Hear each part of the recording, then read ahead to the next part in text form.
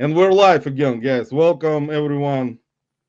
Let me put the volume down so I don't forget, as usual, to the most unprofessional reseller live Saturday night edition, guys.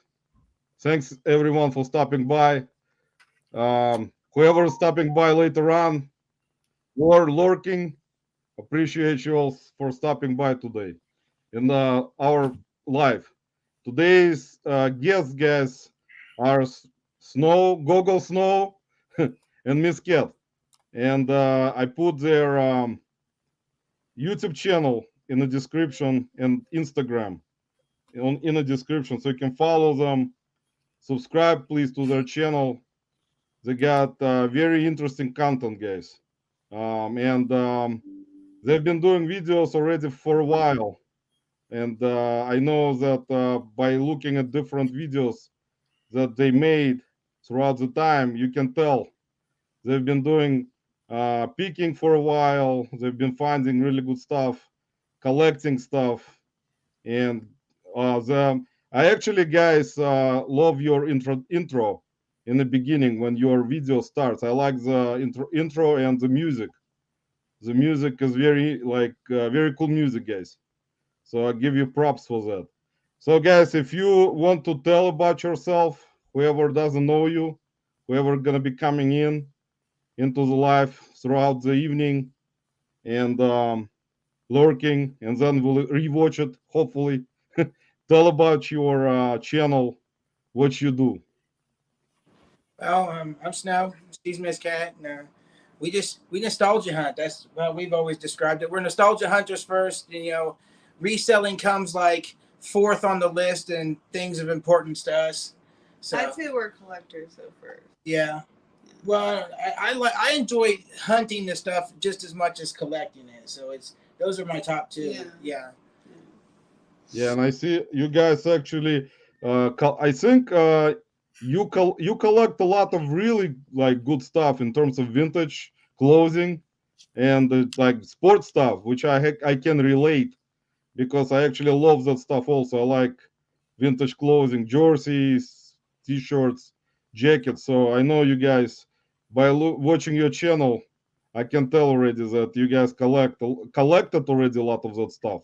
Do you guys eventually? I don't know if Miss Cat or I actually asked Snow to if I can actually use his real name, so he gave me okay. So Snow's real name is Michael. So if just if you guys wanted to know if his real name is Snow, so here you go. He actually told me I can tell everyone that his name is Michael. So hopefully he's not gonna be upset. I've been But called. yeah, but you guys when you started, when did you start your channel? How long ago exactly? Uh, was April of 2021? Mm, No, 2022. 22. Yeah. We can go look back in history, guys. If you're interested, whoever is in live, you can do your own research. I know everyone is researching stuff and can go back and find out, or just go into their channel and look and see when the channel was created. Very April of 22 is when we officially started releasing videos for our channel. I had a couple videos before that where I was doing some freestyle rapping, some verses, but I don't really count those. No. that's cool. Yeah. Let me say hello to some people in the chat. We got vintage sports flip skis in a house. We got Fireball Flippers, Amanda. We got Flipping Mike in the house. We got Bubbles Blinks and Needful Things in the house. Got Disgruntled Octopus in the house from Australia. We got Nicola Preston in the house from our Discord group. We got Gravity Goods Camera in the house. We got JKR 1964 Gen in the house. We got and Dragon Master Finds Anthony in the house. Guys, thanks for stopping by. Appreciate you all for stopping by. And today, like I said, I actually met Snow. So is that okay if I use Snow or Michael? Doesn't matter. Or I can use Michael. Fine. Yeah, so I met Michael and Miss Cat at Reseller Rally this end of summer. As you guys who are not familiar with the actual event, there were videos on it, and most of you are familiar with the Reseller Rally. It was in Cincinnati on a boat. If you're September interested, 30th. Yeah. yeah, September 30th, guys, of this year, still this year. So, and I met Michael and Miss Kat actually already before we were boarding the boat on the second day, to my surprise, because on the first day in meet and greet section part of the actual rally, I didn't actually meet him yet.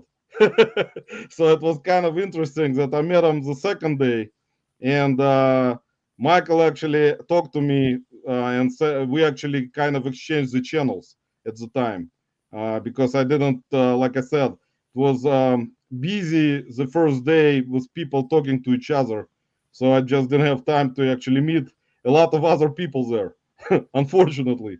But that's what happens when you got over almost 200 people coming in, so you cannot talk to everyone. But I wanted to ask you guys, how did you decide uh, to start the channel itself? Was it Michael's idea or Miss Kat's idea, or both? It was fine. It was yours. So you just decided to start a channel and see, because I can tell you guys already have a good amount of subscribers. So that's actually one of the most important things is when you start a channel, you try to grow it. As you know, it's kind of difficult. It's a struggle, as you guys know. Everyone in the chat will agree. It's a Yeah. struggle to grow your channel. And you guys are actually close to where I live in Ohio. You guys from Indiana. That's I already know also that you guys are from Indiana, so you're close to us. So one more one more reseller that I can go visit to another state. And I watched your guys' video, especially today, the one from today where you guys went to the fairgrounds and you went to garage sales. And most of that footage, as I understand, was from the summer, right? Yeah. Because I mean, you can tell right away that footage was from the summer, and you guys actually have a lot of footage. That's what happens, guys. Just make sure to make videos in the summertime from April, and you're gonna have like storage of videos, which I never do. I just record sometimes I don't, and then I lose all the footage. So what about Miss Kat? How did you kind of decide? Was it interesting for you to also go to garage sales with Michael and find stuff like you guys do? I mean, at first, no, because I just have a lot of other stuff going on. Because I mean, I'm a nurse full time, so I don't get a lot of free time. But then we kind of just started doing it for our collection, and then we started reselling more, and I don't know, it kind of just grew on me, I guess. What would you say? Yeah. And It's then I like, things up, so then it became fun, and it was like a treasure hunt. So now I just like it. Yeah. that's And cool. so That's actually really good, guys, because I mean that's when there are some. It's a great situation where both like couples, especially, doesn't matter, girlfriends or boyfriends, married couples. I mean, if they have like a chemistry where they like this kind of stuff, treasure hunting, reselling the treasures, collecting stuff. That's actually great, and that's why whenever that kind of stuff happens, it's always kind of for me. It's important because you can actually, grow the channel. You can grow the business eventually, and it helps when there are two people that are on the same page. You know what I'm saying? It's kind of important. And from watching your videos, I know Michael does good job with editing. So like you do really interesting type of edits in your videos whenever you guys do like garage sailing, and then you will do some other stuff like you went to fairgrounds to have family time. So it's kind of a mix of treasure hunting and vlogging. So you kind of doing it at the same time, which is kind of cool, which is what I kind of like. That's why I don't try to make two separate channels to create like picking, flipping. It's like I see it where I can do it on the same channel. I know that there are YouTubers who want to separate channels because it's gonna bring more income, but you're gonna have to find time to try to make videos. Do you guys plan on making another channel, or you want to stick with one for now? It's been discussed, but mostly we just want to stick with one channel.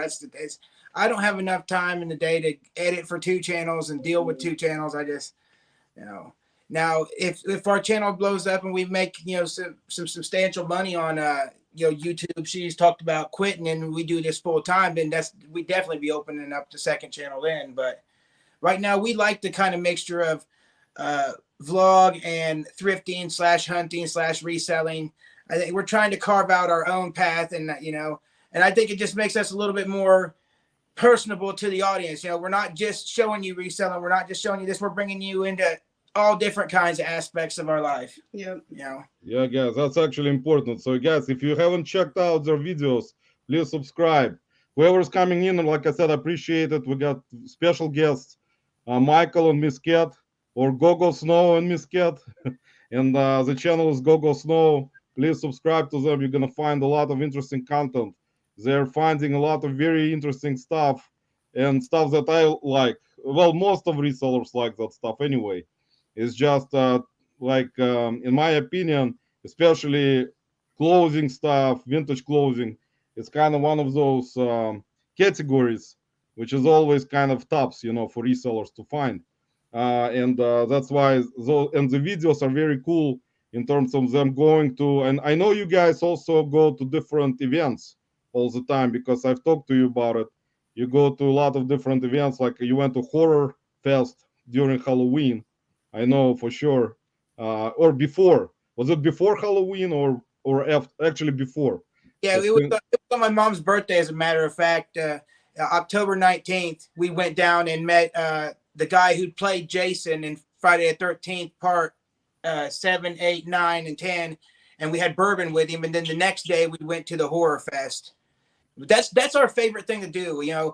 I mean, we love the garage sales and what stuff, but we love our adventures more. Yeah. I'd rather go to the Comic-Con or even the Reseller Rally. This is one of my videos that has the least amount of views, but I'm so proud of that video because we had so much fun on that adventure. It's the adventures for us, So. Yeah, and that video actually, guys, check it out. The Reseller Rally video from Gogo Snow. It's actually a really good one. Content creators who were at the Reseller Rally all did great job, from the one from 2021, even the one from original one, 2016, actually 2016, guys. See how far it was already that I'm forgetting. But yeah, you can check it out, and it was a really fun time, and it was nice. You guys also had a lot of fun, I know for sure, because you guys were hanging out, especially during meet and greet, with a lot of famous personalities. A lot of famous people, guys. Famous. We've met so many celebrities. We went backstage with so many bands, met so many people like Kane Hodder and stuff like that. It's like it don't phase us anymore. I told you, the only way we're going to get on these people's radars, we just go up and talk to them. So, and they're either going to like it or they're not. Yeah. Right, let me say hello to one of the most important original gangsters, Gino's Finds, who always comes in with a joke, like I am in different chats. Gino, guys, check out Gino's Finds channel because he got really good editing skills. He is, in my opinion, Gino, he's from Florida. If you guys subscribe to him, you'll see what I'm talking about. He's doing some interesting editing work, and he has, I mean, in terms of time, how it takes time to make those types of videos, of course, it's a lot of respect because, it's like not like me when I just put out video and just put some comps or thumbnail in a video. That's it, because I'm just too lazy to kind of edit stuff. Even though I know it's not that really complicated, and you guys probably know because you've been doing good job on your videos. And it's just in my mindset, I just sometimes will become more lazy in that regard, that I need to make something really like something special with special effects, or just do something like that. But it is what it is, and sometimes my I change my mind and will do something different.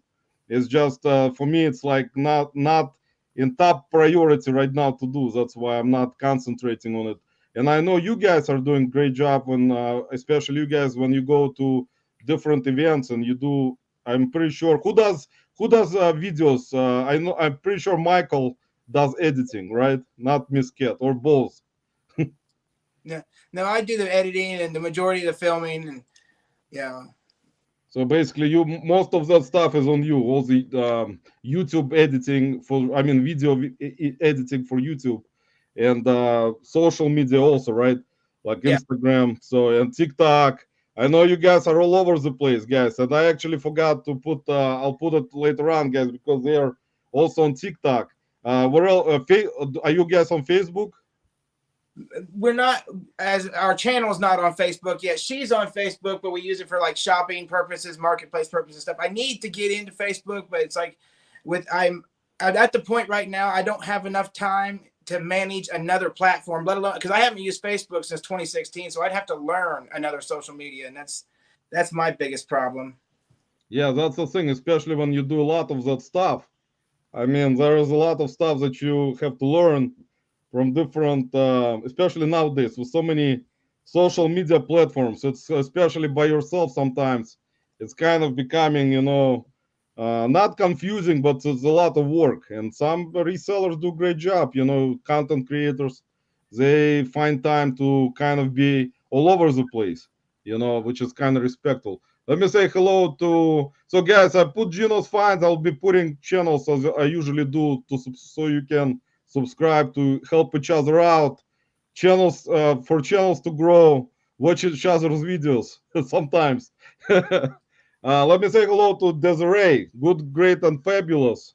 Another great YouTube personality. And Desiree was just doing a live a couple days ago from after Thanksgiving from one of the good ones. Check it out, guys. I actually went into her life, as I usually do. Most of you know. Let me say hello to Andy Somet in the house. So, guys, are you familiar with? I know you guys met a lot of. I'm pretty sure you were familiar with a lot of YouTubers who were on the scene for a while. Like I know you guys knew John Cincinnati Picker for sure, and you probably knew like I know you guys met some other YouTubers who you kind of followed for years. Who was the one of the YouTube personalities who who kind of got you started in terms of wanting to do YouTube? I mean, was it someone from YouTube that you watched, or was it something on your own that you decided to do? There, there's really a combination of about four different YouTubers that I watched over the years that I've modeled my channel after. It was a guy named Reen Bean. He's a video game hunter who's recently come back onto the scene. There's the Angry Video Game Nerd, John the Cincinnati Picker, and then Retro Rick. Those were the big four, you know, uh, that really got me wanting to do my channel the way I do. I watched another guy named Paul Cantu. He was the thrift god, but he had a guy in the back passing stuff out to him, through the thrift store. So to me, that's not realistic. So I didn't really put as much effort in the thrift store as I wanted to be video game hunting and treasure hunting like John, of course. Right. Yeah. Especially from the beginning when you watched original content of certain content creators way back in the day. It's always was interesting concept to see certain treasure finds. And of course, right now, as you guys know, there are a lot of YouTube content creators already on the scene who are doing great job, even though right now it's much more complicated to grow your channel because of so many channels than before. And you guys, even you started, I mean, in 2021, which is basically the time after the pandemic, when during pandemic a lot of channels also started up at the same time. So that's why it was one of the periods where a lot of channels came on the scene right like instantly, you know. And in terms of looking for stuff after watching your videos, guys, you mostly try to find everything, right? You're kind of I know that you like more vintage toys and you like vintage clothing. I think those are one of your top two. Am I correct? Like vintage clothing and vintage toys, action figures. Uh, yeah, mostly it's mostly vintage clothing is first and foremost because that's what we use to pay the bills. Mostly that's what we sell the most of, and then we keep then it's video games, toys, pop culture, you know, and then vintage horror and Halloween stuff. That's really about our top five. Yeah, you, like I said, guys, check them out because you're gonna see a lot of interesting finds that they go to garage sales. Right now, guys, I know that it's winter time, so you're in Indiana. So you guys, what are you doing right now in terms of sourcing? Do you go to like any type of beans? Do you have any bean stores in your area? Uh, Fortunately, we don't have any bin stores in our area. The closest one be Indianapolis or Dayton area. But we've been fortunate enough this year that I have enough. The rummage sales this year have been insane. We've hit so many rummage sales and found so much stuff that I've got literally enough footage that's going to carry over into next rummage sale season. So, I mean, we're going to source this winter because we always do, but we have a flea market that's once a month, every Saturday in Muncie. Froggy Flips has been frequent in that the last couple videos. Then we have the Greater Indianapolis Indoor Garage Sale that takes place in Indianapolis at the fairgrounds. And then we do a one video in December of where I've sourced all year off of Poshmark. I do an unboxing in December where I show you how to source off Poshmark. So, you know, sourcing through the winter time is never really a problem for us. We've got toy shows, we've got flea markets. We do all right. That's great. That's actually everyone would like to hear that, man. Believe me, a lot of people, you know, especially in our northern states, always there is a kind of a debate of, especially when you do it full time, is to where to find inventory during winter time. But I know that a lot of resellers who do a lot of sourcing during the summer, and they just you know buy so much stuff, so they don't need to buy more. Like they do buy some stuff, of course, during like winter months, but they already have so much inventory stored, so they That's kind of it kind of helps them through the winter. You know, there is a lot of stuff still that they can list from money piles, guys, Money gold pile. piles. We say hello to treasure scavengers. What's up, everyone? That's Ember and Vintage Ivan, also really interesting seller. I actually checked out some Ivan's sales from vintage stuff that she posts on Instagram. Very cool finds and sales. Very cool stuff. Got Taylor McCall in the house. New name. Welcome. Appreciate you all stopping by. Guys, appreciate you all stopping by, like I said previously. Vintage Sports Slips, the treasure hunt is addictive for sure. I'm very addictive, guys. Do you right now during winter time, do you guys how many days a week do you try to go sourcing, or you like kind of do it? It doesn't I mean matter for you which day specifically, like how many days, or you try to not do it like for like couple weeks. What's your type of like sourcing habit? They've opened up a new Goodwill in a town called Winchester, not too far from here. We try to hit that one up like once a month. And then there's there's a couple of thrift stores in Union City that we try to hit up a couple of times a month, but we don't put too much emphasis on what days we go out thrifting or sourcing in the wintertime. It's just whenever we're bored or we have a little extra money and we feel like going out and doing so, or I feel the need that I got to get some inventory. Yeah, we have no real set schedule on it. Yeah, same as me Gotta actually, get the because fix. yeah, I think Lisa probably goes sourcing more than everyone else. Oh, sure. Yeah. In my house. In the house. See, guys, that's why you need to have inventory in your house. So you don't need to go sourcing. You can just open your like a closet and say, Oh, "Wow, don't you know look, it. I got so much clothing already. I don't need to go anywhere." Hey, that helps in the winter. You know, you've got to get during the summer, you've got to save up and get the winter nuts because you Yeah, never guys. know So when just things will like dry up. squirrels, guys, like squirrels when they collect nuts just But for the keep it in winter. one room. Keep it in one room. Right now, it's still Trolls. to our kitchen. Our kitchen's been our catch-all, and that big, massive Spider-Man collection has been piled up literally in our kitchen for the last couple of months, and we finally just got it boxed up and moved out of the way and got it listed as selling on Yeah. eBay. That's great, guys. And actually, you did a really good job on preparing turkey, man. I watched you. You got some cooking skills, which is really good. So if you can, you want to start a cooking channel, you can always do that. Men cooking just is bizarre to me. I find it fascinating to see that they can do it. And it looked really good, man. Even I looked at in the video and I said, "Wow, that's a good turkey. I want to stop by and try it." So next. I was young, just in case there was no woman who would never put up with me, I could at least cook for myself. See, there you go, Good guys. skills. If you're single, I And know there's.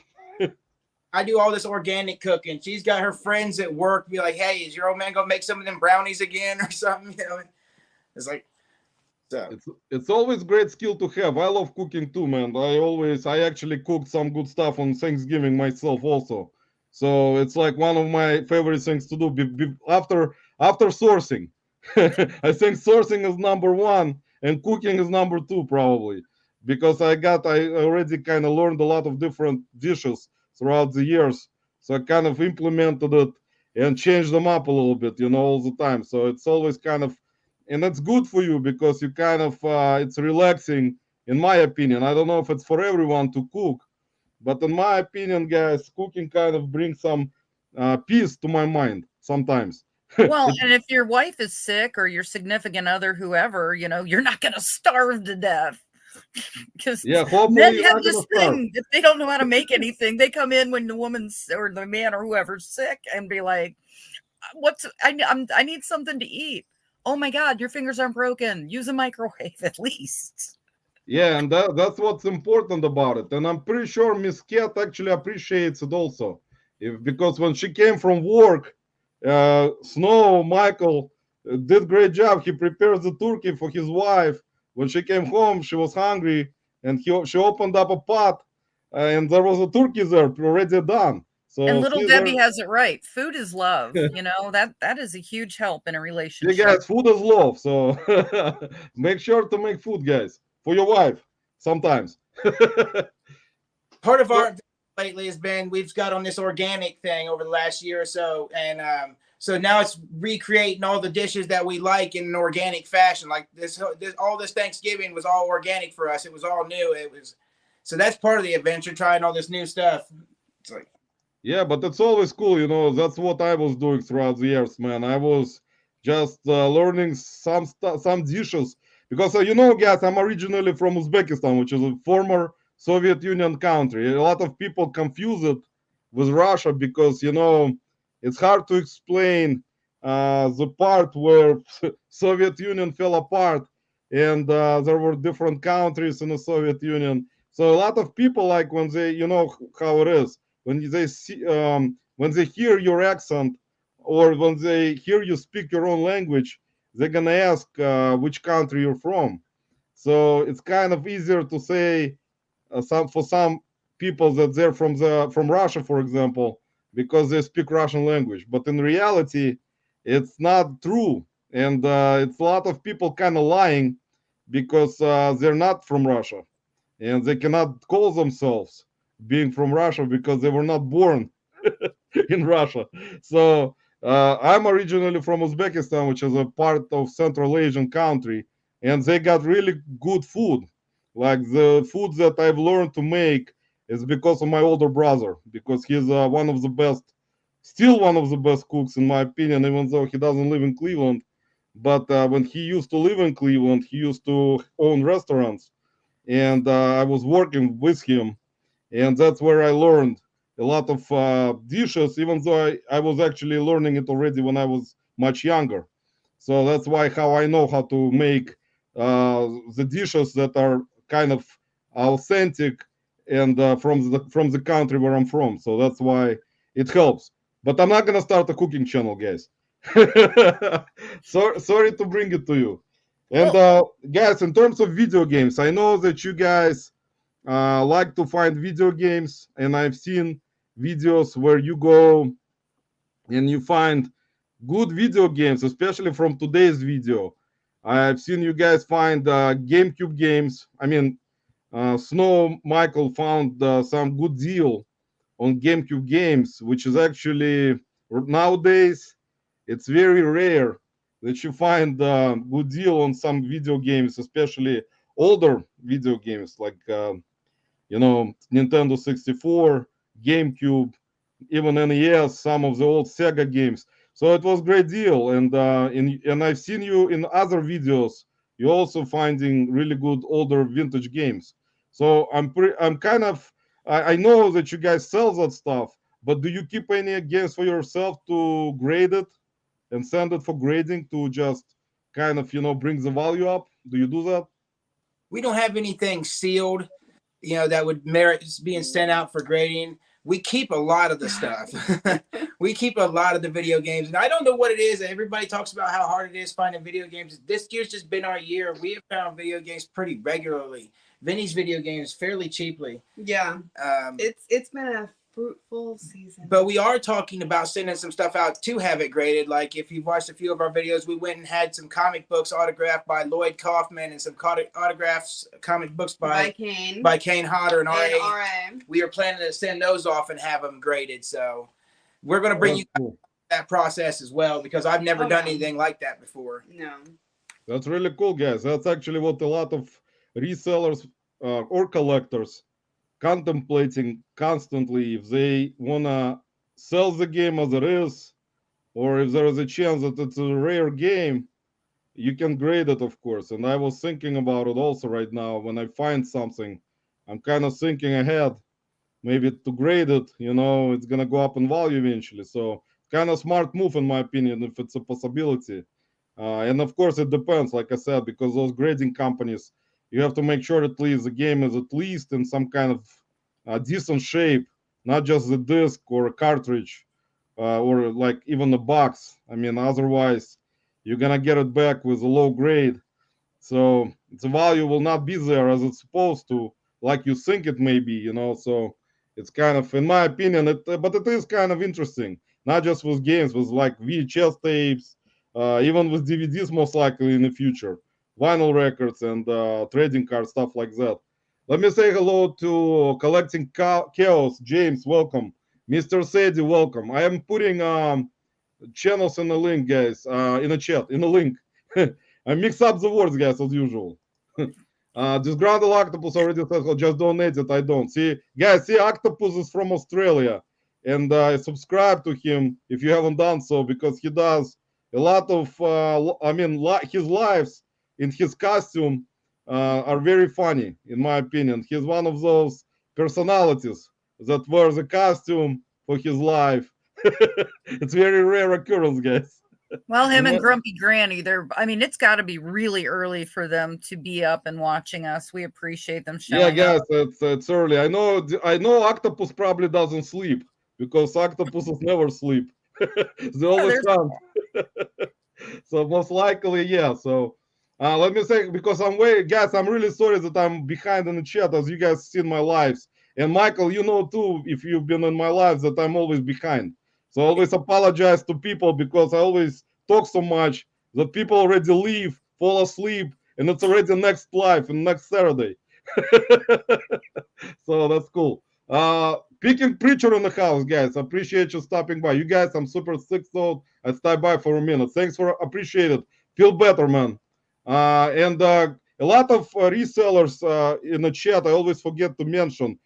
Check out their Whatnot shows, guys. I forget to put Whatnot links, but most of the YouTube channel names are associated with their Whatnot, so you can actually find them with the same name from YouTube. So in terms of Whatnot, guys, do you do, Michael and Kat, do you do Whatnot yet? Did you try to do Whatnot?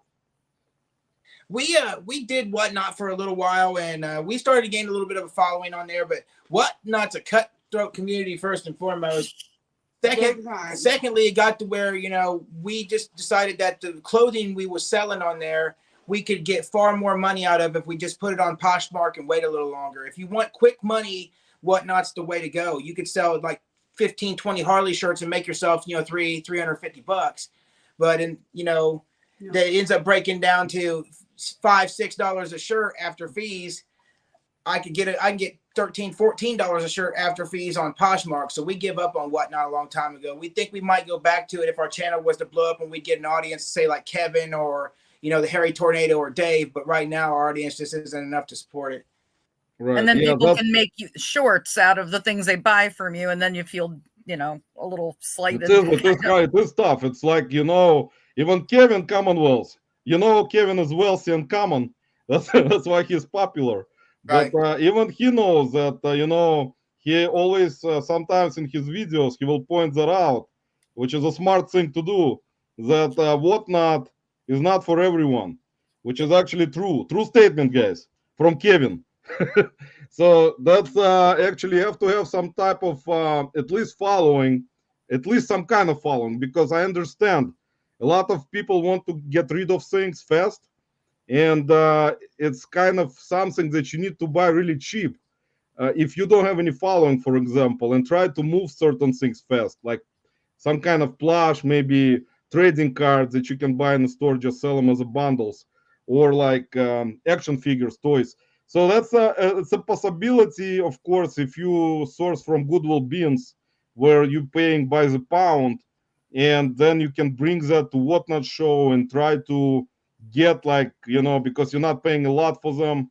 So even for example, by pound, you end up for each item with like less than $1 cost, and then you're gonna sell something for like say $4 at an auction at Whatnot plus shipping.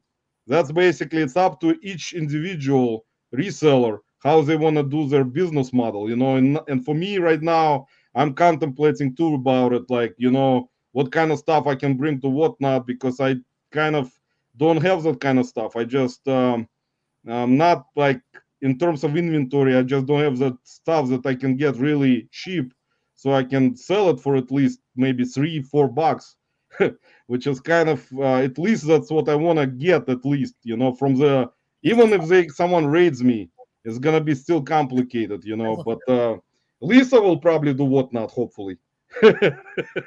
What? Okay. I need to, honest. I might. In terms of guys, in terms of Miss Cat, I know that I know you're. I mean, Michael is. Do you do that full time, Michael? Do you do YouTube and social media and reselling? Do you do like full time, or you have like a job? No, that's what I do full time. It's reselling, social media, stay at home dad. I do the whole thing. Okay, that's great, man. That's actually cool. That's if you, especially the way you are doing it, it's good job, because I can tell that you're putting a lot of effort into videos, a lot of effort into social media, and right now you by watching what you guys are getting with your inventory, that's actually really good stuff. I mean, you can and at the end of each video, guys, if you subscribe to please subscribe to Gogo Snow. At the end of each video, there is a breakdown of each individual purchase at garage sale, and then profit, approximate profit. You basically, when you make the video, you already kind of base it from sold comps, right? Yeah, I go on to eBay sold comps, and I look at all the highs, the lows, the solds, and I find one that's pretty much about average. I'm a stickler about not putting my own comps up, because I don't want the comments of people saying, "Oh, that's his comp. He can ask what they want." I never put in my own comps up for the most part.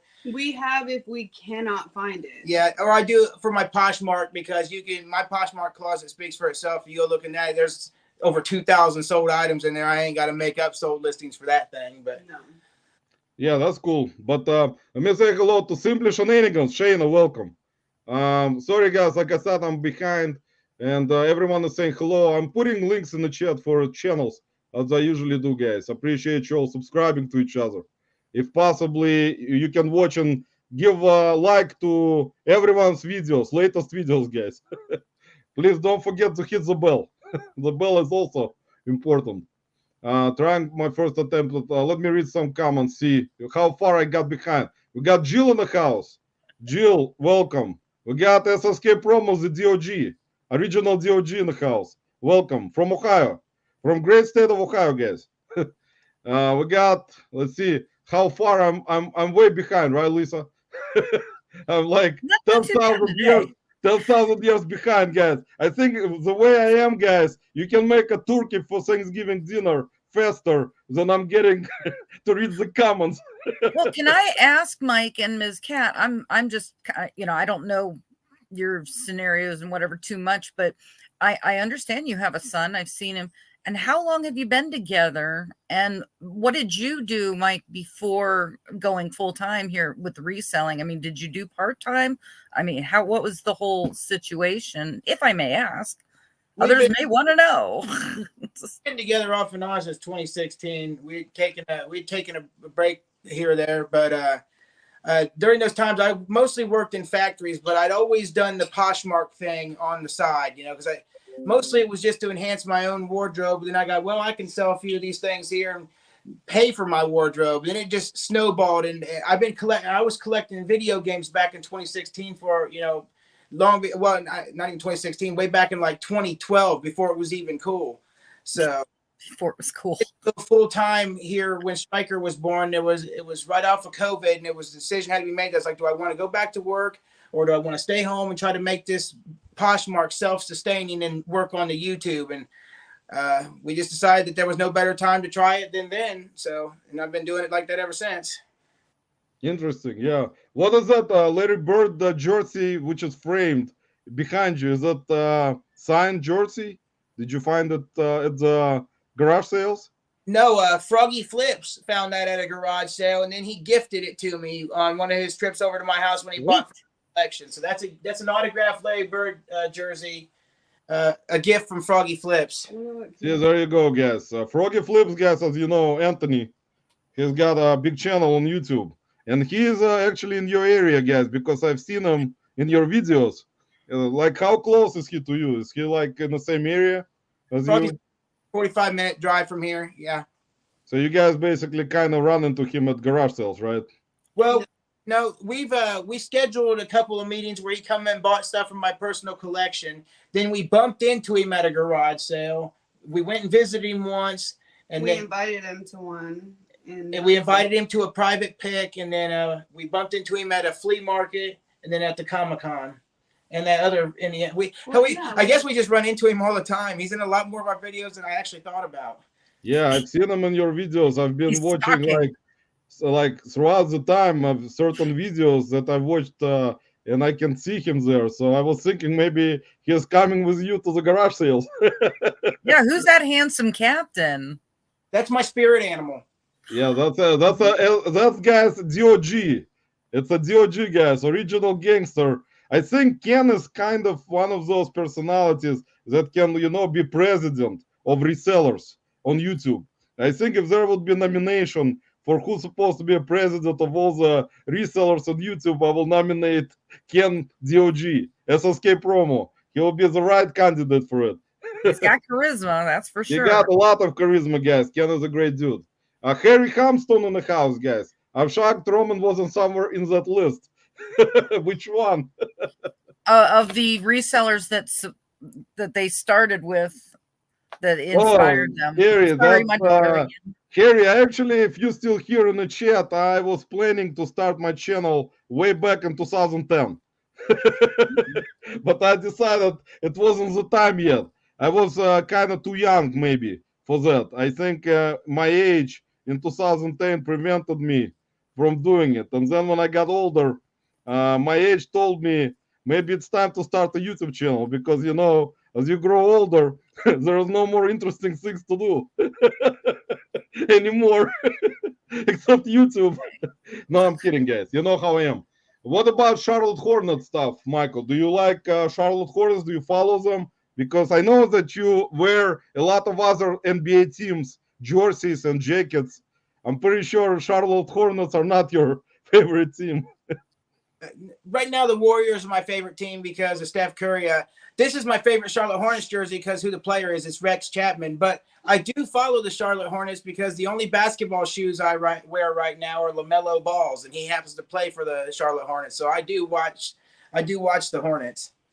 Yeah, guys, check out Michael's outfit right now. This is actually vintage Original Charlotte Hornets logos with a bee, with a honey bee, or a hornet, actually. I always, and the Charlotte, number 3. Who was number 3, actually? I forgot. Rex, Was that, oh, Rex Chapman. Yeah. Man, he was a good player. We're actually not going to go into sports with Michael because we both love basketball. And I know from watching your introduction and watching your video from Reseller Rally, you're a good basketball player. Did you play before in high school? oddly enough, I couldn't make my high school team. Mostly it was because I didn't have the right last name. In my community, it was more about what your last name was and what your parents could bring to the the school, and funding and whatnot. But I got my playing in prison. That's where I got educated. So I kind of played my college ball in there. Man, that's interesting. I don't know. It's kind of deep stuff, man. But you know how I am. We talked with Michael about next Reseller Rally if it's gonna be possible to play basketball. Form teams because I did play for high school for 1 year before my injury. I can Because imagine that. before my injuries, Resellers, I played and got injured with knees, constant injuries, guys. Then they told me my head coach in high school. He said because I was actually on a basketball team and a soccer team, so he's like, you cannot concentrate on one sport. You cannot be on a second one, at the same time. But at the time, I was actually on both teams, so I was having good time with that. But I was a sophomore in high school, and then I was junior, and they gave me a varsity jacket, guys. So they gave me I was a letterman. They gave me a letter and a jacket, which it's still in my parents' house because because I actually outgrew it. But they gave me the varsity jacket with my last name, guys, with sports. So it was kind of cool. But You got Ken in here. You and Ken got some pull. What you guys need to do is get a hold of John. And next year at the Reseller Rally, we need to have like a resellers basketball game, like a 3-on-3 or something like that. Man, I don't know if I'm gonna be able to hold up. I will try to play. I know that you're doing really good with 3-point shots, and that was also my specialty, man. 3-point shots was something I was really good at. Not like Steph Curry, good, but I was not bad. But I mean, we'll try. Hopefully, maybe Ken will play. You never know. Maybe we're gonna make SSK promo DOG point guard. What is your best in terms of vintage hats? What do you have right now in your inventory? Can you show some vintage interesting? I know you like jerseys, and I know you got some pretty cool jerseys. You got some. I'm pretty sure you got some cool vintage hats. What's your best ones that you currently have that you don't want to sell? Well, everything's got a price, but it'd take me a second. I wasn't prepared for this. All right, I will read. Little Debbie, welcome, please, guys. Our guests are Gogo Snow today. It's Michael and Miss Cat in the house. So if you're just coming in, appreciate you stopping by. Please subscribe. I got their channel name and their Instagram in the description, except the TikTok and Poshmark and whatnot. But as you just heard that they don't do much whatnot right now. So let me say hello. Gino is here. Gotta go. Bye. Take care, Gino. Have a great evening. Let's see who else I miss. Little Debbie is here. Matt, bigger bearded PokeTuber, welcome, man. I appreciate you stopping by. And like I said, guys, I'm putting in channels in the chat, so please subscribe, guys, and hit the like button. So what you got, man? Okay, well, the 6 of the best that I got in the house right now. Of course, the Spider-Man hats. This one's, I got this one listed really high. I think I got it listed at like $650. I got some watches on at that. I got this one right here listed at like $350. This one's listed at $250, the Spider-Man. Then we got this Celtics one. This is one of my favorite ones. I've got it listed high, and I don't care if it sells or not. The sports. Oh, that's a sports spirit, man. That's a good hat. Yep. And then these are a couple of my favorites. These ain't going nowhere. This is my Pacers shark tooth. You don't see those very often. Yeah, logo athletic, yeah. And then we got the Pacers diamond point. that one's really cool. Yeah, diamond is a good style. It's one of the most expensive one, diamond and shark tooth, and there are other ones, of course, but those are rare to find. I Yep. mean, I found one today from the Goodwill Bins, which I thought was a really good one, which was Houston Rockets Shark Tooth by Mitchell and Ness, but it's not the vintage one. Yep. It's a little bit older, but it's not really old, and it still has all the stickers on it, and it was really in a good condition. Still, is it probably gonna bring around maybe $30, but not more than $30 because I checked comps on it, and it's not one of the Shark Tooth vintage ones, which actually is either by Logo Athletic or I'm not sure. Do you know Michael if Sports Specialties? I think they made the Shark Tooth also, right? Logo Athletic made this shark tooth. So not Sports Specialties, right? Sports Specialties didn't make Shark Tooth pattern on No. their head because I don't remember. Probably not, guys. So I'm sorry. I'm sorry to bring it to you guys. So if you go sourcing, look for Shark Tooth Logo Athletic. Ken even says it right. Flex for me, baby. Yeah, sorry guys, I'm way behind. At least Lisa, catching up to the chat today. So I told Lisa that if there is some kind of trouble brewing, let me know. There's something I don't know. Yeah. Oh, But, you'll hear me yell. And what was your in terms of when you usually how do you decide, guys? In terms of what do you want to sell or what you want to keep? Do you have like agreement? Do you talk to each other about it, or you just kind of if something is valuable, do you decide to just list and sell it, or you just want to hang on to it? Depends if we like it. It depends if we like it or not. Like, Kat gets first dibs of anything she wants around here. You know, if it's $500 pair of shoes or a $5 Spyro the Dragon toy, it doesn't matter. If she wants it, she gets to keep it. And the same thing goes for me. I work really hard at what I do. I'm out here finding this stuff, so I might as well get to enjoy it. I keep exactly whatever it is I want until I get bored with it. Then I'll cut it out and I'll sell it and I'll replace it with something else. Well, you said everything's got its price. I mean, that's the reseller mentality. Yeah, Exactly. That's a lot of. That's why resellers sometimes have like a hobby of collecting certain things. Of course, when you find something really cool, like I'm the same way. Like I found some things today, which I've shown already to Michael and Kat, and before we went live, that I was contemplating on. I don't know if I'm gonna sell it yet, or maybe I'll grade it and keep it for now. So it's always a struggle when you find really good stuff, that especially vintage or some kind of in a good condition, vintage rare thing, and then you kind of contemplating, do I want to sell it and make money like on it right away, or you want to keep it and maybe down the line it's gonna go up in price so you can sell it for more. So it's kind of always in back of your mind. You have that kind of feeling, guys, also when you find something cool, like it may sell in the future for more money.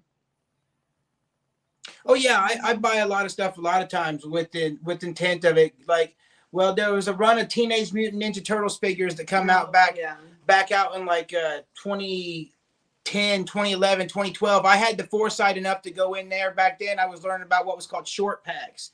If they might have a case of figures and Casey Jones might be the short pack. That means out of that whole case, you might only get 2 of those figures. So he was considered a rare figure. I would go in there and I would buy every character that I was considered a short pack. And now, I was buying for $5, $8 a piece back then. Now they're going for $35, $45, $50 a piece. So yeah, I do a lot of buying with, the mindset that it's going to go up in the future. Anything I buy, I truly believe that it's not going to lose any value. So, And that's important, yeah. Especially from what I've been watching your videos, guys. You always like in terms of garage selling. I am kind of in your area. Do you have a lot of resellers in your area where you are during garage sale seasons that you go to? Do you have like resellers around and that you have a lot of competition or not? You wouldn't think so by all of our finds, but yeah, there's competition everywhere And around more here. is like starting And to show up.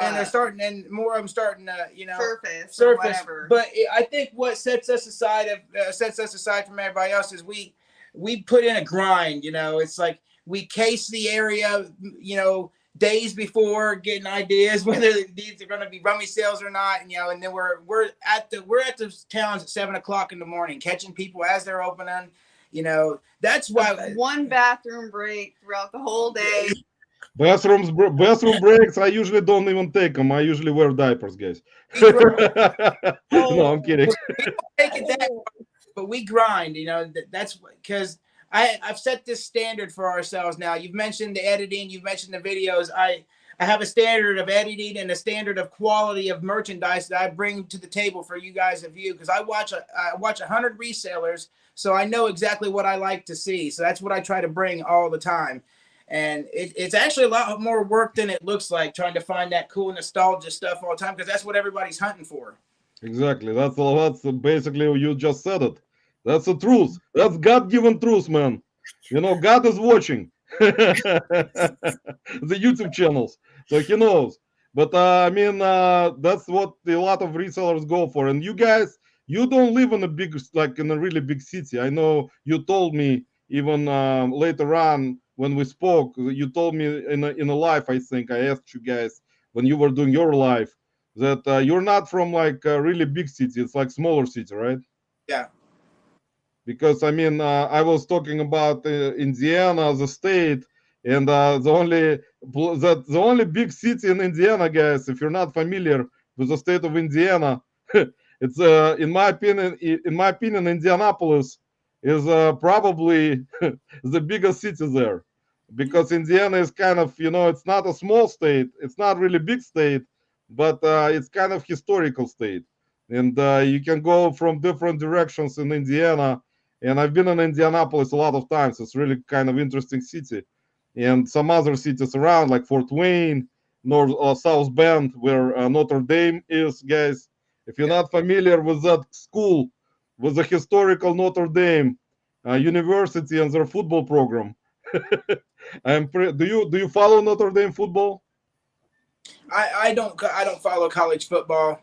I don't even really follow the NFL much anymore. My storyline died this year when Aaron Rodgers got hurt the first game, because he was the only reason why I was going to watch football was because of him, and he gets hurt the first game. Package. Man, Aaron Rodgers, man, he's the same age as me.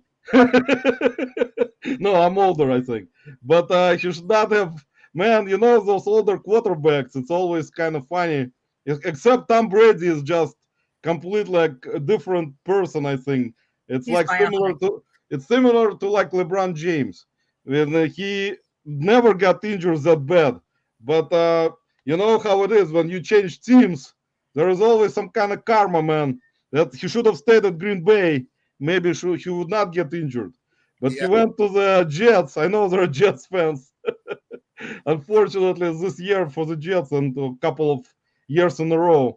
But we're not going to talk about NFL, guys, because I can talk about NFL a lot and other sports, because I'm a sports person. Watch So your videos. Yeah, watch the videos, guys, because if you want to talk to me about sports, we're going to do another live. Let's see who else I missed. Roman thought you were from Cleveland East Side. Yeah, that's Harry Hamston. Guys, follow Harry Hamston if he got some really cool videos on finding vintage stuff, as a lot of resellers do all the time and post it on their channels, except me. I don't, guys. I know that. How many videos do you? I know you put out at least one video a week, right? Because I kind of followed the pattern that you put out video a week, correct? Yeah. And it's on Saturdays. Am I correct? Like today, I think was the day. So Saturday is when you guys put out new videos. So just for the viewers, if you want to follow Snow and Miss Cat, put out new video every Saturday. It's like a pattern. In terms of jerseys, what kind of cool jerseys you got? Like, what is the most valuable so far that you got that you don't want to sell? Well, in basketball jerseys, I've got like 137 vintage champion ones alone. I've got of them that really, are grails to me. I've got a Brent Berry authentic sewn leather jersey. It's listed on eBay right now for about $600. I've got a Drazen Petrovic Nets jersey. It's worth about $600, and then I got a Michael Jordan All-Star jersey that's worth about $600. Those are my three favorites. But two of those three are listed on eBay. Only one is not for sale. Man, Drazen Petrovic, he was a really good player back in the day, guys. If you're familiar with NBA, just kind of wanted to bring it up again. But you're, Michael, you're familiar with a lot of NBA and NFL players and MLB, most likely baseball, because I know that you're into this kind of treasure hunting. Because a lot of the videos that I've seen you guys finding a lot of that vintage clothing and jerseys, which is kind of cool. In Cleveland, it's completely different. It's rare when I will run into vintage jerseys or like from different eras of sports. It's kind of unusual unless it's somewhere in an area where there wasn't like a lot of resellers. Then maybe I'll find it, but not. It's much more complicated. But it's props to you, man. I mean, you're finding really cool stuff, and you can actually keep it, and you can collect a lot of that stuff. And eventually, most likely, that kind of stuff will go up in price. Like, in my opinion, it can go up in price very high eventually in the years ahead. So it's a good thing to actually it's good investment, in my opinion, to keep that stuff, even not sell it right now. That's why it's very interesting that you're finding that kind of stuff. Let me say hello to Heartland Vintage, Fire Champions jersey. Bring me a puffer. New name for me. Welcome. Appreciate you stopping by. I'm Reseller, Shagan. Welcome. Appreciate you stopping by. Shagan does lives, guys, every Sunday. Not every Sunday, probably, because I'm probably wrong, but I see it on Sundays, guys. Let me put it this way. Shagan goes to flea markets in Chicago, and he does live from there, which I haven't done those types of lives, guys. I think you missed it all. When I went sourcing and went live, I need to do one of those again. See, I call it shopping with Shagan. I was getting up every Sunday morning and going shopping with him. And quite literally, I seen him walk by this rack, and I seen this big old Garfield head on his sweatshirt. Like, hey, man, you need to go back and find out what that sweatshirt, how much they want for that. I'll buy it. He goes back and gets this sweatshirt for $4, and it was $100 sweatshirt. So it's like, and then the following week, I had him. He was walking through there, and he found these really cool pair of vintage baggy like parachute pants. I think the Shagan was something you could even try, Roman. If you go to flea markets, just do a live thing and pick up stuff. Yeah, I did actually. Before I did the lives where I went to thrift stores, I went to stores, I went to bins. It's just I kind of decided to in the beginning, it was kind of it was even fun for me. I will do it again. It's just I just didn't have sometimes what happens for me personally is when I go live from like beans or when I go live from any sourcing place, it's like takes away my attention from like concentrating on finding good things. So because I'm kind of trying to look at the chat and trying to show stuff, and then I will miss a lot of stuff. And that's what happened in the past. But like I said, it's not an issue.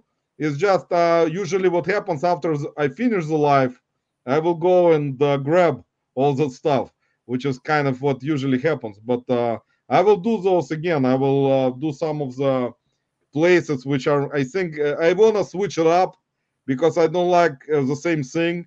That's why I have difficulty in putting out videos because I don't like same thing. It's just my mind works where I need to change it up all the time. That's why it's kind of complicated because I get bored with same thing. So I need to change it. And YouTube, as you know, doesn't like it where you're all over the place and it doesn't know where to put you. YouTube artificial intelligence guys gets confused with me. They don't know what's going on with me. But yeah, Shagan guys, check him out. I'll put his channel. I'm a reseller into the chat, guys, so you can follow him. And let me put it in right now, so I don't forget, guys. In a couple days, and then Shagan will rewatch it and get angry at me that I didn't do it. So in terms of Michael, when you try to most of the time, do you guys sell on eBay also, right? You put how much stuff you got on eBay if you put anything on eBay? I think right now I might have 61 active listings on eBay, and I got the worst platform. that's yeah, and then I've got like I think I've got 600 active listings on Poshmark. Yeah. Wow, you guys, so you are more Poshmark, right? So because That- I see the pattern that you went. I mean, but mostly on Poshmark, do you list more like do you list mostly clothing there, or you try to list different things? well, Like I'm the self-proclaimed king of Poshmark. Firstly, I've got over 100,000 followers on there, but it's shoes, hats, clothes, and accessories such as belts, things of that nature. I know that there's some people in there who's gotten into listing hard goods, video games, and stuff like that. I haven't messed. I don't want to mess with that stuff. I have such a big market of clothing on there, and I have such a constant revenue coming in from Poshmark just with clothing. I don't need to mess with anything else. Anything hard good goes to eBay. yeah, clothing wise, yeah, that's Because but yeah, Poshmark, what's your in terms of sales? How many sales you're saying, for example, per day you get from Poshmarks? Oh, I don't know. It just varies. I'm usually sending at least one or two things out a day from Poshmark. You know, well, like I don't know. I just sent out 4 packages. I didn't send out anything today, but I sent out 4 packages yesterday. So So are you a Posh ambassador? yeah, I'm a Posh ambassador too. Wow, that's actually much, guys. You see, Michael is actually already a gangster on Poshmark because I'm not even an ambassador yet. I'm close. Hopefully, I'll become an ambassador soon, guys, on Poshmark because I've been cross-listing a lot of stuff to Poshmark, but I don't. I put a lot of hard goods on there also, even though not the ones that are heavy because you cannot put something over 5 pounds unless you can, of course, but you're gonna pay extra postage fees. Yeah, it's a So headache. yeah, it's a headache, and you don't want that. And especially with the percent that Poshmark takes out, which is 20%, it's just, I mean, it has to be some, in my opinion, clothing and shoes, because they're not the heavy, as you guys understand. Those are the best, of course, for Poshmark with their weight limits. So I mean, but there are Poshmark. You guys can check lives and chats. Poshmark has been growing. I mean, Poshmark sales have kind of improved for a lot of resellers, in my opinion. And I mean, it depends on what you're putting on there and what type of clothing or shoes. But like in my opinion, if you're putting a lot of effort into any platform, you know how it is. It doesn't matter what it is. It's gonna start improving for individual sellers if you're putting effort and work into it. But Poshmark, in my opinion, what do you think, guys? Do you think Poshmark is gonna grow bigger? Well, I hope so, but they've been messing with this hard goods things for a while now, and they haven't really gotten it down. And I was like, and then they tried that. They're trying the Poshmark Live thing, which is complete and total grab on trying to be like Whatnot, which is an epic failure on there. So I think for as many steps forward as Poshmark is taking, they're trying to go down too many avenues, and they're taking steps backwards. Yeah, maybe, it depends because hopefully, I think, in my opinion, Poshmark may change up their weight limit in terms of postage. I mean, if they're gonna, add FedEx or UPS to their platform, and I think they can, of course, grow bigger because right now, with the problem is that you cannot use. I mean, you can post some stuff that is heavy, over 5 pounds, but you're gonna pay up. The postage fees are gonna be just crazy. So that's what the issue is with Poshmark currently, and I think they may actually, I think, change it. Maybe they will. They will bring up, I mean, UPS or FedEx into their platform, and then they can actually, start. I mean, implementing heavier items. I mean, it's gonna be because I had issue a couple times when it was my fault. I listed some heavy stuff which I cross listed actually, and I forgot that the weight was over 5 pounds, and the Poshmark actually removed it couple times. Yeah. They actually removed both items themselves because because the weight, and I forgot about it. I was like, what's going on? Why they removed them? And then I realized it was like heavy items, that was hard goods. I think I actually cross-listed DVD VCR combo on there a couple times, and they removed it. So it was not, guys. Don't list heavy electronics on Poshmark. They're gonna remove it because they're gonna be over 10 pounds. So don't do that, guys. Okay. It's not a good idea. There's going to be here shortly, Roman. So we'll have to be taking some last questions here. No problem, man. Yeah, you guys have somewhere to go today? No, Kat has to get up and be at work at 5 o'clock. No problem. Yeah, I got you, man. I got you. Let me say That's hello to harsh. Chris Page in the house. I guess that's a new name also for me. Who else I miss? Let me. I'm not sure. Well 76. Appreciate you all guys stopping by. If I miss your comments, guys, don't worry. I will next live. I will read them. But in terms of video, actually, let me show you this, guys. Me and Michael decided we're gonna do a trade before we went live. We decided that Michael will send me Brown's. What is it? I forgot. Was it a Brown's elf like a figurine? The light. Oh, it's a light. Yeah, sorry, man. So he'll send me the light, and I'll send him this. It's not actually the right movie in the box, but we discussed it. So this is actually Friday the 13th, part 7, which is on the box, but the actual VHS was Friday the 13th, part 5, A New Beginning. So see, guys, we're gonna make a trade, fair trade, hopefully. Not hopefully, I'm kidding. But guys, I appreciate it that you decide. I mean, that you agreed on the trade. So I'll send it to Michael and Miss Cat, and they'll send me the Brown slide. I'm as a big Browns fan, guys, as I am, as you know.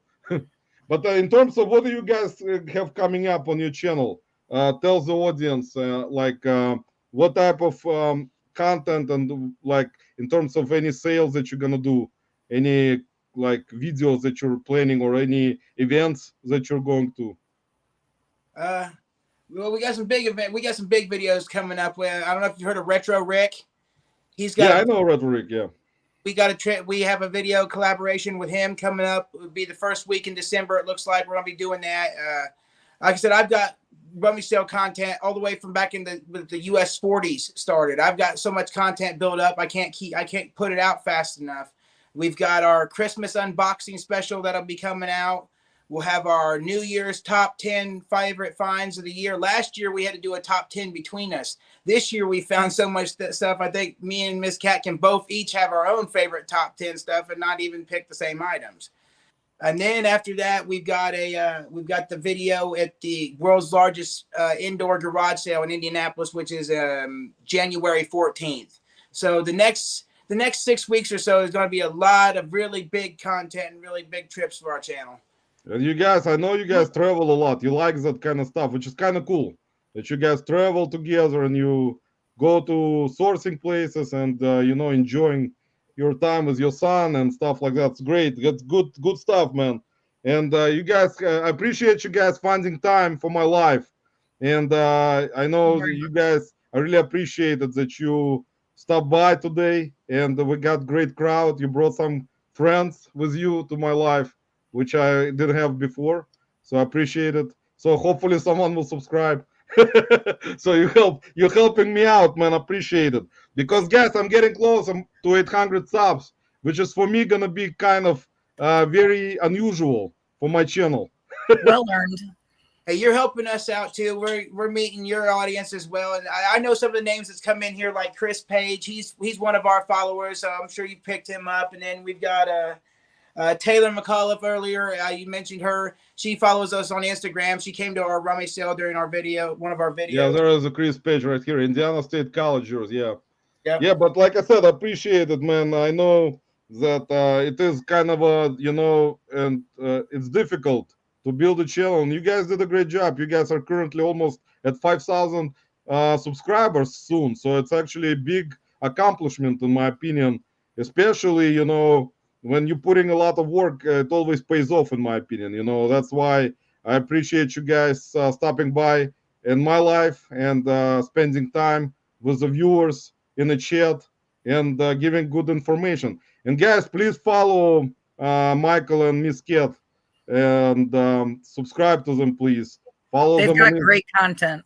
Yeah, they got really good, Something for interesting everybody. content, and follow them on Instagram. Really appreciate it if you can do that. And thanks, man. Appreciate you stopping by, Miss Kat, in today's live. No problem. Thanks for having us. Hopefully we'll get you to 1,000 subs soon. Retro Rick gave me a piece of advice. He says 98.9% of channels don't make it past 1,000 subs. So Man, hopefully I'll survive myself, man, before 1,000 subs. So you pass, you know what they say, if you pass 45 and turn 46, then you can actually accomplish more in a few. I'm kidding, guys. 45 is a breaking age, guys. But it's really nice, man. So we're gonna be in touch as we are on Instagram. And guys, please follow them when they do lives, because Michael and Miss Kat do lives on their channel. And if you're gonna be subscribed, you're gonna catch their live. Not hit the bell for notification, so you're gonna catch their live and participate. That's important. So yeah, we'll be in touch, man. If I'm finding something else cool, we can do some trades. okay. I'm pretty sure you got some cool jerseys over there. Yeah. that we can do trades on. All right, man. Thanks. Thanks for having us.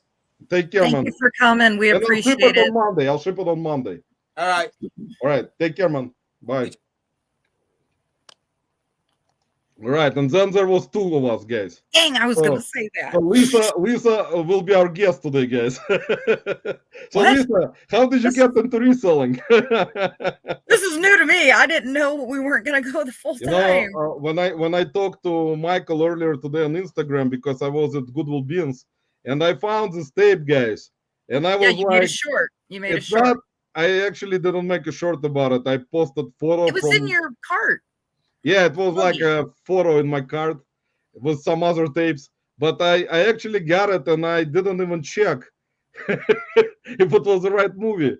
So Everybody checked. Make sure the games are in the cases and the videos are the right ones. for 'cause me, they might not mix up Lisa, in for what was me, donated.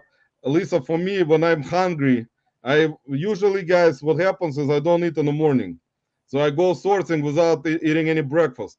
So when I spend 3 hours in the beans or 4, my head That is stops too long. functioning, guys. I just wanna eat something. So I'm looking at certain things, and I'm like, I didn't even realize to, open up the box and check if it. The good thing, what's good thing about Lisa is that it actually is Friday the 13th, but different part. It's not different movie, but Close, it's just but not quite. yeah, it's just a different part. It's just part 5, not part 7. So, and I talked to Michael today on Instagram, and then we decided we're gonna do a trade. Since he knows I'm a big Cleveland Browns fan, and we decided that we're gonna make a trade in it with tape and the lights. I think everybody knows you're a big fan. Look at our background here. Guys, we got Cleveland Browns helmet in the background. For anybody who might not have known. Listen, you should have seen me when I go to the games. I didn't go this year because usually so passionate about them that sometimes it gets out of hand a little bit. We've seen the shorts. I think people can extrapolate that I was involved in a couple of occasions. But guys, let me read the comments. Sorry, guys, that I didn't read your comments. Hopefully, you enjoyed the live so far, guys. Even that I was way behind again. At least someone has some kind of fun, laughing in the background. Probably people once they watch me, they kind of laughing also at the same time. What do you think, Lisa? They kind of say, "Who is this guy? What the hell is he talking about?" Oh, you're a ball of fun. So, Let but me hey, say anybody hello can ask to, questions. Sorry, guys. We're gonna continue. We're gonna be here for 1 more hour, and then we're gonna raid Jacob Benz. Jacob Benz, guys. Jacob Benz will be live, guys, later on at 10 p.m. Eastern time, most likely. Last week, I'm not sure if Jake is lurking, Well, but it's last week Jake was supposed to go live, but apparently he didn't. So I didn't ask him. I'm pretty sure someone did, but I didn't ask him. So there is, was a reason for him probably not to go live. So I understand. So let's see who else I missed, guys. We got Kali Luis in the house. Welcome, man. Hola. The only word in Spanish I know. I know mi casa y su casa. Just my house, your house. And Una hola. la That's it. cerveza, por favor. That's about the only one you And need. I know arrivederci. And hasta la vista. There are so many languages that I know that I mix them up in my head so many times that I always forget what certain things are called because I have like 7 languages in my brain that I want to kind of learn in a way what it is, and I cannot. My brain doesn't work that way. Let's see. Dragon Master Finds, guys. I put his link in the channel in the chat. Please subscribe to Anthony. He got a growing channel right now. Posts interesting videos. Please subscribe to him. Help him out, guys. Ken, the same way. SSK Promo DOG, original gangster from Ohio, guys. I think Ohio resellers are supposed to be. I think I will nominate Ken to be president of Ohio resellers. I think John Cincinnati Picker might feel a little slighted there. No, it's okay. I think John won't mind it. I think John will be okay with Ken becoming the president of resellers in Ohio because I think Ken deserves it. He already been through so many things going on in the podcast and his videos and going to different meetups. So Ken has got a lot of experience. So we have to give it to Ken. Well, and plug the show, Roman, that last week, I believe it was, we had Ken and Jill, his better half, on the show. It was really great live, guys. If you didn't watch it, please go ahead for my live from last week. And the week before, we had Happy Picker, Lori, and Kyle, Grumpy Picker. Also, check it out, guys. It was very interesting, that conversations, especially as you guys see the pattern right now. I so far invited a lot of reseller couples to the live. No single resellers. So we had Travis Bartermania and we had Richard and Richard. Yes, that was. Yeah. But so far right now, it was kind of a pattern. But it is kind of cool, Lisa. Don't you think that it's always interesting to see, like, to hear opinions of married couples or like not married couples, that how they kind of like this kind of reselling like business together. It's not always working, guys. It's not always like that, believe me. There is gonna be some couples that one person will be interested in reselling and another one won't. You really need the support. I mean, across the board, you need the other person, even if they're not actively working with you, that they support you. Yeah. I mean, that formula is fantastic. Let me put. I couldn't drag my ex-husband into this at all. He'd set up things, but I couldn't get him to photo or pack or anything. Yeah, that's the thing, Lisa. That's what I'm saying. It's not gonna work that way. A lot of times it does. I mean, not a lot of times. Sometimes. But in my opinion, it's like very, in percentage-wise, I think it's very low when both either married couples or boyfriends, girlfriends are on the same page with reselling or sourcing. It's gonna be it's not, in my opinion, it's a low percentage. If we're gonna compare, because we're kind of, Lisa, how it is. We kind of watch similar channels.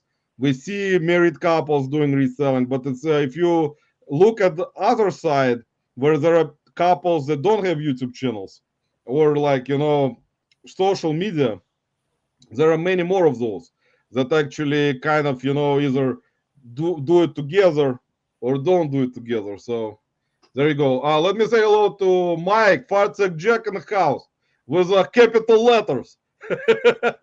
Capital letters all the time, but that's cool. Oh, he's a capital letter, all right. Mike, stop screaming at us.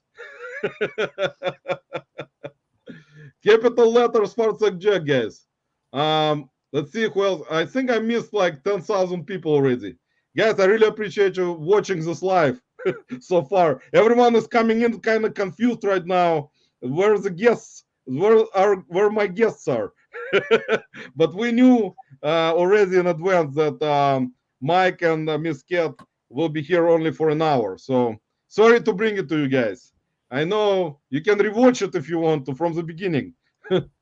Dragon Mask Anthony said, if you come out this way, for sure, I'll go with you. There are a lot of Sundays around me, at least 3-4 round Philly. That's cool. See, there is a lot of already connections happening. You see, we're finding good friends for everyone to source with. You can go with some big YouTubers, or you cannot go with big YouTubers, guys, because big YouTubers won't let you go with them, unfortunately, unless you pay $100 per hour, guys. Sorry to Well, bring not it to everybody you. sources the same stuff, so you know, I No, mean, I'm kidding. In my opinion, Lisa, even me, if I would never go like I don't like it to go with like you know, with a lot of say, for example, you know how it is, like for fun, I would go, of course, but not just if I need to find certain inventory or like I need some stuff that I need to sell. It's gonna be like somewhere I may go somewhere else, you know, to look for it because like it's kind of fun to go when you go to meetups, in my opinion. Like if you go to any type of reseller meetup, it's fun to hang out, to go to garage sales with like other resellers for fun. But in reality, when you are just in a like sourcing by yourself and going to garage sales or thrift stores.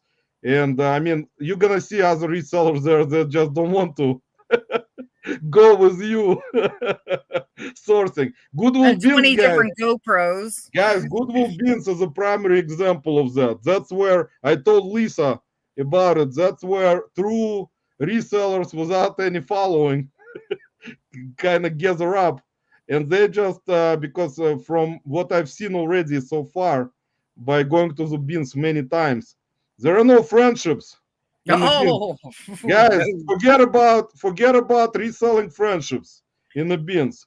You I can go tell there. you, estate sales, man, that's some cutthroat stuff, especially with jewelry. And it's a good thing. I mean, I'm small, so I am not kidding. I have ducked under people. I have crawled under tables. Yes, the reality of it, guys, we all know. But I mean, friendships go out the window. I mean, yeah, the rallies, everybody's, being good with each other, but we Yeah, all that's know. because you know Other why? Because we support each other, and we kind of watch videos, trying to support lives, podcasts. It's kind of a community. It's not a really a huge community. There is a certain, of course, people who have interest in going to lives, supporting people, trying to get them subs, trying to get them hours, trying to get them paid eventually. With me, guys, I don't ask, I don't even put any type of. Even Lisa told me to put what did you call it, Lisa? The buy me buy me buy a me coffee. coffee. I said, at least, Lisa told me buy to you put a a soda. link for buy me a coffee, and even that I didn't do. Guys, it's just my mentality is like taking me, kind of blocking me from that because of how my dad was.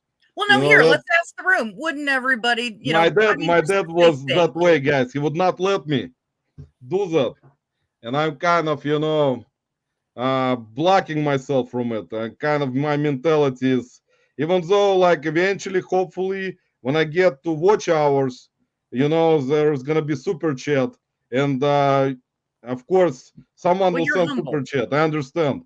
It's You're gonna just be too difficult. humble. It's gonna be very difficult for me, guys. Believe me, I will start crying again, which I don't like. I He's don't not like crying that much, and that's gonna be something that I'm very sensitive about. Let me put people Alicia, love you. welcome. Ink Picker, guys. Alicia, she went live yesterday. Actually, guys, Alicia, help her out also. Subscribe to her channel. She does lives. She did live yesterday. There were just, I think, I don't remember how many people were in there. Maybe 8 to 10 people, but please give her a sub. And also, she got podcast with the Mo. And they got podcasts, I think, every Alicia, if you're still here, I think it's every Friday, if I'm correct. But let me find the podcast link, guys, so you can subscribe to their podcast. It's called Flipping Fantastic Podcast. Make a sure good people name. know you like putting the links in. It's not me being lazy. No, You enjoy that. I do, guys. I love that. I will struggle, but put every link in. He likes to do that, guys. It's not Guys, that I I'm need to bad. stop drinking this crap because they did blood work Your blood recently, pressure. and I was a little bit high on sugar. So they told me to stop drinking Coca-Cola, guys. I actually don't drink it, but for some reason during the live, I want to drink it. I don't know why. It's kind of weird, guys. Let's see. Vintage Sports Flip says, I go to New Jersey flea markets a lot myself, MPA. That's interesting, yeah. Lisa, we actually, what I was telling you about Goodwill Beans and friendships in Goodwill Beans is that actually, I found out this week, actually, there is like a group of resellers that go to Goodwill Beans. They got very big advantage because I found out, because I started seeing them constantly every day almost when I go there. Not, I don't go there every day, but I'm trying because it's close to me. So every time I come in, they're always there. And I actually talked to one of them, and I figured that actually he told me that there is like 6 of them, and usually they will start grabbing clothes. They will start grabbing clothing. So they look for vintage clothing because they sell on Whatnot. See, Lisa, Oh, yeah. Whatnot actually, I call them Whatnot gang, guys, because they come in, there are 6 of them. They just start running around like crazy towards each bin they roll out, grabbing clothing. So always, if you're a single reseller going to the bins, there is disadvantage. You cannot have like 8 hands like disgruntled octopus and grab. Good job. Good job. Disgruntled octopus has advantage, guys. Yeah. Let's You see. you should film them. That would be great No, content. they don't like to be filmed. I talked to them. They Ooh. actually, I tried. One of them doesn't like it. He said not to film him, and they kind of, you will basically. They actually have a very large following of Whatnot. I will not give their Whatnot name right now until he tells me that it's okay to put it in my life because they're from here. So kind of, I don't want to go to war with them yet. Yeah, they can hunt you I down. don't want to go to war with. There are too many of them, guys. I'm by myself. Cannot fight with 10 people. So I'm not gonna put their Whatnot into the live because they got over 10,000 followers on Whatnot. Oh my god! So Yeah, they they don't got even know. close to, they got a large following. He gave me his Whatnot name. I mean Whatnot, Whatnot name. So I know where they're based from here in Cleveland, but they actually have a couple of like employees. So what they do is they have employees which basically go throughout different thrift stores and Goodwill. So they basically pay them, and they will grab a lot of mostly clothing. Like they look for vintage clothing, like jerseys, t-shirts, all the single stitch stuff. So they will have like 4 people in one Goodwill bin store. They will have like 5 at another. So basically, if you're just coming in as a single reseller, there it's gonna be a big competition because you cannot, unless you go to hard goods, with clothing it's gonna be difficult because they work together. So see you guys, resellers causing disadvantages in life. Brutal people. But that's over actually a good idea. It's actually not a bad idea. They created this kind of brotherhood. I don't know how much they get paid. Maybe they get paid from Whatnot percentage, but it's a good idea. I mean, I even told them, let me find you clothing too, and I'll give it to you. How much you gonna pay me? I can help you out, but I need to get paid, Let's see who else I missed. I think I missed a lot of people. The right to reseller mentality. Lisa already said it. I was a center in, it was way back in 847, Lisa. So it was an hour way behind, guys.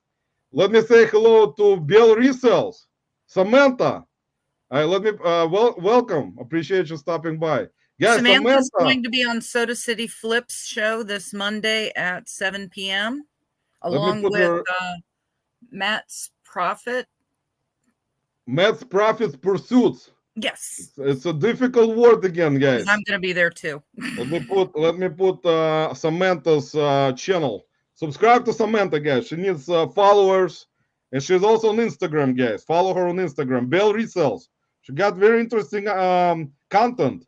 She is mostly in books, knows about books a lot, but she also knows about other things. So give her a follow, subscribe, help her out, guys. Let's see who else I missed an hour ago. Log out. See, the guys are still talking about when Michael was here. There are some things that I will speculate on, but generally, unless I want it for my collection, have a price in mind for something before I buy it. Yeah, that's right, James. James is knowledgeable, as you guys know, collecting chaos. He's been doing auctions on YouTube for a while. Very knowledgeable in comic books and vintage stuff. So if you have questions, guys, about comic books, I think specifically, ask James, guys. He knows. Yeah, he does a lot of things with Horizon Picks and Patrick Murphy. Yeah, he does auctions with Roy. Horizon Mhm. Picks, guys. So subscribe to Collecting Chaos and Roy. Horizon Picks. I've been so inspired by your videos to finally make my essay style content. Just have to. That's nice, Samantha. That's great. See, so guys, follow Samantha. Let's see. Bearded King Picker Alex, welcome, guys. Subscribe to Alex. He's got a growing channel. Alex was here for like an hour ago. Alex and whoever's coming in, guys. Sorry, you know how it is with me. It's like takes me 10,000 hours, guys. Even with 5 people, probably. He was the only one in the locker room to stop in tonight, but I'm sure they'll catch it on the replay. Locker room, guys, today is missing a lot of players. Locker room is busy because I think there was a big celebration yesterday with Ben Rocky Top, Tennessee Picker. Rocky Top, Tennessee, guys, was celebrating 1,000 subs. Here is Alex, guys, Beard King Picker, also from Tennessee. A lot of Tennessee resellers tonight. And also follow them on very famous podcast, guys. Reseller Locker Room podcast. Here you go, guys. It's very important because Reseller Locker Room, it's always important that Ben doesn't forget to say that his name is Ben. He says, my name is Ben, and this is a locker room. Well, and your boyfriend is part of the locker room too. Yes, my boyfriend actually is cheating, guys. Archie, unfortunately, he decided he's gotten too tired from this YouTube world. He just wants to quit and become like Sure. full-time DoorDash. Archie's ever gonna quit. No. Yes, Archie wants to be a DoorDash driver now. So he cannot be a reseller no more. So we cannot accept him. Because Archie looking, guys, if you have a girl, like if you have some kind of woman, guys, single, let me know, I'll tell Archie. Archie, if you're lurking, man, don't worry, man, there's gonna be some cougars. Archie, you're gonna find a cougar, man, that's 6 years old and with a lot of money. With like $1 million, man. Hey, I resemble that remark. Archie, you won't need to source or do DoorDash anymore. Man. I watched too many resellers. I've acquired too many different accents. Yeah, Australian accent, guys, I cannot do it. It's like similar to real English accent. Which actually, can you, Lisa, can you imagine me living in England, in London, and speaking my accent like crazy? They will say, you don't speak English at all. And then I will tell them, go to the United States and see how people speak in the United States with an accent. With English accent. Let's see, Beer King is here. So we got Alex. My favorite was the guy that told me I was wasting my time listing $2 to $5 paperback books on eBay.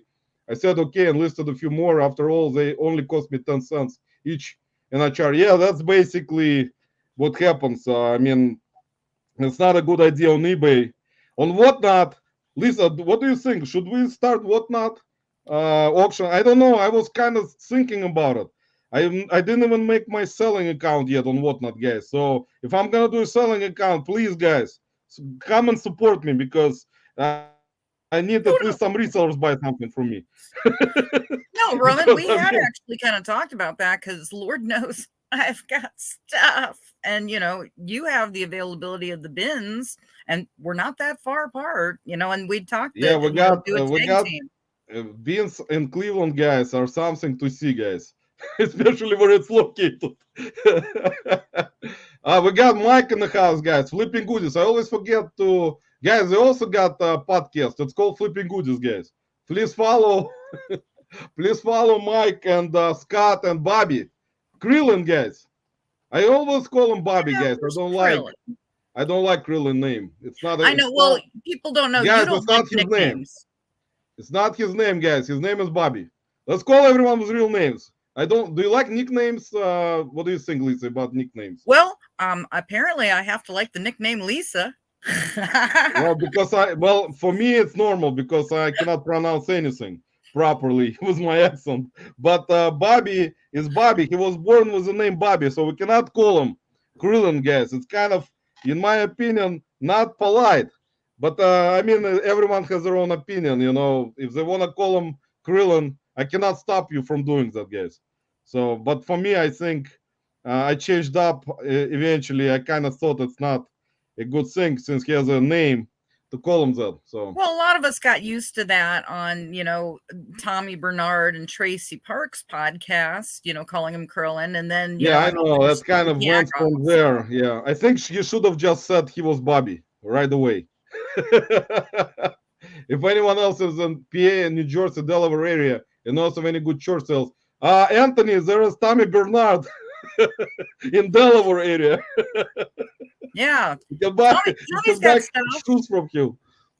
He can sell you some shoes. He got overstock. That's putting it mildly.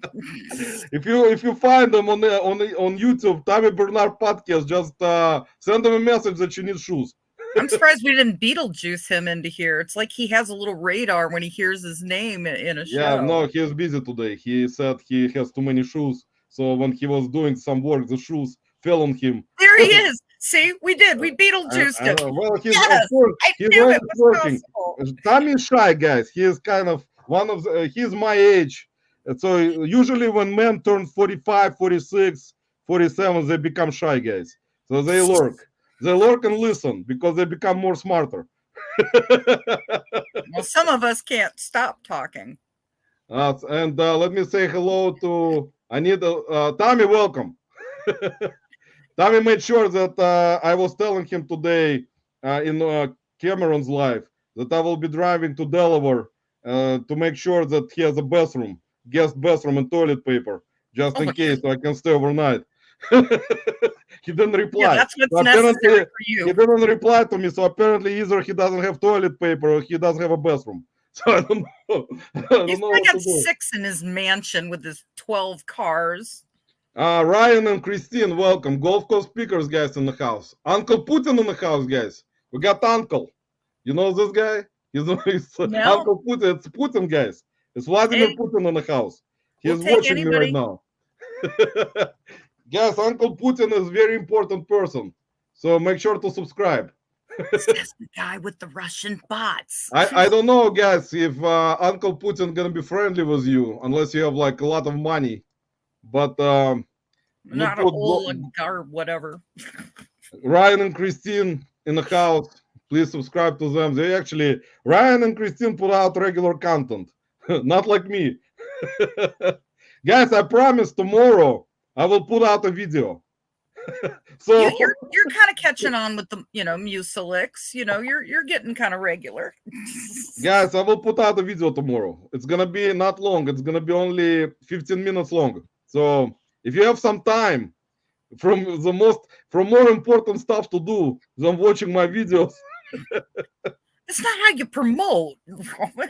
That's how I promote. Guys, if you have some time, please watch the video because eventually, guys, when I get to 1,000, to watch hours, 1,000 subscribers is no longer relevant because right now YouTube changed it to 500. So you kind of you qualify as a YouTuber after 500. But watch hours is more important, guys, as you know. It's much more complicated. Ask Ben, Rocky Top. He already hit 1,000 subs, but only has 20 watch hours. So it's gonna take him 10 years, guys, to get watch You're gonna hours. get an Instagram about that. Guys, unless Archie will watch his videos all the time non-stop, there is no way. Ben will not be happy. He said, you know why they don't invite me to locker room podcast yet? Because they're afraid of You're a live wire. my language, that I may say something, then they're gonna have to completely abandon. When I was just in their Friday Night Live, apparently I was too much. I don't know. Guys, I'm Ben, too if you're much. working eventually and rewatch, if you're gonna invite me, you can always put like one of those disclaimers in beginning of the live or podcast. There's gonna be some foul language. So if you're under 18, it's gonna be rated R. So Yes, it's guys, gonna be Rogan restricted. comes with a rated R rating. Can we imagine that? It's gonna be rated R podcast, guys. Can you imagine that? But Lisa, you know there are a bunch of rated R podcasts. Look at Howard Stern.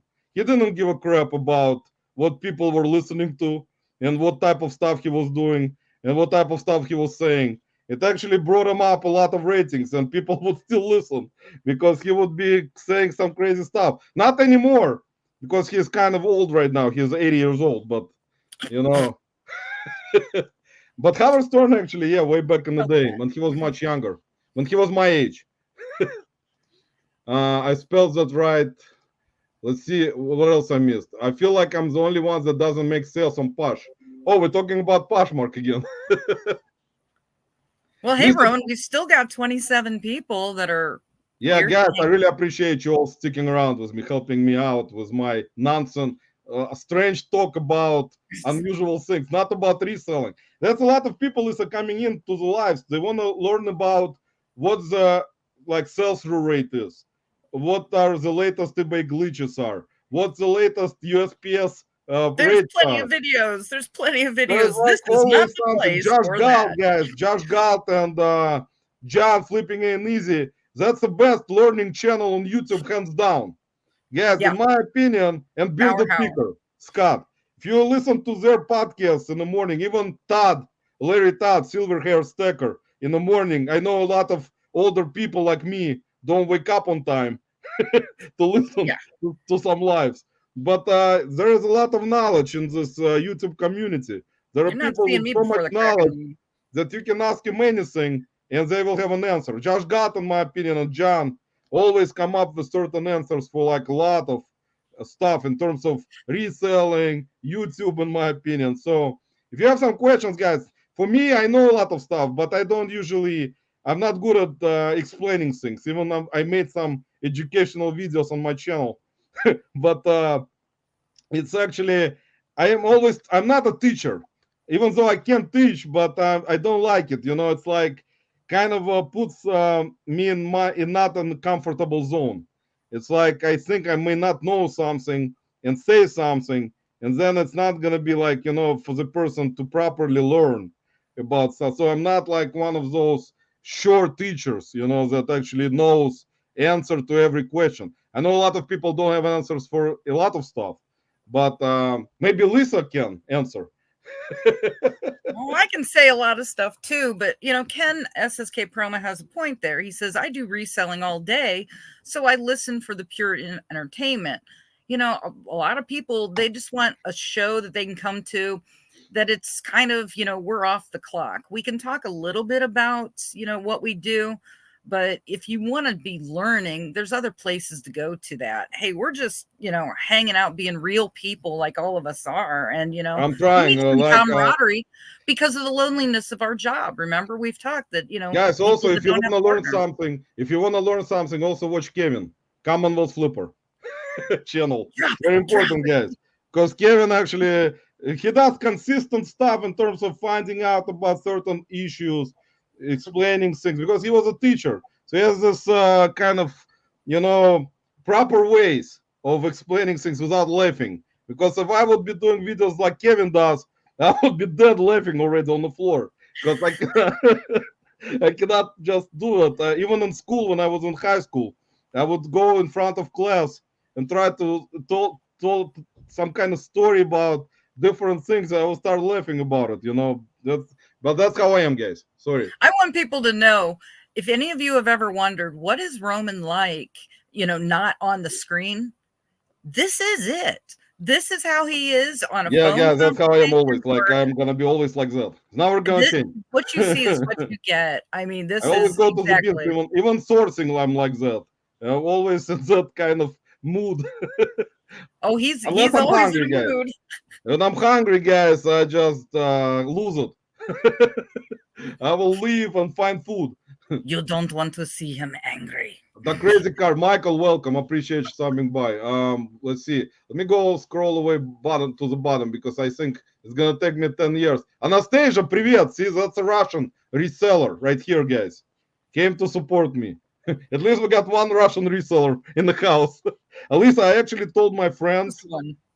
I gave my friends the channel finally, my Russian friends, but I told them not to spam and not to come in because if they will come in, And it's leave gonna the be, bots. And leave the no, bots. it's not even bots. They just, I mean, they don't not, I mean, gonna do anything bad. It's just they're gonna start talking about some crazy stuff, and I will forget about what the hell we're doing here.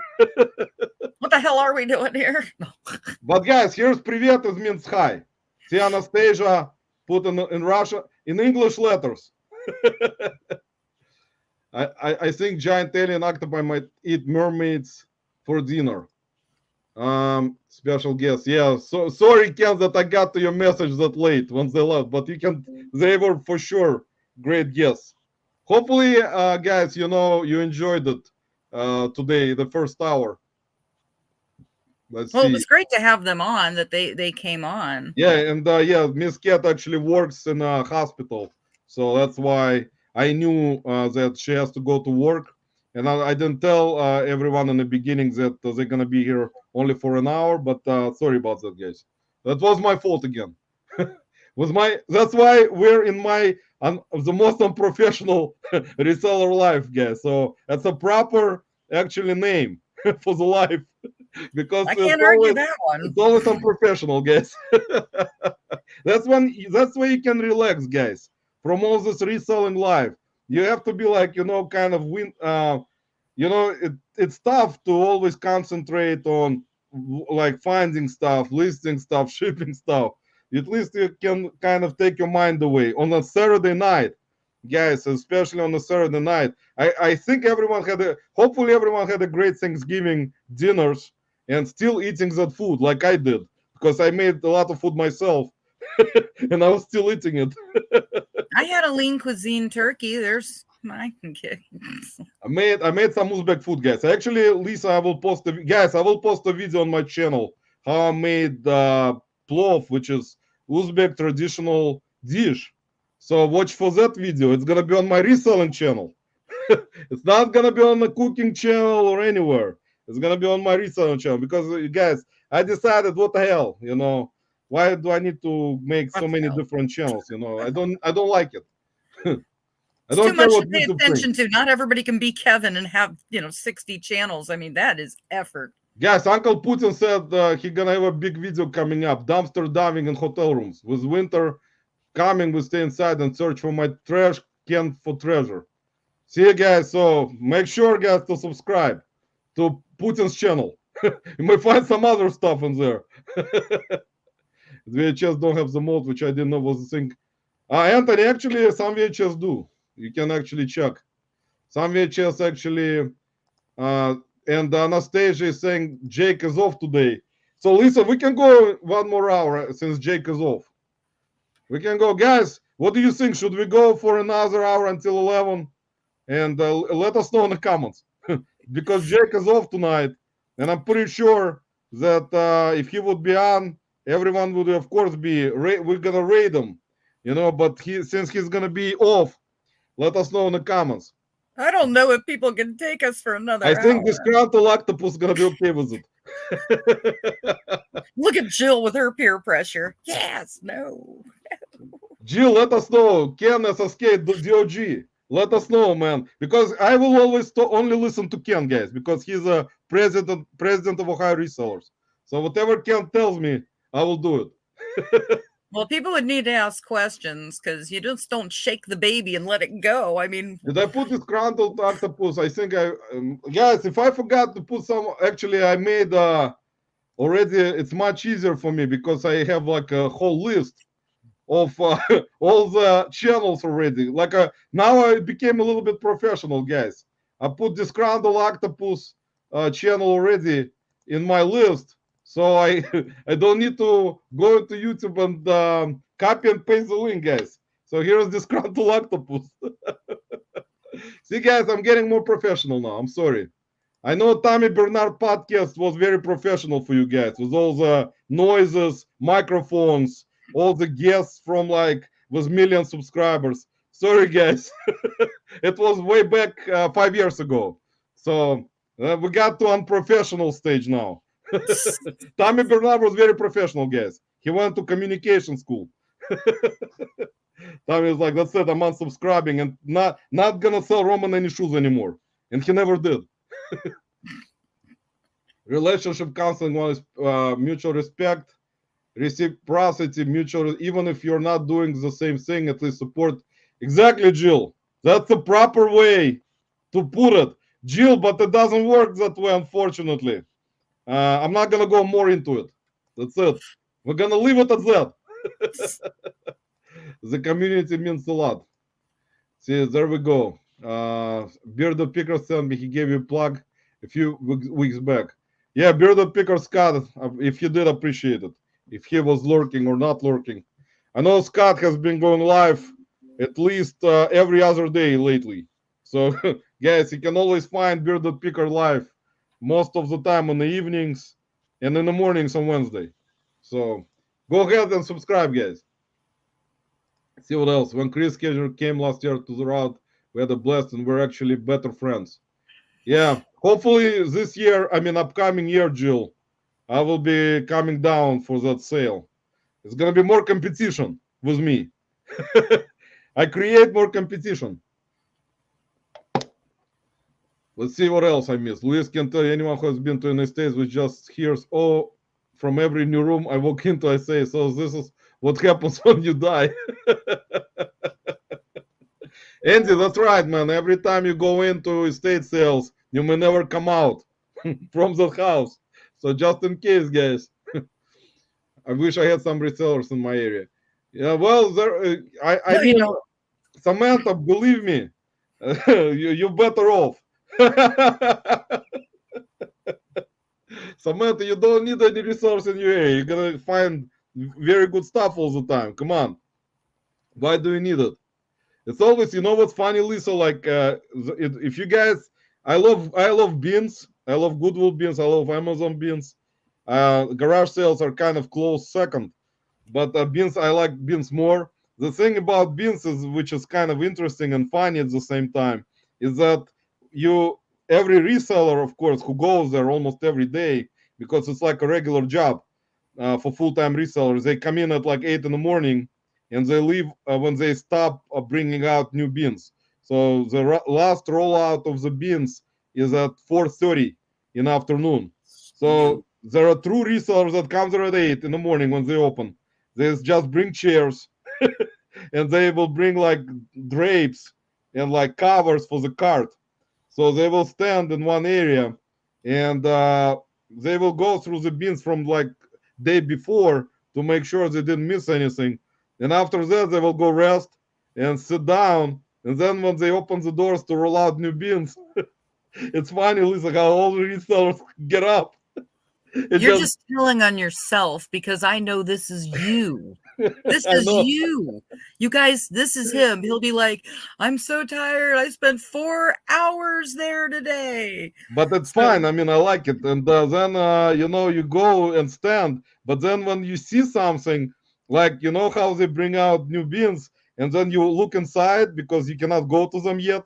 So you see something that you're interested in right away. So you basically, you take position where you can actually get to that thing like faster.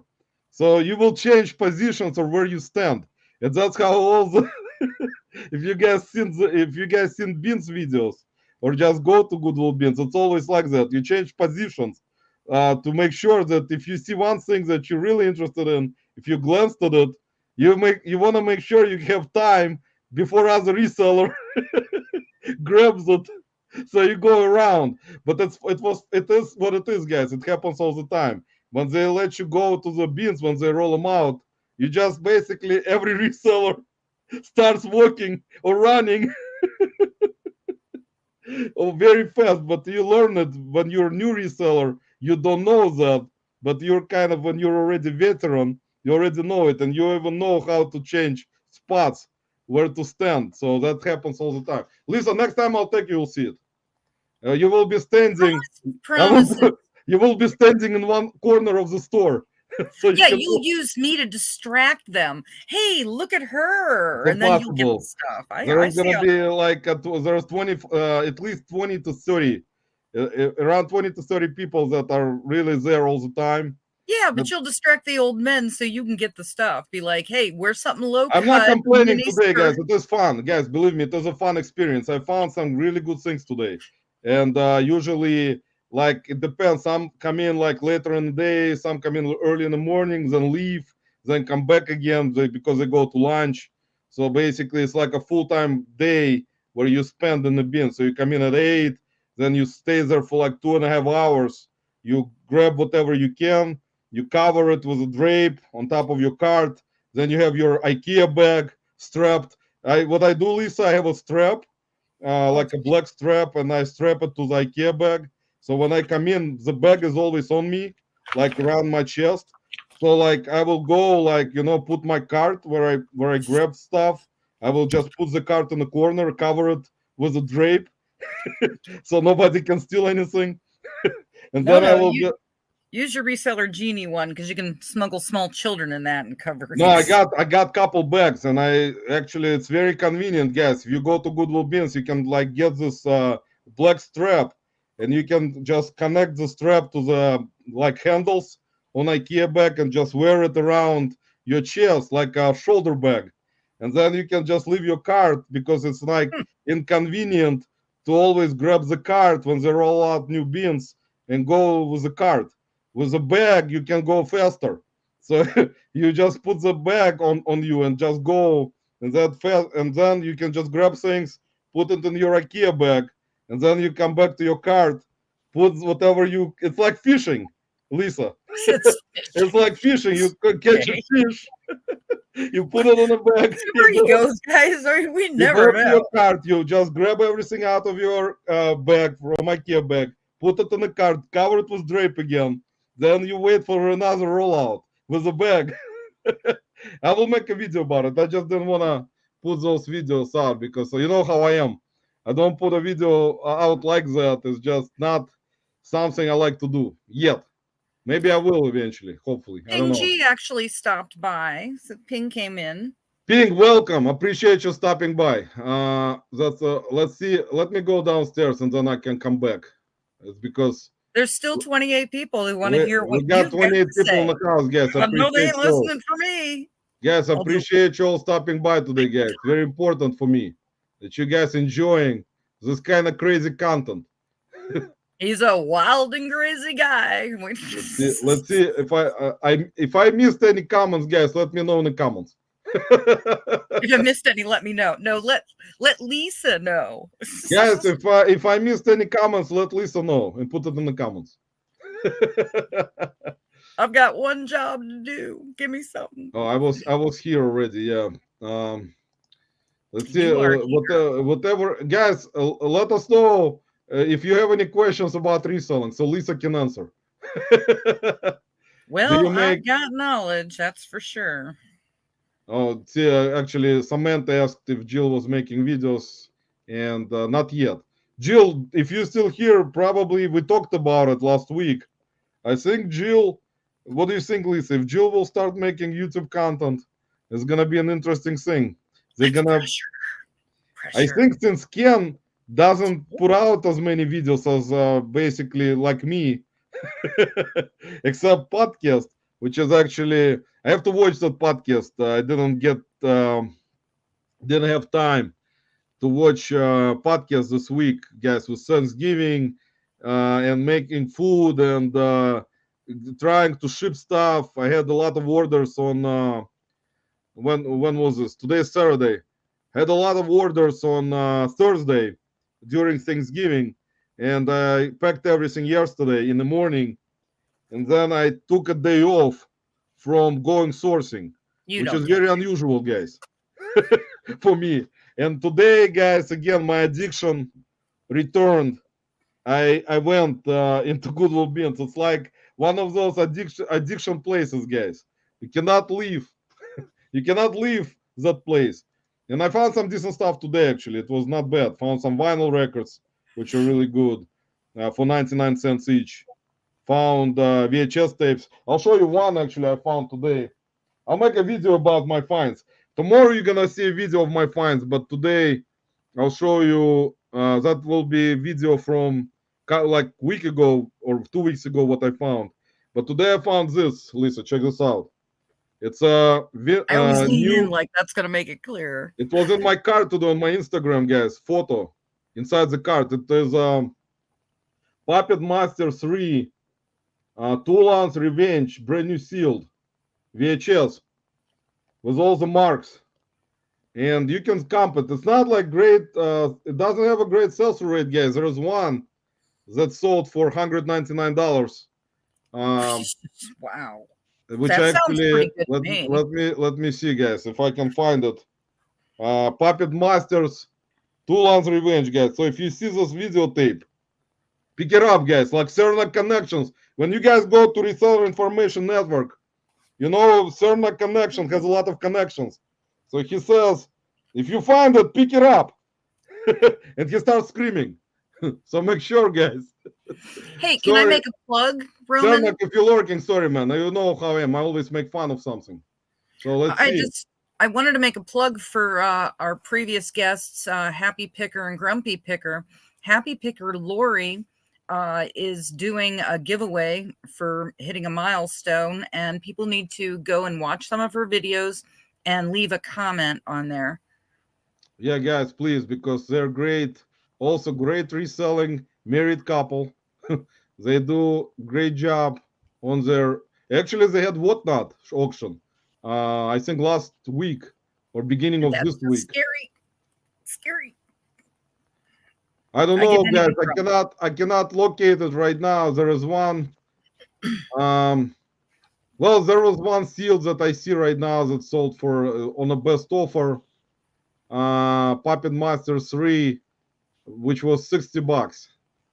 And there is the one I saw today. I think I typed in the whole thing. But how much did it cost you at the bins? I mean, isn't it 99 cents? 99 cents, guys. So it's like, if you find, that's why it's more convenient to look for media in Goodwill Bins. It's the same price that you're going to find at garage sales most of the time.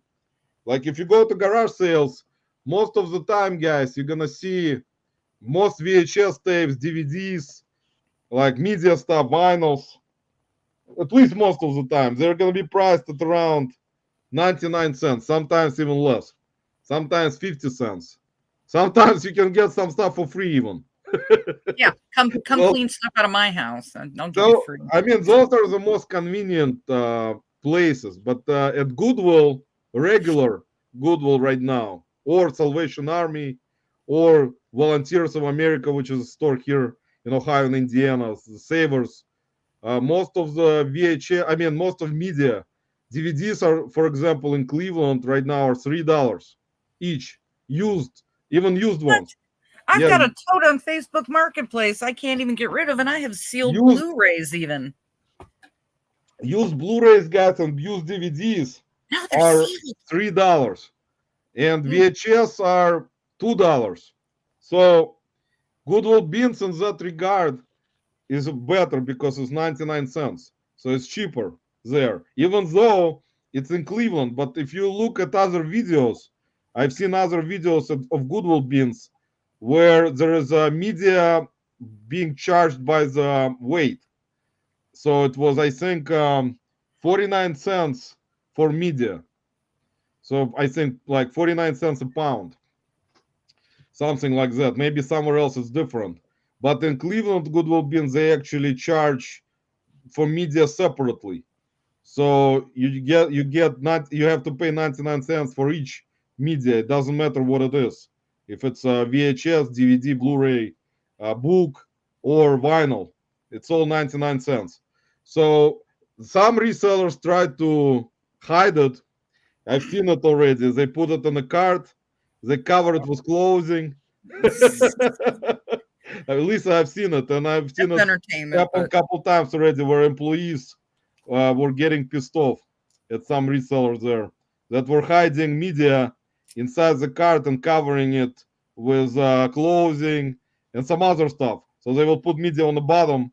So basically, they'll put it on a scale, and the employees, some employees will ask if they have like any other items except clothing and home goods, and some who are honest resellers will say we have media, but whoever is not honest will not say they have media. So employees will not know, so they'll put it on a scale and they will weigh it with media inside. But it's up, like I said, guys, that's the thing about this type of business. You know, there are honest people, as you know, there are dishonest people, and Lisa probably agrees with me on that. I think there may be some dishonest people, Lisa. What do you think? That oh, can do this. what, people being shady? No. Shady God. people sometimes.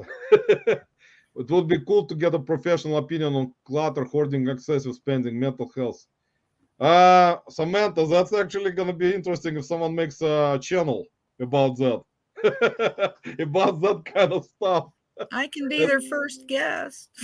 Andy is right. Andy Someta, guys. Sorry, this is America. If we're in public, I'll get obnoxious with the camera the second they say they don't want to be filmed. See, Andy is completely on the right side here, guys. So Andy will be going to war, guys. If somebody doesn't like it, ask Andy.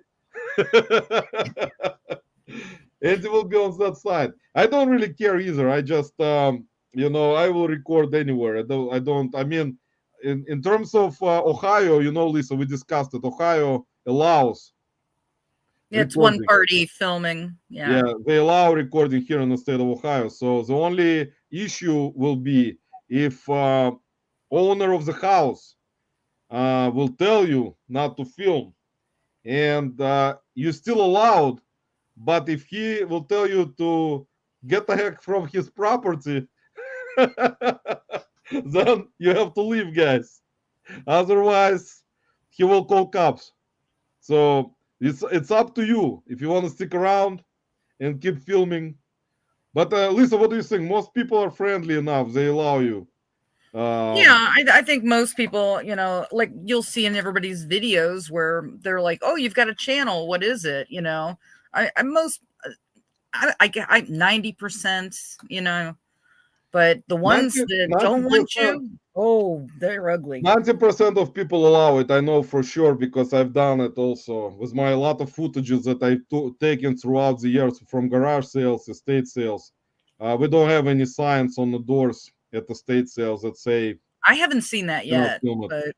but Goodwill Beans even they allow you to film in where I go to. They don't tell you you cannot film. Um, Amazon Beans actually liked when I was filming because yeah, I you were was telling kind of giving free tell the gang. advertising. Free advertising, guys. That's what they liked. They would like to get free advertising on Facebook because basically they don't need to pay. If you're putting it on your YouTube channel, they get free advertising and they're not paying you. They don't feel obligated, guys, to pay you. You know what I'm saying? It's like you're doing it because you want to do it. It's Yeah, like and they don't have any affiliate links. it's like you're sending someone super chat. It's out of your goodwill, or you're sending a tip. It's out of your goodwill. So, like, some people really appreciate it, of course, that you're doing that, but it's out of your free will. Same thing with everything. If you don't like to do something, you won't do it. Nobody's gonna tell you to do it, right, Lisa? Uncle Putin, yeah. Uncle Putin just brought up something that I've heard going around. The sunglasses with the camera built in. I really think we're going to see a lot more videos of people doing that. Hidden cameras, People that hidden really cameras, like guys. their sunglasses might be doing that more too. We know a few. Samantha is saying you're too kind. Thanks, Roman. Thanks, this will be fun. I was excited to hear Bizarre. Oh, the Soda City Flips show on Monday at 7. Yeah, guys, here's Shane, Shane, Soda City Flips. great guy, really Yeah, very truly good guy. And good-hearted he man. actually, guys, he recently made the t-shirts that you can purchase with a really cool design. Like you can check it out. I think he posted his Instagram, and on his Instagram story, guys, he posted that you can buy t-shirts that he made of his channel. They are a cool Very design. cool They design. really are. I like the design, guys. It's kind of very interesting design. It's very cool. So, James, what is your channel? I'm seeing of hundreds of comics.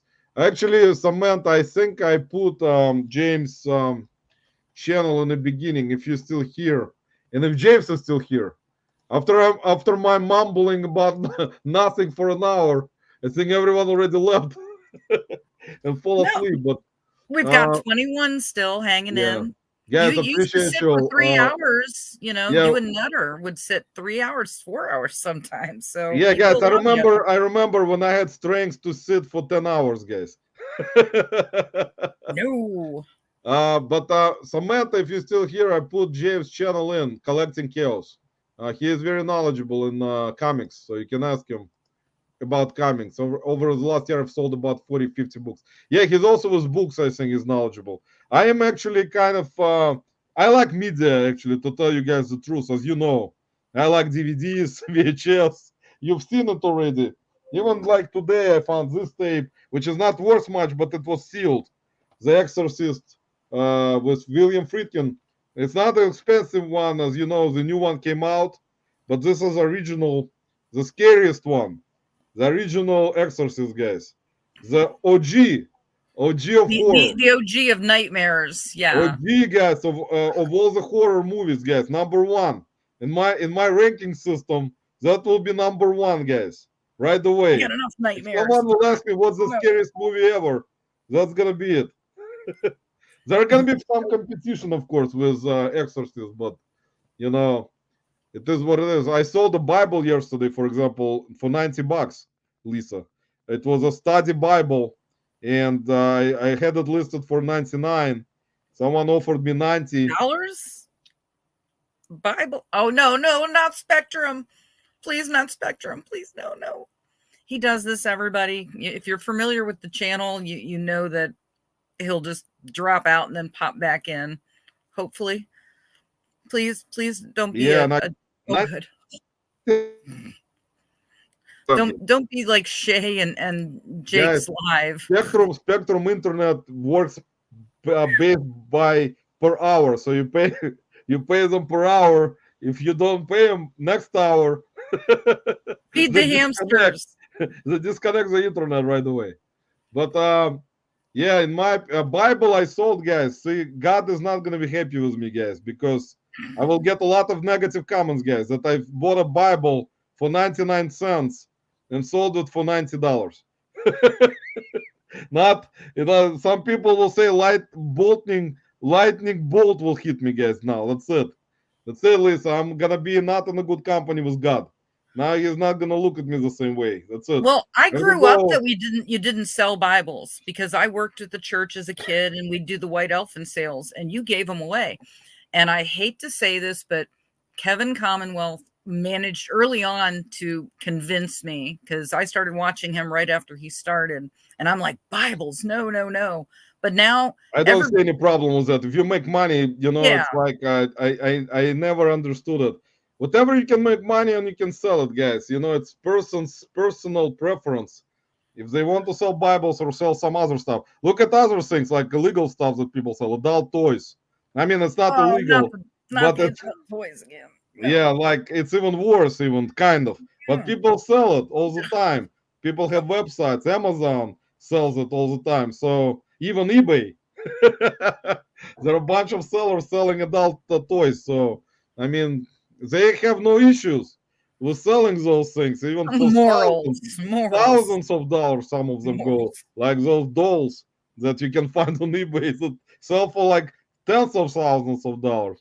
Well, mean, it is 10:17 on the East Coast on a Saturday night. I guess we have gone into the appropriate time frame for adult toys. Welcome to Roman Sex Chat. actually, I didn't know that he was named himself Krillin.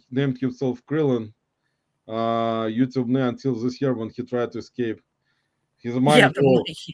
The That's interesting. Hawes. Remember, Krillin The says horse. Hawes. The horse. No, you can't No, say the my horse. name. You're not going to be able to talk New York Hawes. But that was, yeah. Sorry, guys. It's very inconvenient. Tells who he drives. Nicole, if I snort Adderall, will I lose my entire...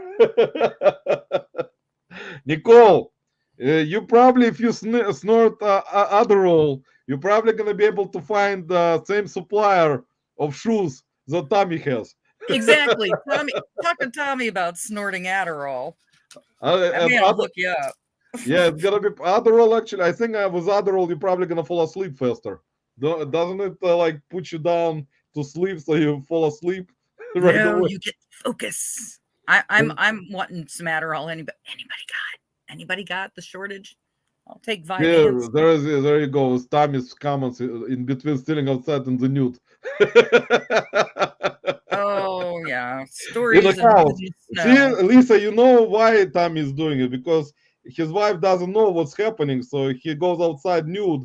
She doesn't know where he is, so he's hiding. And she takes photos and posts them all over the internet. Sorry, man. That was my crazy humor. As long as Tommy's wife's got the bank account, she don't care what he does. I think Tommy's wife controls his bank account, guys. I think Tommy just sells shoes, and then he has to give his wife all the credit cards, and she has to spend all the money. So Tommy is kind of a prisoner in his own basement, so he cannot get out, and he cannot take the credit cards away. Right, Tommy? Tell us the truth, man. Come out with the truth. Tell us how your wife took all the credit cards from you. So he says that she still thinks that, we have a basement. The door just goes outside. That's interesting. Well, you can have some guests there, so nobody knows who's coming in. See, that's why my imports, Tommy. If you ever need imports, you can actually bring them through the hidden door to your business. You're talking some mob stuff there. Tommy says happy wife, broke life. Well, yeah, Tommy says happy life all the time. When he wakes up. When Tommy wakes up in the morning, guys, before he goes to list shoes, he says in the mirror, happy wife, happy life, 10 times. And then he goes to the basement. I'm sure she earns every penny living with him.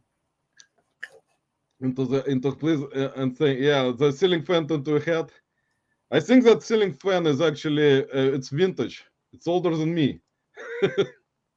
If you didn't have the ceiling fan, it wouldn't be the same. Papa Smurf in the house. Ron, welcome. Papa Smurf actually comes into morning lives with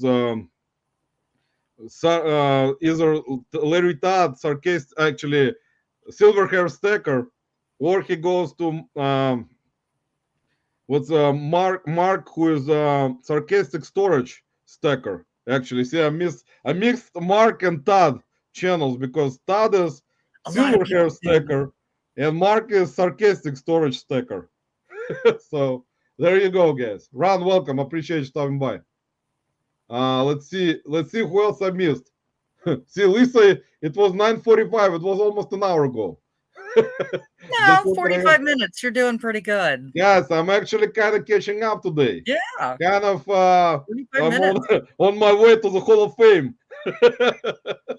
Well, you can stop down here. I'm only a mile and a half away. Anthony is saying I just edited out of most of the cursing on my video. Most, not all. Anthony, just leave it, man. Nobody will notice. Just keep... I think, Elisa, everyone should be doing what makes them happy. What do you think?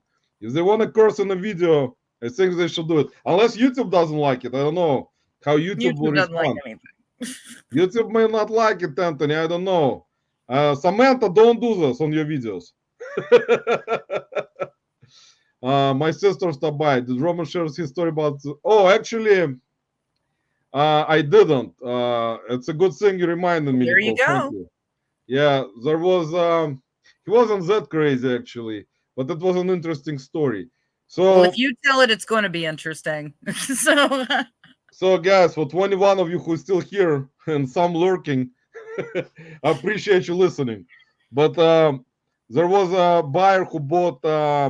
It was like a smartphone, but it was not a like a good brand smartphone. It was like off brand, and brand was like some kind of ex Godi or ex Gadi, something like that, some kind of made in China off brand smartphone, and it only sold for $39.99 plus shipping, and I shipped it. It was like I think in the beginning or end of last week. I think it was end of last week, like Friday of last week, and buyer got it.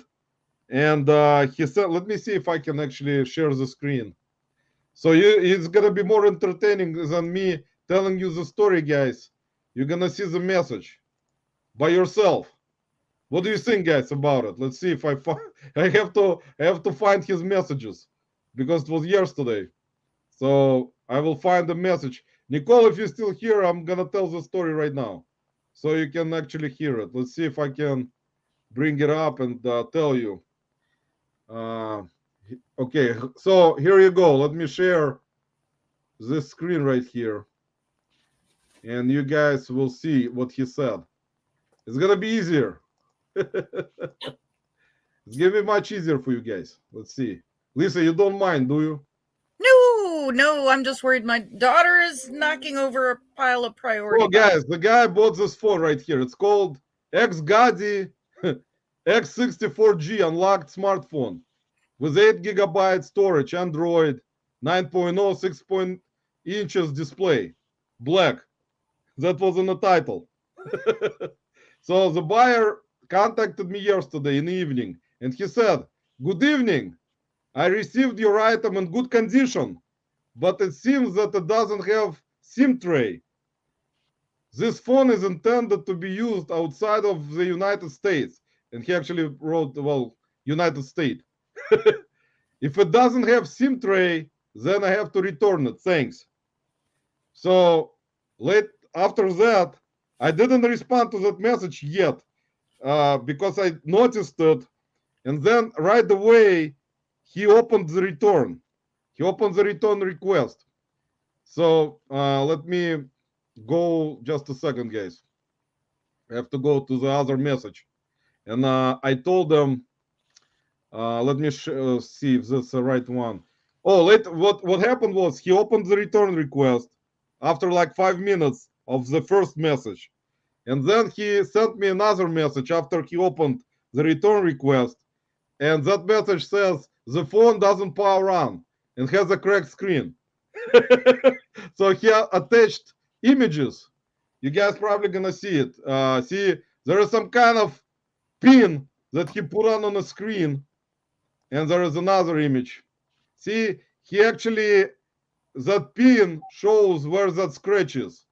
You see, that's right here. Lisa, you see it?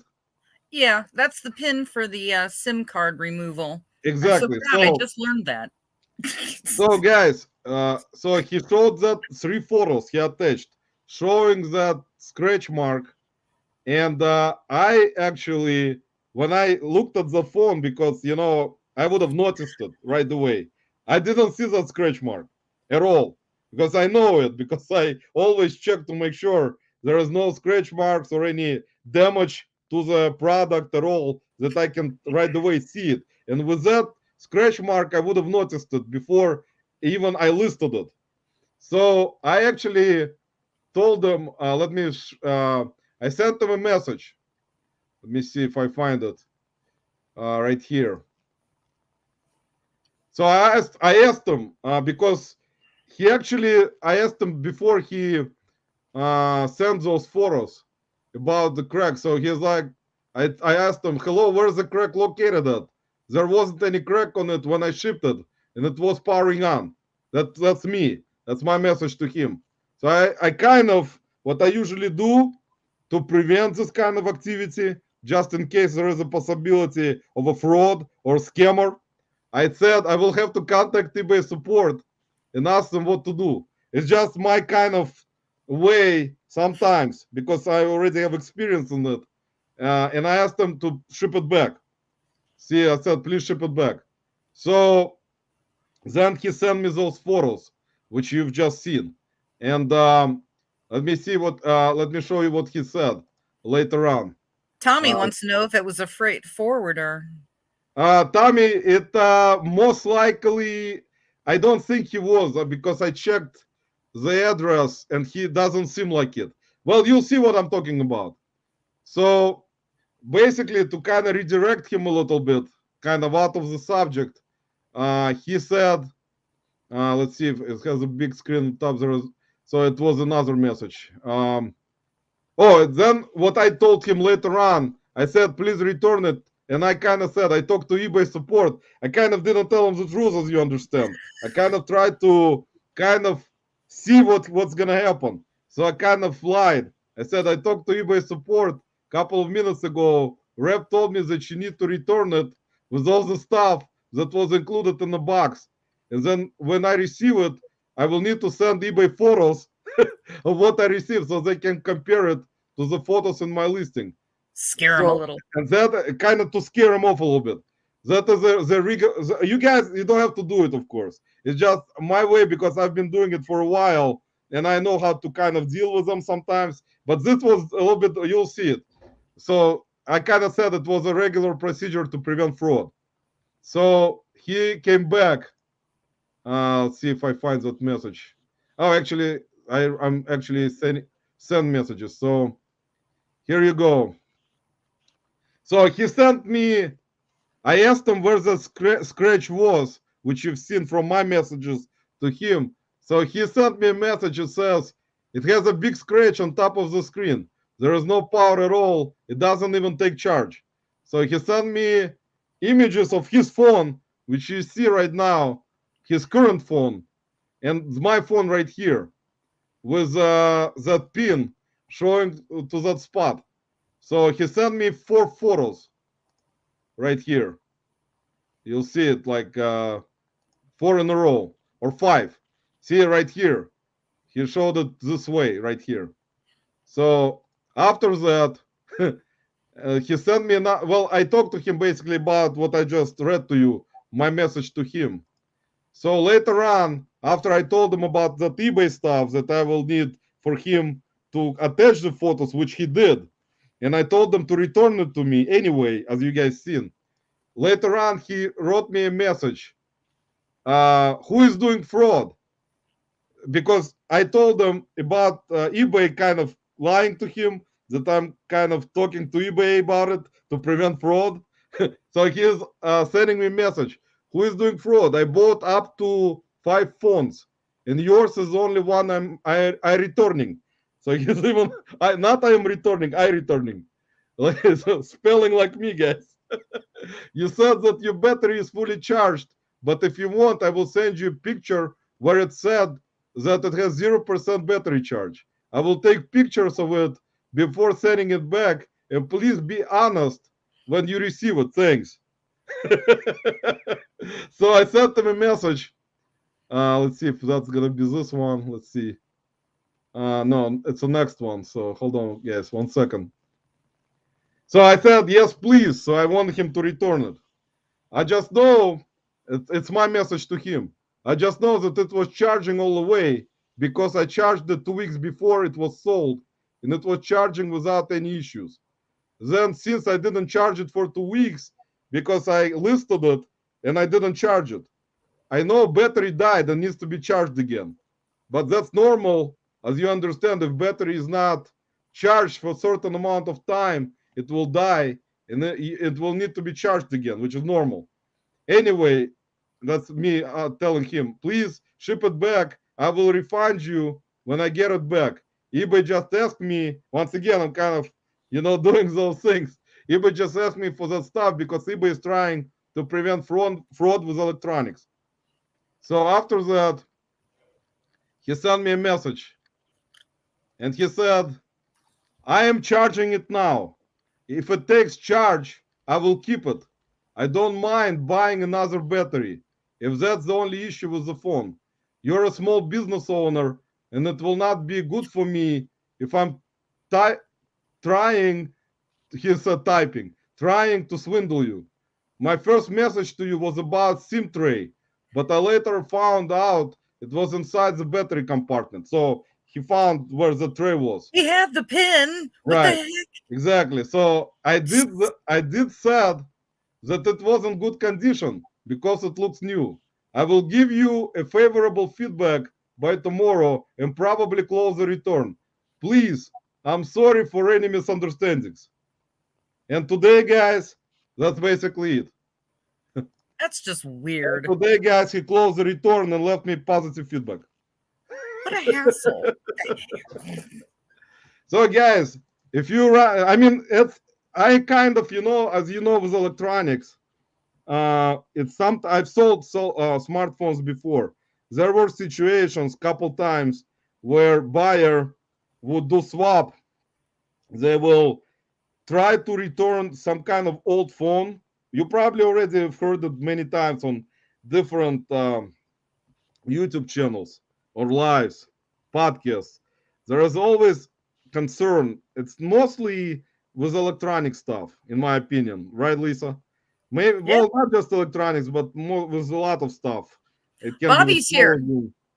Bobby is here. Bobby, welcome. Bobby just came in. So my was my stand was basically when it happened before.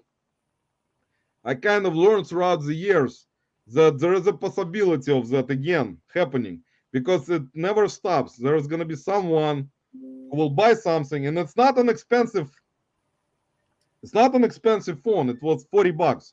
So that's why I was kind of, thinking possibly maybe, something happened that maybe I missed, whatever. Maybe, it was my fault. I didn't, I mean, which you see in the photos, I didn't see that scratch mark. I can tell you guys, because if I would have noticed it, I would have disclosed it. So I'm pretty sure with the photos that he sent to me, that he was trying to do something, in my opinion. According to his messages, you probably think that most likely not, even though after talking to him and he opening return, and then, after we exchange messages, like you just heard me It was saying. such a hassle. Oh my It God. does. I mean, it's not a, for like what, in my opinion, guys, the communication is always kind of the key to kind of try to resolve those types of problems. Or I always do it this way, in a way, kind of. It depends on the situation, but in this case, I was surprised that it was Lisa, I can tell you the truth. It was very surprising that he wasn't trying to scam, in a way.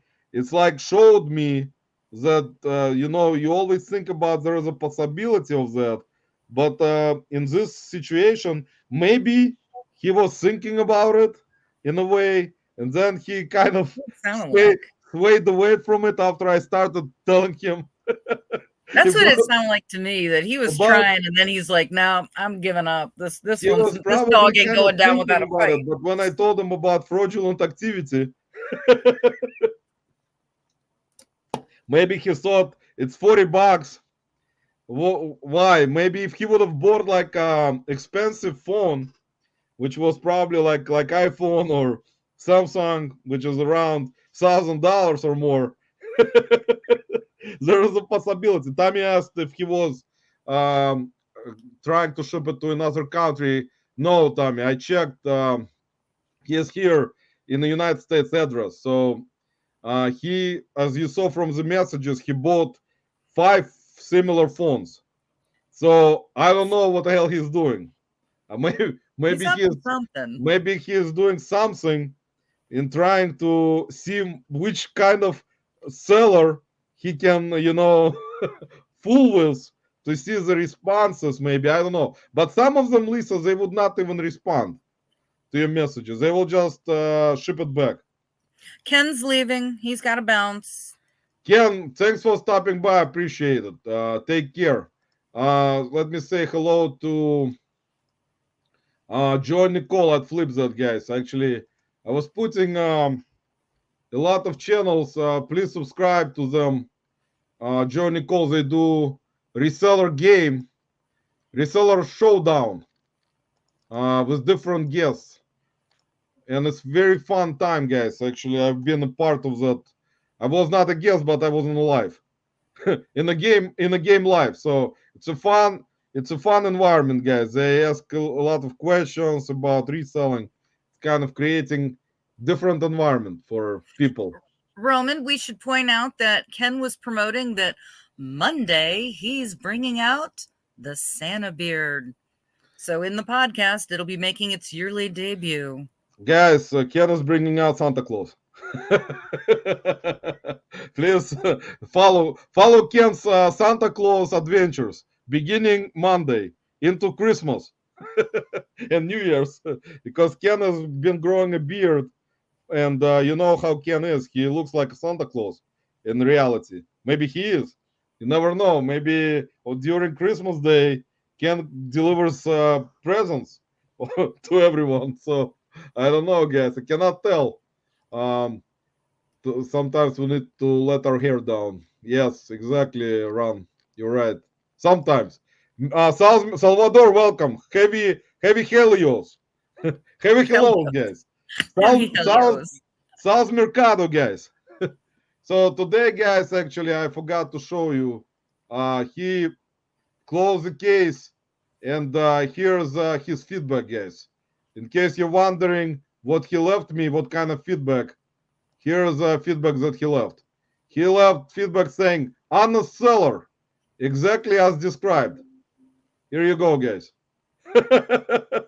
You see, sometimes you wonder, and he has 208 feedbacks. So he's in one of those from 100 to like certain like scale of feedback where there is a possibility that he's already kind of experienced enough to try to do scams. But I checked his feedback profile. Doesn't seem like he's he also, I think maybe he sells stuff. Let's see. Received as a seller. Yeah, guys, he is a seller. So he's like us. He's a reseller, guys. See, he had a negative feedback left. Imagine that. He's a reseller. He said very bad business. Someone left him negative. Very bad business. Do not buy from the seller. Size was way off. Size was off, way smaller than described. Size tag was ripped off. Definitely was not new. That's for sure. I want to see. So he had negative feedback as a seller, guys. There is a I check a lot of buyers' feedback now more than I ever had, and I wish I didn't have to do that. But you know, you look and see if they've actually got their account tied and they're looking to be bad as just a seller. What are they going to be like as a buyer? Because they obviously have some, depending on what the feedback is, they may have some defects themselves as a person. Yeah, that's true. That's, well, you cannot prevent it, guys. You know, I put them in the blacklist, as I do in those cases. Just to blacklist like this long. Just to prevent, but for him to buying something else from me in the future. Even though I was pleasantly surprised that he closed the return case so fast and left me positive feedback after that. So sometimes you get kind of surprised with certain things on eBay, which is kind of, you know, situations which are unusual. Rare. Just say it. It's rare. Just say it. Yes, rare situation. Pull it out. Sort of like getting the positive feedback at all now, because, you know, I mean, you've got a bag on your knees. Please just, you know, get that gold star. I mean, it used to be long ago when we first started that you got positive feedback. It was like that made your day. It was better than any compliment you get from anybody else.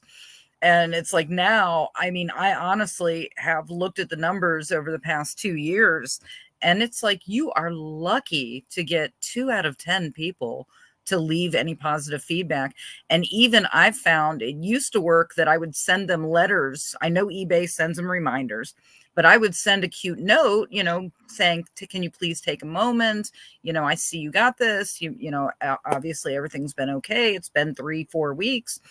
And that used to fish out getting some feedback. But now I don't get hardly, maybe one. I mean, out of 10, like 1 out of 10, in my opinion, leaves feedback. Very low percentages, because people, if they're satisfied, some of them, even me, when I buy something on eBay, I always forget to leave feedback until I go through what I bought Yeah. and look, and then I will leave the feedback. But a lot of people, if they're satisfied to the point where, they just kind of, I will say, like, happy, and may not be like completely really happy, but they're happy enough.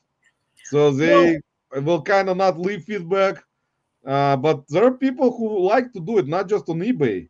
You can look at it this way, Lisa. They go to restaurants. They go to Google reviews.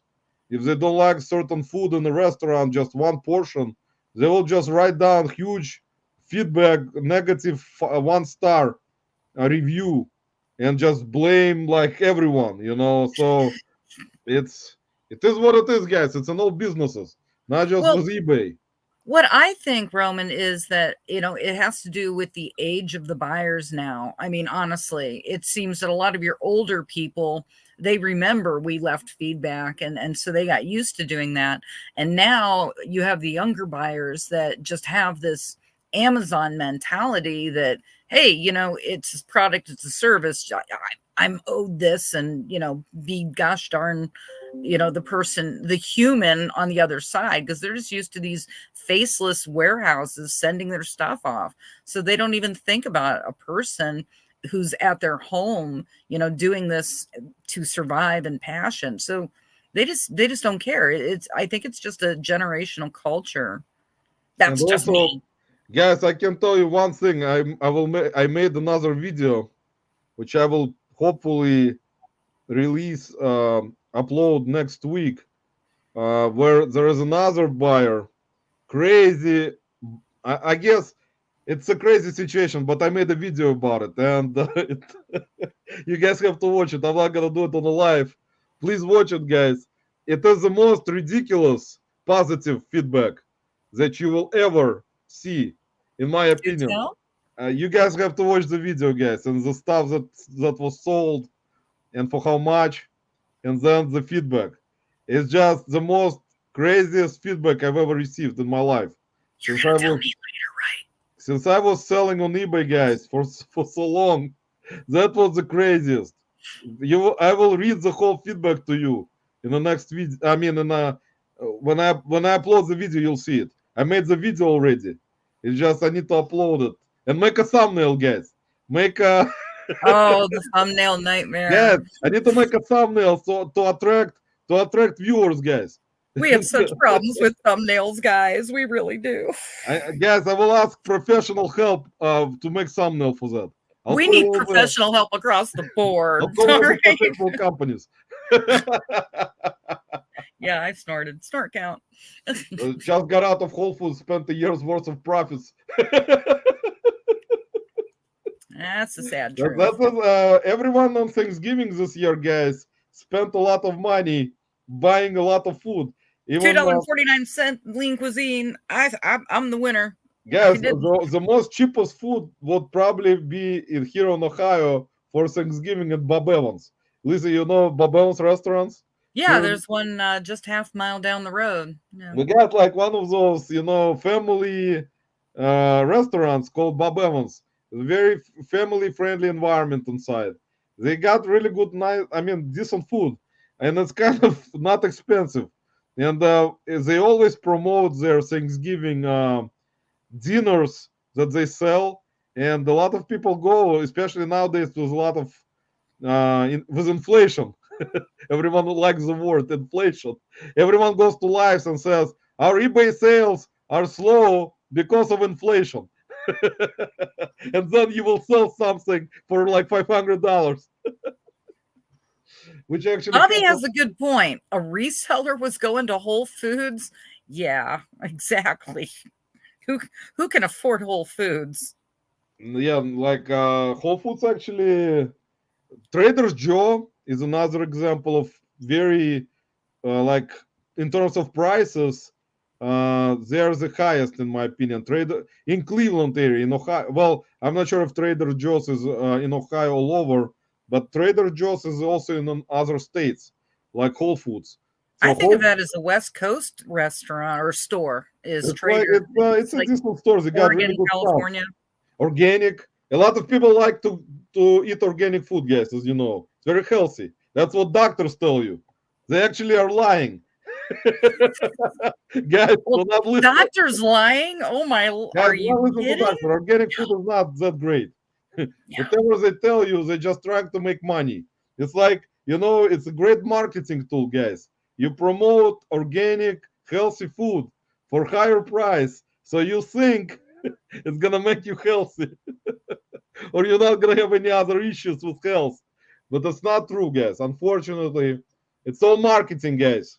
That's how they make money, guys. That's how the marketing teams work for organic products. They're designed, guys, to promote it and to sell it to make you feel better about their food, which is not true, guys, as you know. Competition is unless the person isn't terrible. There's tons of results in every area. They just work and don't waste time on YouTube. Sort every search distance. Well, that's actually true. There are a bunch. He's right. Many more. There are many more. Lisa, you okay? Yeah, I just heard some banging, which honestly is probably, I'm hoping fireworks, but it's probably But he's gunshots. right. I mean, there are many more resources who are more into trying to, they don't like to be on YouTube anyway. They don't like to be, doing any type of that kind of stuff. They just always were sourcing and trying to find profitable items to resell and very pushy in terms of, in my opinion, like the ones that are very experienced. They already kind of, specifically know throughout the years what makes them certain amount of money. So they just don't waste time on certain things. It's like YouTube is not an easy thing, as you know, Lisa. Yeah, YouTube is cutthroat, man. a High lot of school cutthroat. a lot of work on YouTube. It's fun, Double batting. kind of for me. It's fun to do so far. Lisa, for me, so far, it's kind of interesting. So far, it's kind of fun. I mean, I don't kind of, you know, specifically right now is when I'm not even monetized at all. That's fun. I don't kind of stay away from it, even knowing that I'm not getting any money from it at all. It's still kind of, a lot of people, will kind of say, what an idiot. Why are you doing this kind of stuff? Why you're not making any money on this kind of stuff? Why are you wasting your time? You do it if you Instead, love it and instead like you can talking be, to the people, bringing entertainment to the people, knowledge. exactly. And I like it kind of still. Uh, it's kind of, I know it is a difficult thing to do in terms of building a channel. Look at so many channels, Lisa, throughout the years. I mean, it's been a struggle for a lot of content creators to come up with interesting ideas for their channels.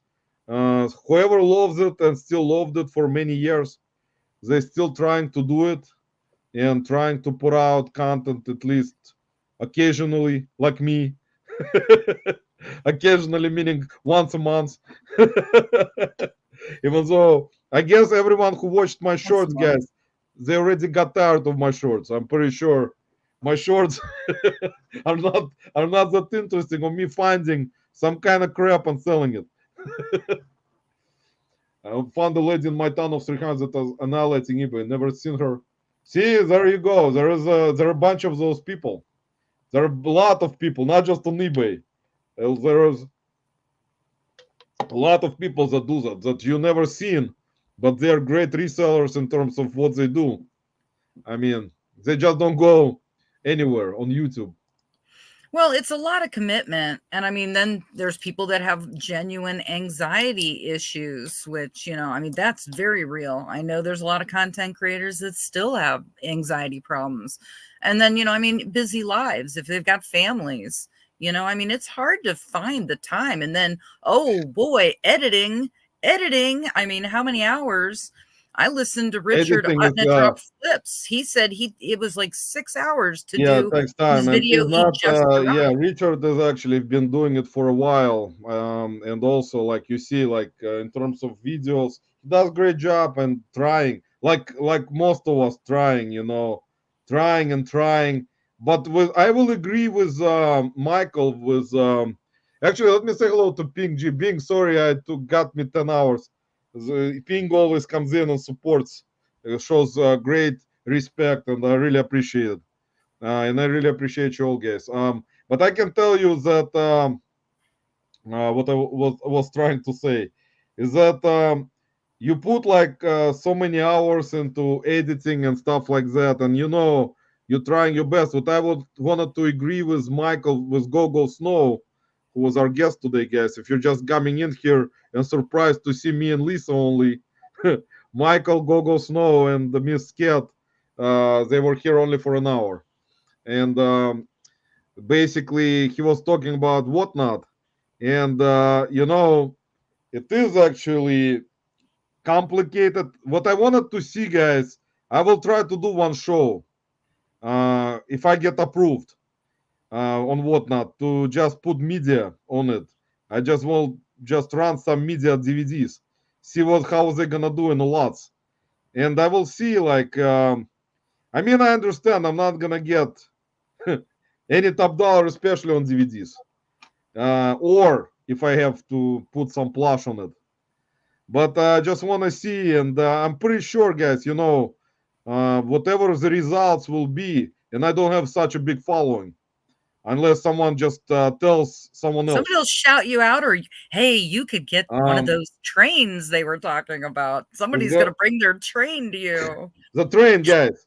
But I mean, it's interesting to try something one time to see how it's gonna be. I know that there was a raid train last week with Happy Picker, Grumpy Picker, Coco and Chewy. There was who else participated? I think they had like 6 or 7 people in a row. It was interesting to see, but always don't forget, guys, that raid train doesn't always work either. I mean, whatever people bought at the previous whatnot sale or auction, not necessarily that those same people from that raid will come over to your whatnot auction buy from you. So there is nothing guaranteed like that, as you understand. So in my opinion, it's a fun thing to try as with any platform to see how it's gonna go. But for me, yeah, it's like it's gonna be interesting just to see what's gonna happen, and if it's gonna be for me kind of profitable. I would not say it's going to be really profitable. But it Because, could be a growing experience. I mean, it could be the start of something. I mean, you got to test the waters at some yeah, I point. will have to test the waters, guys, at least. Maybe Tommy will come over and buy something from me because I know he likes to support with his money that he's a rich guy, not like me. I have to live outside, guys, constantly in the Well, tent, Big Brother in wanted the to know if cold. you still had sealed CDs he sold you. Oh, big bro, welcome. Is he in the house? Yeah. Oh, he's been here for a Yeah, while. big bro. Sorry, man. Actually, let me put. Big bro is gonna be. Are you going live tomorrow, big bro, on your channel? Yeah, I think he does. We'll go live. Let me. Sundays at 5 Eastern. Guys, Or guys, tomorrow Big Bro auctions live at 5 p.m. Eastern time. So join him. He's also trying his best to build his channel. We're gonna keep trying, guys. Lisa will help me. She said, even for free.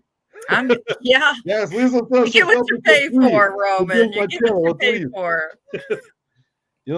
That's important. At least I got support from Lisa to with my channel to build it to build it, guys. So I'm I can behind get, you, man. I'm so the little woman I can behind be, the big man.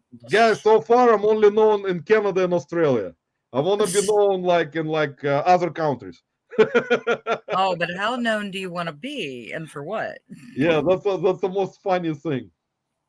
Sent a You'll beer get there. review. The Somebody Lord will has blessed stumble the in. world. Hallelujah. Hallelujah. Lord's pressed. The Lord has Oh, blessed your wallet. Anissa, welcome. Junk trader in the house. Ron, I've seen you on Instagram. You need to keep the Bible. Anissa, believe me, God already determined where he will send me. Believe me. He already figured it out a long time ago. So I will keep selling Bibles. It doesn't matter anymore. Even though lately, Anissa, if you're still here, I wasn't putting a lot of really bad stuff. It was kind of, it's for my taste. You know, Lisa, for my taste, compared to other people's tastes, how Yeah, other your people like taste is, kind of look at certain things. I was like, what the hell is wrong with this guy? For my taste, guys. but that's part of your charm. Yeah, Honestly. guys, unfortunately, God knows all about me. He already determined what to do with me, you know, He's so making a list and checking it twice. he already put me in a blacklist, guys. See, Samantha is saying I used not sell Bibles because I was brought up that way. It's interesting. Yeah, it's Same actually as me. makes sense. It's a respectful type of thing, Samantha, actually, in my opinion. If you brought out the way it is, like in terms of respect of the holy books, holy stuff, it is respectful. See, I You need to know, sell this, and I felt guilty for the longest time on this one. yeah, Lisa, sell it. It's probably worth $10,000. See, Oh, God is good. That's right. well, that would save me. Hallelujah. Samantha, even though God doesn't like me too much anymore. Especially after I sold $90 Bible. How can you make money on God? See, that's someone actually in Oh, I was on the all the live. evangelists. I was on the live in Inked Picker live in Alicia's live yesterday, and I told them about it, that I sold $90 Bible, and there was someone in her chat that wrote in the chat that God loves capitalism, so there is nothing wrong with that. So guys, if God loves capitalism, that's it. I'm off the hook. So I will probably go to heaven now. After all the discussions upstairs, Probably. they're probably gonna send me to heaven eventually. Actually, Marie, welcome. Marie Perlet is here. Welcome, Marie. I think I forgot to welcome you. Sorry about that. I was actually in Marie's live on Thanksgiving Day, later in the day. So, guys, give her a follow. Actually, I didn't know Marie was not in doing a live for a while. That was very interesting to be in her life. So, Marie, you should do it more often. Yeah, I haven't seen it in a long time. Yeah, West Coast representing. She's Washington by the Oregon border. I think I've got that right. I know she's right in one of them by the border. Yeah, see, Anissa is saying I can read and do a cheap Bible and sell an expensive. Yeah, Anissa, actually, those were study Bibles, as you guys know. It doesn't matter either by Nelson or Zandervan or there are other publishers. They actually study Bibles, especially I think leather bound, which mine was. It was a leather bound one, or like some kind of rare study Bible with certain like edition, like big letter edition, or like red letter with indexes on the side, on edges.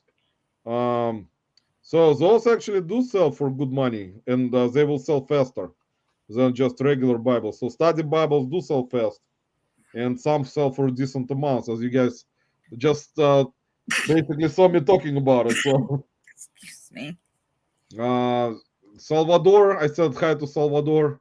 He was actually in was he? No, he wasn't. I was in Cameron's live earlier today. So I didn't Sel, I think, came in later maybe today to the live. I didn't see it because I fell asleep, guys, in the chair while sitting.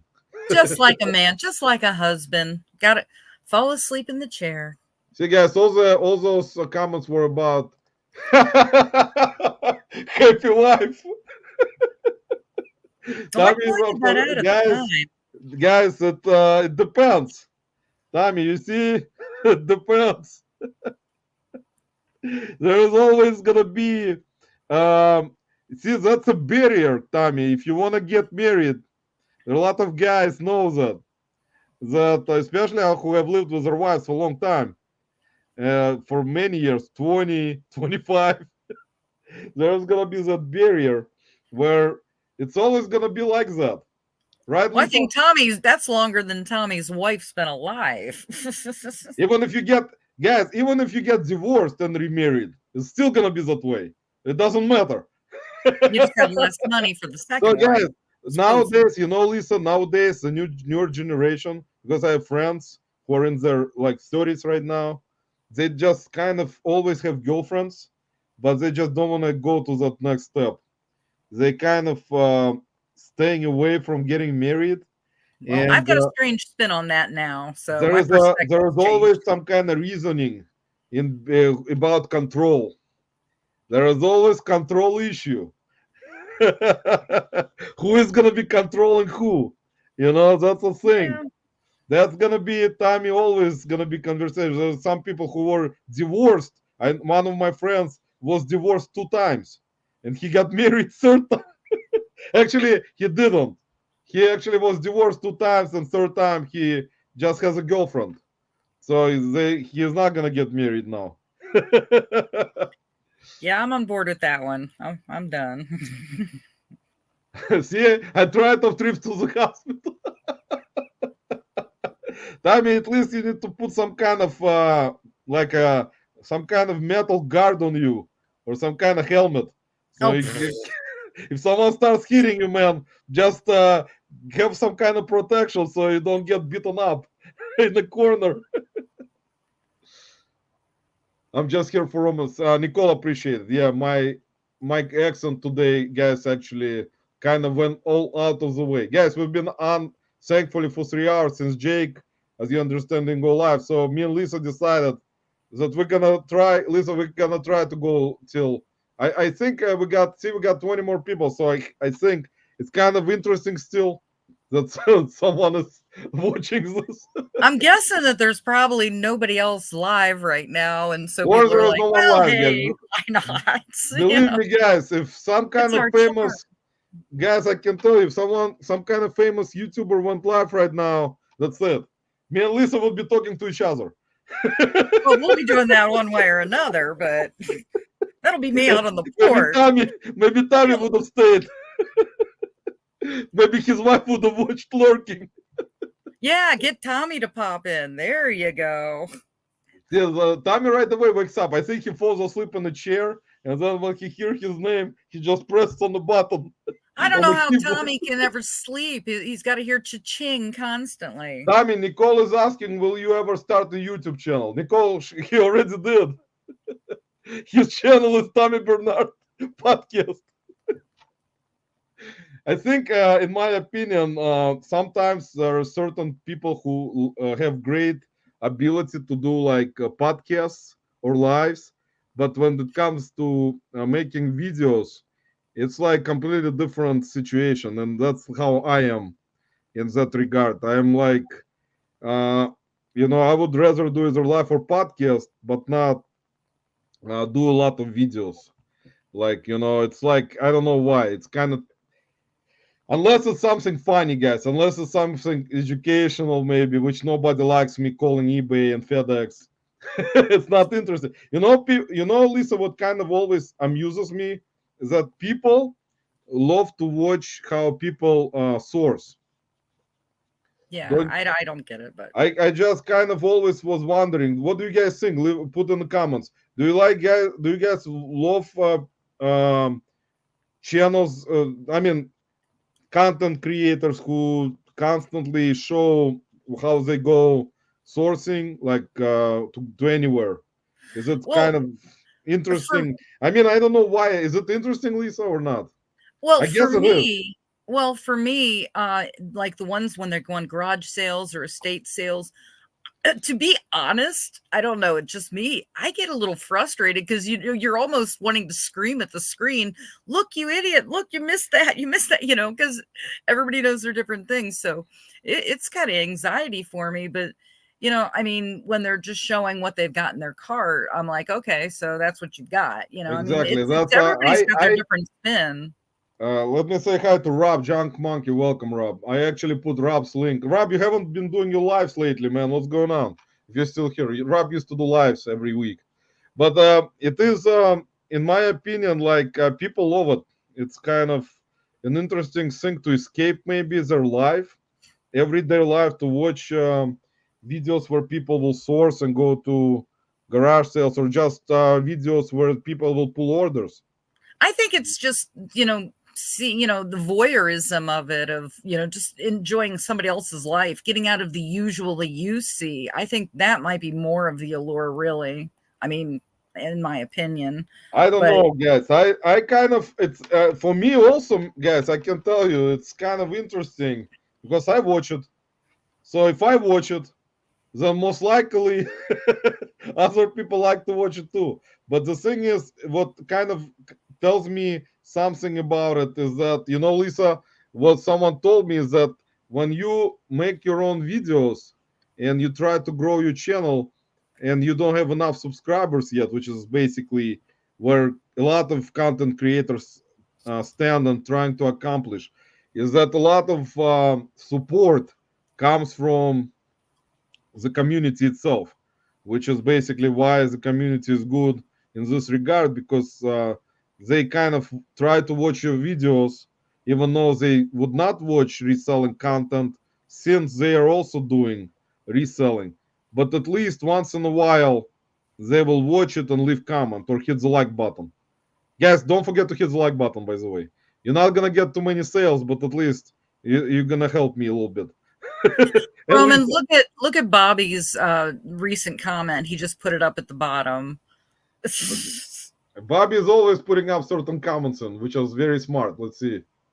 You have to go. Oh, here. Anytime you need to tell some Soviet jokes like Yakov Smirnov. Actually, I don't remember him actually. Oh, Bobby, a little sorry, older man. than you. Bobby, you can tell those jokes. By the way, I know Bobby. I think Bobby is Russian, guys. Actually, he just doesn't want to talk about it. I think Bobby has Russian parents.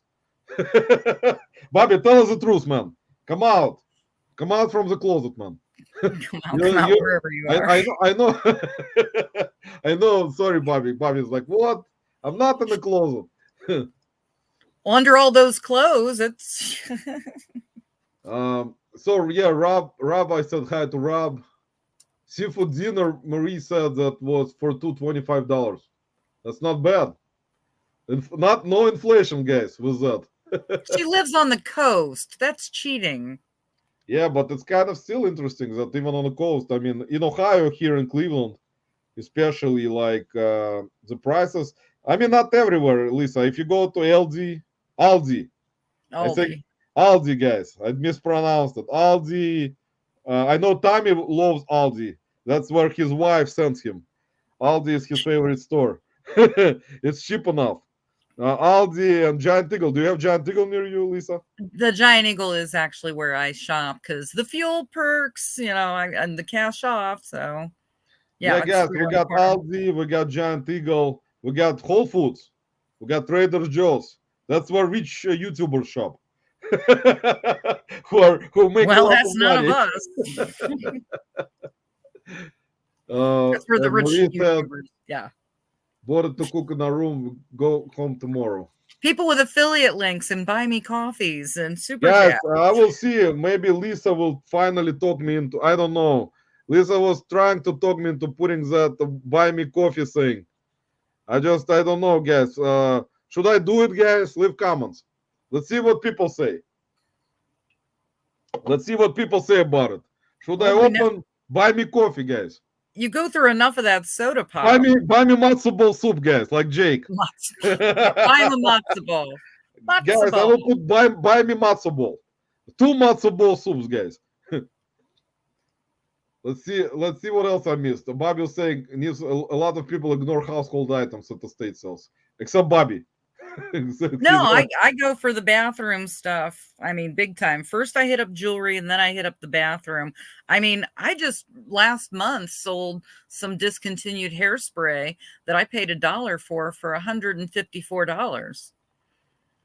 Yeah, I mean, I'm well, not selling toothbrushes. I wish I would if I find them, but you know, hey, there's what big happened to money in the Chris? small stuff. Don't get me going. I can school you. Yeah, guys, I would. I go to Aldi, guys. I'll open the secret for you guys. I shop at Aldi all the time. It's cheap, guys. I shop where it's cheaper food, guys. I cannot go to Whole Foods, guys. I don't have a bigger YouTube channel yet. Hey, James Collecting Chaos has do it as buy me a pizza and you'll make tons. I'm in Guys, such see, that's it. We're gonna follow James Collecting Chaos advice. We're gonna open up, buy me pizza, and then Lisa will go buy pizza. I haven't had pizza for I don't. You don't start making money on YouTube channel until you do it without making money. Exactly. Buy me a James. lean cuisine. That's See, that's why, James. That's why we need to open up a pizza shop. That's all I heard. Chris, where is Christopher Nutter, guys? That's what Nicole was asking.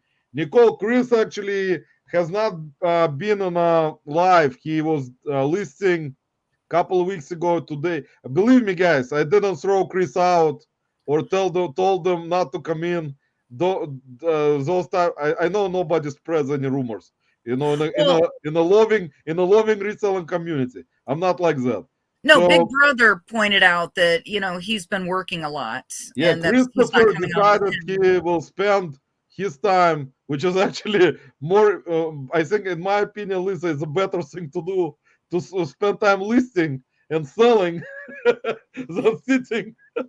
Yeah, like minimum me. wage, you now owe me $45. No.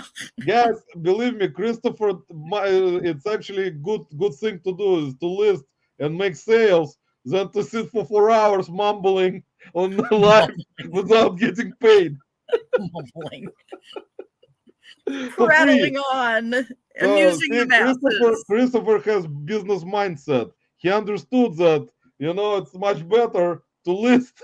a lot of people list, actually. Cameron today during his live, I was in his live for a little bit. Gravity Goods, he was listing some postcards. Yeah, I was in So his after you I'm left. not, guys. You know, I tried. I don't list on the live. I can't. I cannot. I can't do it. I cannot concentrate at all. I Nope. even, you know, if I would do something like that, I know I will make so many mistakes that all the buyers who will buy if I listed during the live, they will all return my stuff. So that's why I don't do it, guys. I cannot concentrate. I can't do it because, you know, I don't know how Cameron does it, Roman, because, you know, he reads the chats and he's still, you know, throwing stuff out, and it's like, and then listing postcards. I'm sorry, no, I'm with you. I'd be typing wrong sizes, forgetting things. No way. It's funny how Bobby came up and said, I only follow Roman for his memes. Bobby, thanks for telling us the truth, man. That's how Bobby is, guys. He follows only for something. Otherwise, he will unfollow you. That's why he doesn't follow Tommy anymore. Well, you know, your desirable content. So yeah, thanks, Nicole. Nicole actually likes my memes sometimes. Even though me and Nicole, I think, have like similar, sometimes similar sense of humor. Not probably with all the stuff, but she knows how my sense of humor is. Big bro, well, I think everybody in here has figured out your sense of humor, and they love you. Yeah, guys, my sense of humor is a little bit kind of complicated to explain, but you know, it's difficult, but it has to be that way, guys. Otherwise, I'm gonna get very bored. I'm getting bored with a lot of, you know, kind of boring stories and stuff like that. I fall asleep, and if something is very serious, like sometimes you see me guys coming into lives when Josh Galt is doing a live, or John and Jenna. Sometimes, you know, there are so many serious things discussed that it kind of makes me laugh all the time. So, but it is my personality, guys. That's how I am always. And even at the business meetings, sometimes, you know, like I will kind of joke around and. Yeah, everybody here, imagine Roman in a business meeting. I was, believe me, when it was always always I don't gonna see be that something. going. There was always gonna be something going on. Even in school, guys, when I was in high school, it was always something going on with me. It was like in a class where I would make either uh, fun of the teacher sometimes, and do something funny in the class. But you Roman the know, class clown. I can't see that. No. no, not eventually when I was in junior and senior, I was kind of getting more serious about school. Still have all those sealed CD I sold you. I don't remember which ones actually. Big bro, if you're still here, I don't know. If I don't remember buying sealed CDs from you, man. Maybe I did, and I just don't remember a while back. But don't remember, man. Sorry. Yeah, so he's doing a live. My guest canceled, so it's gonna be me showing my haul. That's good, guys. So if you have time tomorrow, Big Bro will be showing his haul at 5 p.m. Eastern. So join him. Rob claims the seaside of Tillamook Heads that was nearly a straight up climb, but worth the one video I got. So I don't know about it. Rob knows. I guess Rob is Junk Monkey. Yeah, it's Oh yeah, because he is also from Oregon. he's Kyle / Rob. It Yeah, was a joke from Paulie back in the days. We called him Kyle. Cannon Beach. Yeah, I sell rosaries. Oh, actually, that's actually interesting, Marie. I sold one before. Lisa, actually, I would have sold rosaries if I would find them a lot. No, and I did tell her. I said it's a weird thing that as a Catholic, They do sell. I had problems selling Bibles, but I didn't have a problem selling rosaries.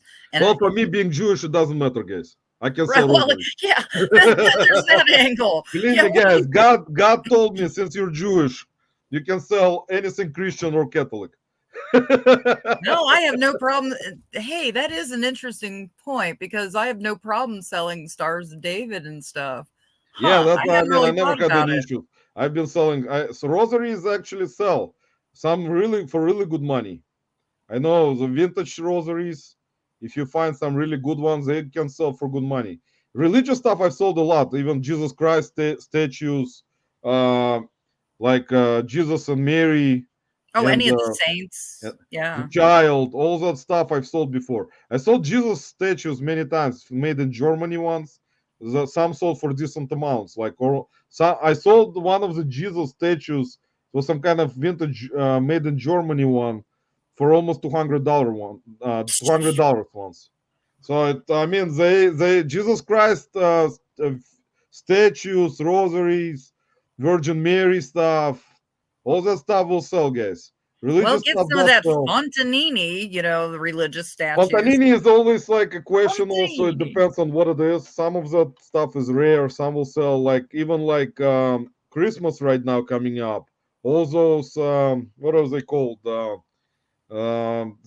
set that The sells all nativity, the the nativity. Yeah, nativity set. I've Same. made bank on nativities, and I did sell a Fontanini nativity from an estate sale, and it was the taller figures that were older, and I paid 35 or 45, and I sold it for nearly $600. Yeah, the Sign nativity me up set all the for time. sure. So I will the nativity sets actually. Some of them I sold Precious Moments, my favorite brand. Goebel nativities. I mean that I don't see those anymore hardly, Global, but those are something else. Global is rare to find. There are some other ones. I see them like like whenever I go somewhere, even at garage sales during the summer, I would run into nativity sets, but they mostly were the recent ones or not like the ones that are sought after. Like you can even check on eBay, and they Well, everybody usually has to have quality. They need a quality one, and all this mass produced, I'm sorry, plastic crap is, I mean, they want good, for year after year putting it out. Like similar I'm with eyeing Christmas. my Yeah. grandmother's to sell when my mom passes. Anissa is right, actually. Not a thing in the Bible that says you can't sell Bibles not unless you stole it to sell it. Yeah, that's right. I mean, you don't want to sell any stolen merchandise anyway. That's gonna be that's when you get probably God would not like that, guys. Whatever goes around, eventually It's gonna catch up.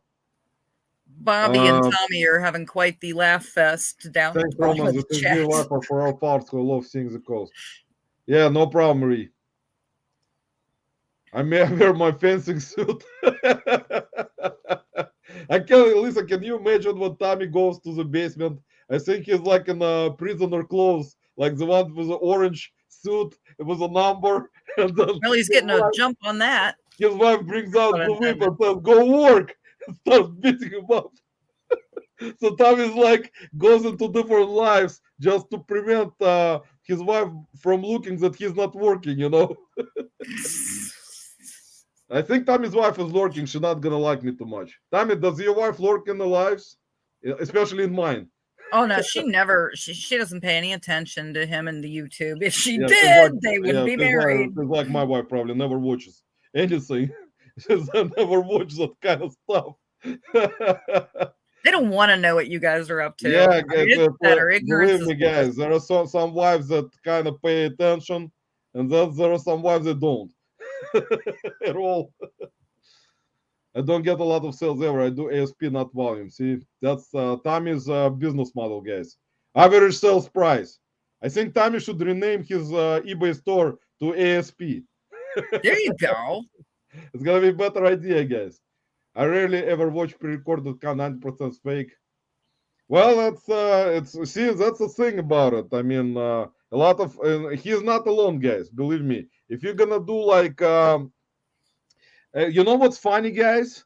Which actually was interesting, Lisa. Actually, I ran into one of the resellers in my Goodwill bins this week, in the beginning of the week, and he actually is from Ukraine.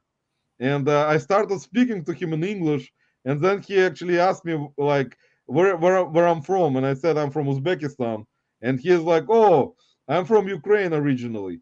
So we started speaking in Russian to each other, and I asked him if he watches any YouTube because he's been a reseller for a while, but he doesn't have a YouTube channel. He doesn't do Instagram. Just one of those true-blooded resellers, like one of those vampires, original vampires. So I asked him, who do you watch? And he's like, I don't watch anyone. And then he said, I used to watch Paul Philly Flipper.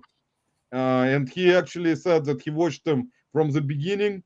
And then I asked him, so you still watch him? And he's like, no. So, Paul, if you're lurking, man, there is a reseller here from, he's actually from Pennsylvania. Anissa, he's actually from Erie. So he is close to you. He actually drives, he drives 2 hours, guys. Can you imagine, Lisa? He drives every week, at least 3 times a week. He drives from Erie to Cleveland. He drives 2 hours to go to Goodwill Bins in Cleveland. I can't imagine that, but then the Hartsville Flea Market people drive 4 hours. It's about hour and a half drive, like from Erie, because Erie is close to Pittsburgh. So I asked him, why don't you go to Goodwill Bins near you? And he said that the closest Goodwill Bins to him is Pittsburgh.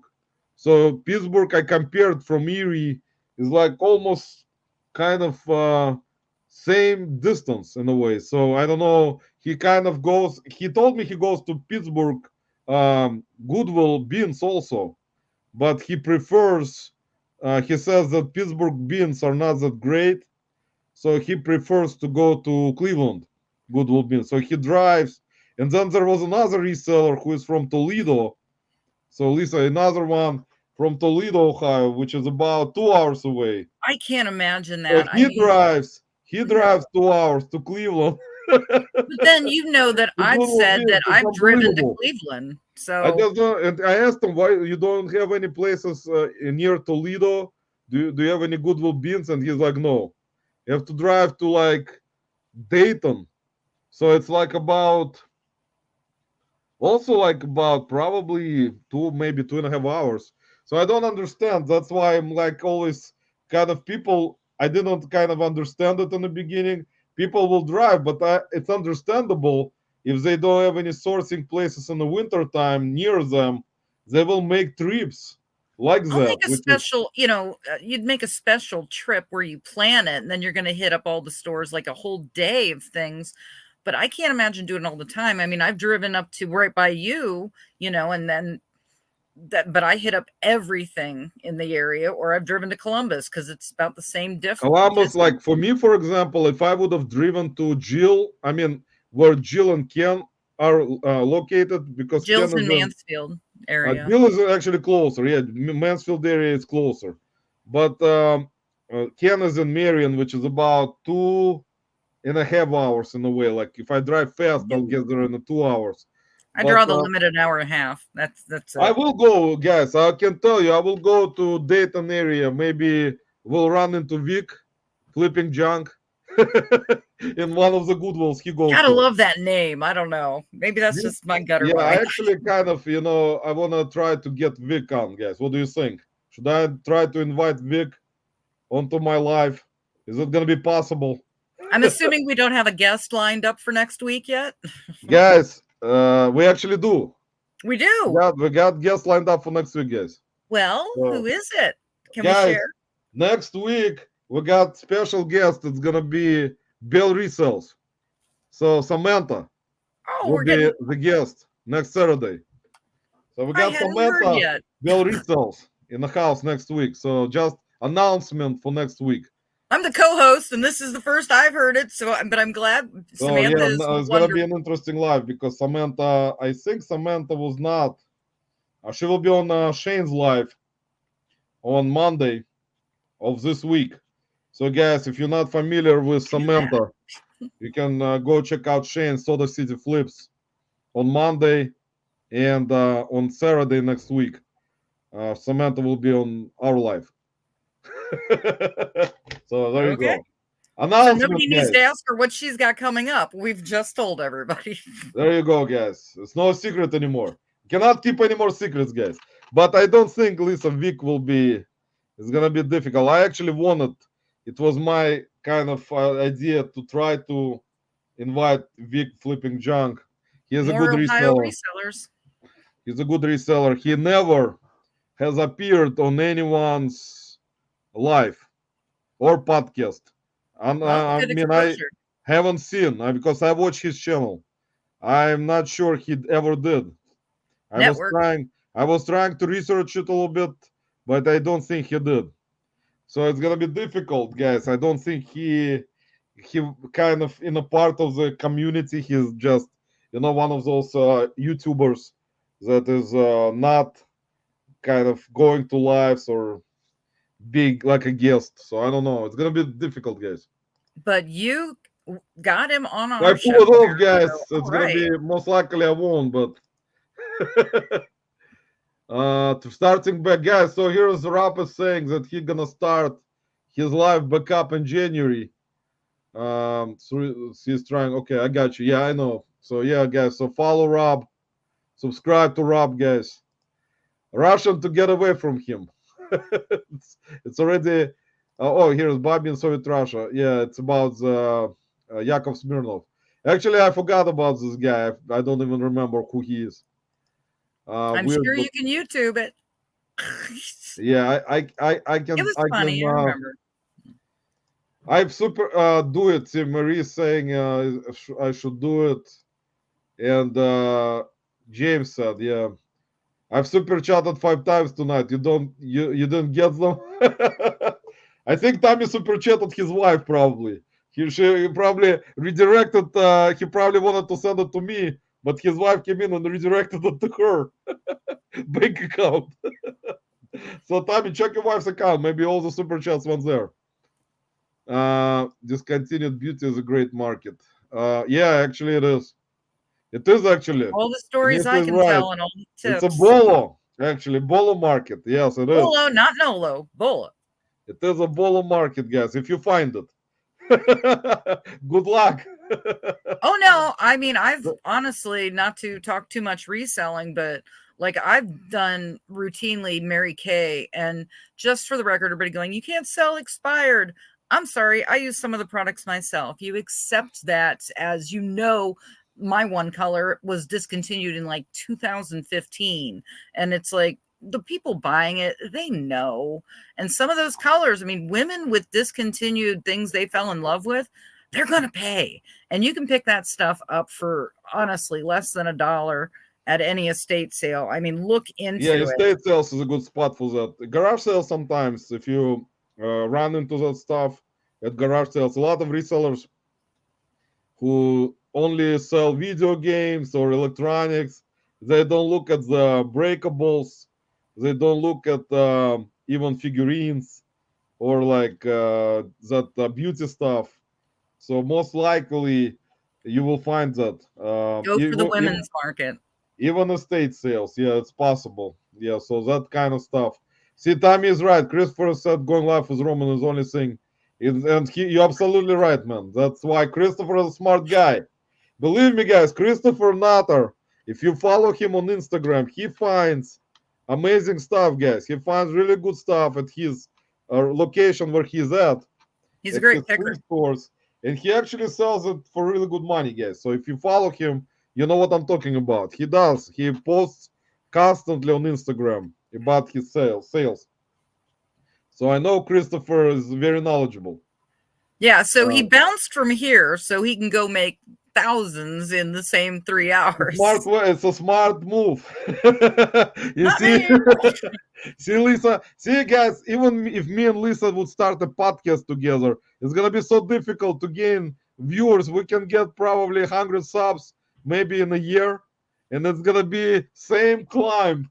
No. Now your boyfriend had the idea about us doing a podcast, and he is the marketing genius. I mean, Archie never. I don't know how he works because he's promoting constantly. So Yeah, you get more than 100. Guys, you have to actually give it to Archie some props. You know, for him to come out with Instagram posts constantly promoting like he did, promote Ben getting 1,000 subs, and also their whole podcast promoted it, and Alex did, and Shane. So it was actually very cool, guys. There is such support from podcast. Archie never promoted me lately because he knows Well, you're spat. that I don't like him no more. He only no Archie did. He actually put a lot of as I always say, it doesn't matter who promotes you. It's not gonna help your channel much. Even if a big YouTuber comes out tomorrow and gives you shout out and says go subscribe to Anytime Picker, not a lot of people will, guys. It's maybe few because they don't see much content. Shorts are not content. It's kind of interesting. It's an easy way to try to get some people who will sub and then unsub, yes. But it's not like one, it's fun for me to do just to show sales. It's not like something that gains too many subs, but regular content and people kind of getting used to you, that would kind of bring subs to your channel eventually, not right away. Even if all 3 or 5 big YouTube channels give you shout out tomorrow, you're not gonna gain like a lot of subs. You will, right, Lisa? You Yeah, will well, a little bit. And then they fall in love with you, but they got to watch content. A little bit, yes, but not. It's not gonna help much. I mean, you have to put out videos, and you have to love that kind of stuff. You have to be consistent, and you see what happens. Like there are a lot of not huge amount of examples, but people who provide, even when they do provide regular content consistently, it's not like some channels will grow faster. It depends if your video goes viral. So there is a lot of factors in here. So that's like, and thumbnails. You see, Lisa, that's why in my crazy mind is that thumbnails, of course, bring out. If you put out a clickbait thumbnail, yes, people will say, "Oh, well, it kind of looks, wow, it looks so interesting." So we're gonna go watch that video. They will look at it and see what the hell is he doing. It's not in that thumbnail is not. It's a kind of fraud. It's not what he's talking about. So people will not like it. So it's kind of, in my opinion, you can put out a lot of clickbait thumbnails. Yes, it's gonna people may click on it, but will you be good in the eyes of people? Maybe large population thinks you will. some other part of population thinks you probably won't. Will they trust you on your next videos not to make another clickbait thumbnail? Which actually kind of brings me to my next point, which I did on my previous video of the what did I do? The fines that I had I don't even know what I did, but I think it was about either I sold something, but I decided not to put like huge sale. I put like decent sale, right, Lisa? Yeah. And I So said that. that That is was brilliant. That is that, brilliant. that Hey, was don't something. oversell it. Yes, that was something that I decided it's kind of for that amount. I think it was $80. So even me buying something for $4.99 and selling it for $80, it's not big sale. So I cannot put thumbnail with like, wow, what a big sale ahead. Kind of people think we sell that kind of crap all the time. It's not a big sale, so it's a clickbait. See, guys, but clickbait helps, guys. You have to agree on that. A lot of people do it. Yeah, but don't overdo it. Don't overdo it. Don't Be funny overdo it, once in a guys. while, but I think he has a place in Sheboygan and Airbnb in Hoboken. Is that? It's about Edward Furlong. Yeah. Did you see Bolden? No, Bobby, I don't watch him anymore. It's if you're still here, I don't watch. I watched him a little bit. He's kind of funny dude. He got very big channel actually. Lisa, you watched Bolden Bankrupt guy? He got. Let's see how many subs he got. He got more subs than all the YouTubers combined, probably. You know how many? Look at him. He got 3.92 million subs. what? Ball, here, I'll show you. Here you go. Let me share the screen. Here you go, guys. If you're interested what Bobby is talking about, here is a dude. He's talking about this guy right here. His channel is called Bold and Bankrupt. He got Soviet Union. This is, I forget what it's called. Doesn't matter. So that's his logo. It's like a Soviet type of, with a red star, old communist type of logo. And he got 3.92 million subscribers. See, guys, that's why all YouTubers combined from reselling. He already got Can't more argue subscribers. that. So see, there you go, guys. See, that's what Bobby is talking about. Bold and Bankrupt. He posts videos and he got last video he got 2.6 million views. So Bobby, he makes a lot of money on his YouTube. You should try to do that, man. He makes 2.6 million on a video from 2 weeks ago. Then he got 1.8 million from 3 weeks ago. See, and he basically constantly gets 2 point something million or more, like less a little bit. 1.7 million, 1.7 million. So Bobby, Oh, you're making us sick with all that, Roman. Oh, fantasies. No. So guys, if you want to get to the status of Bold and Bankrupt channel, you gotta work on your videos. When you're gonna grow, you're gonna have to have at least 2.6 million views on each video. That's where you can make a lot of money, guys. That's what when Tommy will quit selling shoes and just concentrate on making YouTube content. If he would have gotten 2 million views on his videos. I have a glass ornament that sells for close to the, if you can find one. See, there you go. If you can find one, that's correct, James. I think Jesus also a guy named Turkish Don at the flea market. Oh, Tommy. Tommy was his, I think me and Tommy guys gonna go to the same place, not to heaven. Fun fact: there is a Gobble, Oregon. Jesus loves you takes on a whole new meaning Gobble. in Mexican jail. It's Jesus. Jesus. Jesus loves you in a Mexican jail. Yeah, that's a whole different Yeah, meaning. there you go. We're talking about prisons now. The problem emotionally Hey, attached. you're the one that brought up Tommy in Yeah. a jumpsuit. I mean, Yeah, sorry, Tommy, I know. Well, probably what happens. I mean, we don't know how it is, Lisa. Tommy doesn't tell us the truth. Maybe in reality his wife beats him up. So I don't know. Matt Bearded PokeTuber is picking on you. He says Roman's just trying to go live longer than Cameron did earlier, huh? No, we're gonna wrap it up soon, guys, because everyone will think that we are like taking Jake's spot. Well, and mommy's almost out of beverage. So. Yeah, guys, we're gonna in 20 minutes we're gonna go off. Thanks for everyone sticking around with us. It actually helps us to grow the channel. Who-wee? Guys, by the way, guys, when I hit the watch hours, I'm gonna do giveaway for the first time in on my life. Actually, I did giveaways on other lives, or like way back in time, couple like over a year ago. It's moldy and dusty, the old giveaway. You know what's funny? I did giveaways on other lives, but never on my life. She watched about 5 hours back in the day. Oh, Patrick Murphy just popped in too. Patrick, thanks for flying by, man. I know Patrick is never sleeping. He always on the plane, circling the world of YouTube.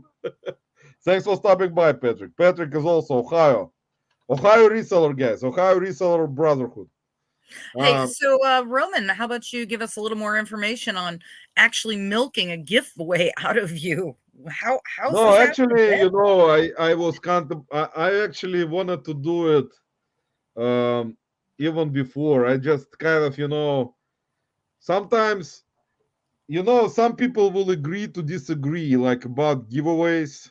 What do you think, Lisa? Like, I know it's a good gesture. It's just like, it's not if you go to like some like not just some lives. I mean, I go to a lot of lives.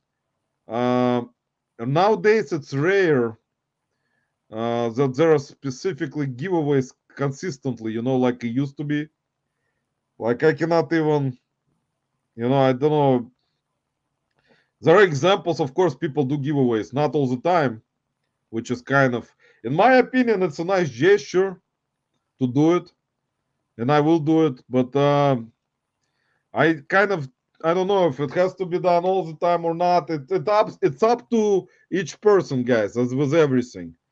If the person likes to run giveaways, it's fine. Like Whatnot, for example, when people do their Whatnot shows, they do at least some do like 5 giveaways sometimes, on their Whatnot show.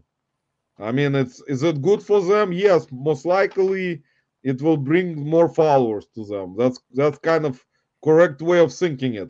If you think about it, like there is gonna be agreements on that, how it is. Free stuff always brings people in, but at the same time, will those same people who actually participated in giveaway and didn't win it, and of course there are thousands different channels that do giveaways on their YouTube channel, in their videos, in their comments. So, I mean, yes, people kind of get attracted to it. Will it help you with specific following? Most likely, yes. But it's not a proven fact that if you do it consistently, it's going to help more than if you don't. What do you think, Lisa? Will it help? If you do it all the time, on Whatnot, probably yes. Because people come to your Whatnot show, and they kind of, if they participate in trying to buy something, at least in an auction, yeah, it's a good like James collecting chaos and Tommy both have good points. James was saying that about people that just show up to get the free stuff. Tommy put his Tommy spin on it, but it's kind of the same thing. I mean, I've done giveaways even just recently with Big Brother at the auction. That I mean, it was more just kind of a gratitude thing. But if you're doing giveaways just hoping to grow, then your motivation is in the wrong direction, and you're going to be disappointed because you're not likely to pick up people. But if you're thanking the people that have always been there, the people that already know you, that it's a good gesture. I agree with that. That's actually, I know it is. I know it's a good gesture. That's why I'm gonna do it. I'm not gonna do it consistently, of course, but I will do it a couple times. It's just, I know, like, there are certain, like I said, agreements or the disagreements. Of course, there are gonna be always agreements and disagreements, but it's all with all types of things. So there is a points of views that shows following with those types of things like giveaways. People enjoy to participate in them. If they win, they're of course gonna be happy. If they don't, they may continue to enter giveaway, like on whatnot. So see, that kind of brings excitement. Some other people will tell other people, "Oh, he runs free giveaways.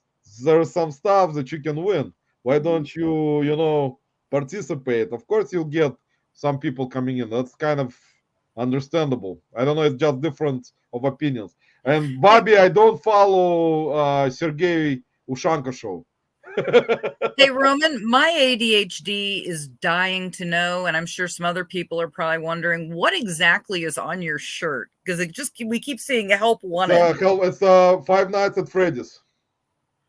It's a Five Okay. Nights at Freddy's T-shirt I found at Goodwill Bins, so I decided to keep it because of Why? how I'm sure that was good money. it's actually, guys. Those are characters, grand opening, and those are animatronics, as you guys saw them from the movie. If you watch the movie, did you watch a movie, Lisa? No, Actually, no, not I a don't watch scary. movies. I don't It's have a, the it's attention a, it's kind of a. If you guys know what Five Nights at Freddy's is about, it's not about expensive like stuffies. it's not about a movie like how it is. It's a story that probably if you played the game or you just learned about what it's about the kids who have been trapped inside of those animatronics. So kids' souls were trapped inside And those. that's Polo. There's And four of them, four animatronics. There's a bear, like a bird, a chicken, fox, and another animal. I forgot, a bunny. I don't get it. But I it is just know kind those of are expensive little stuffies people always show on their what's sold is what Five makes Nights at Freddy's. Lisa. That's marketing. What makes money for people who come up with those crazy ideas? You will think about it like, why would someone make a storyline about animatronics being possessed by souls of dead children? Because And they you had think a you dream that think was the made guy of who undigested potato. you think the guy who wrote that kind of thing is twisted, in his mind. But what brings money? What brings money is this kind of stuff all the time. The marketing of that stuff. And it's unfortunately, you know what's kind of sad about it, Lisa? That plush toys, and there are a bunch of kids that probably bought those animatronics plush toys, the bear, the bunny, the chicken, the fox. So kids love this kind of stuff, and just shows how Kids are getting you more know twisted. That's what it shows. but it shows horror stuff. Like once again, similar to any horror type of stuff. Freddy Krueger, Chucky, Jason, Oh, not Halloween, the Michael Chucky. Myers, I all love Chucky. those types of horror characters. That's where the money basically comes in. That's why people collect that stuff. That kind of people get drawn to that stuff. And unfortunately, people who kind of made this Five Nights at Freddy's, he decided that those animatronics have to be possessed by souls of dead children. So, in my opinion, Lisa, it is what it is, guys. If you want to be a fan of that, like me, like everyone will criticize me. Why is Roman wearing this kind of Five Nights at Freddy's t-shirts when there is a storyline like that? But Meg, welcome. We actually 10 more minutes, guys. Lilac Solar, guys. Meg is in the house. Actually, did Meg make a YouTube video? Because I'm not sure. Let me see. Uh, Lilac Seller guys, actually, Meg, I met at the reseller rally. So I'm trying to see. Meg, let us know if you. I know Meg was trying to start making YouTube content. And Meg currently has 453 subs. And she actually has a lot of content from 4 months ago, a year ago. Actually, some shorts, I think. Yeah. I've seen some shorts. So I've Megan, seen some shorts too. I'm sure we've all seen some shorts. No, yeah, I've seen shorts, but I know she wanted to make more like videos in the future. I don't know if she will do it or not. So well, only she Meg. says right there she hasn't made any in a while, but sometime soon, we. Guys, so please follow Meg. She'll start making a lot of YouTube content. Like Meg's me. a great girl. Very sweet. Knows a lot. Books. She does a lot with books and like toys. I have 3.5 years of content and only recently started doing shorts to get views. I only need like 9.9 more views to get money. James, it's gonna take you a little bit longer, man. I know it's gonna take probably another 100 years, man. And we'll all be around to watch that and James, celebrate. but you can take a shorter route, man. You need to get a shout out from someone who has over 1 million subs. That will be the faster way. I don't think there's anybody in our community it's quite like that. Well, maybe Scott Cha-Ching King. I think everyone needs to get a shout out, even Scott Cha-Ching King, even he doesn't need one. Patrick, yes, thanks for stopping by, man. Marie saying I get like 2.4K on random shorts. Yeah, that's good actually, not bad. I was mine. A couple of mine that went over 1,000 were about Cleveland Browns winning games. Yeah, that cracked me up. And actually, guys, I will post more. If they will go to Super Bowl, that will actually bring more views.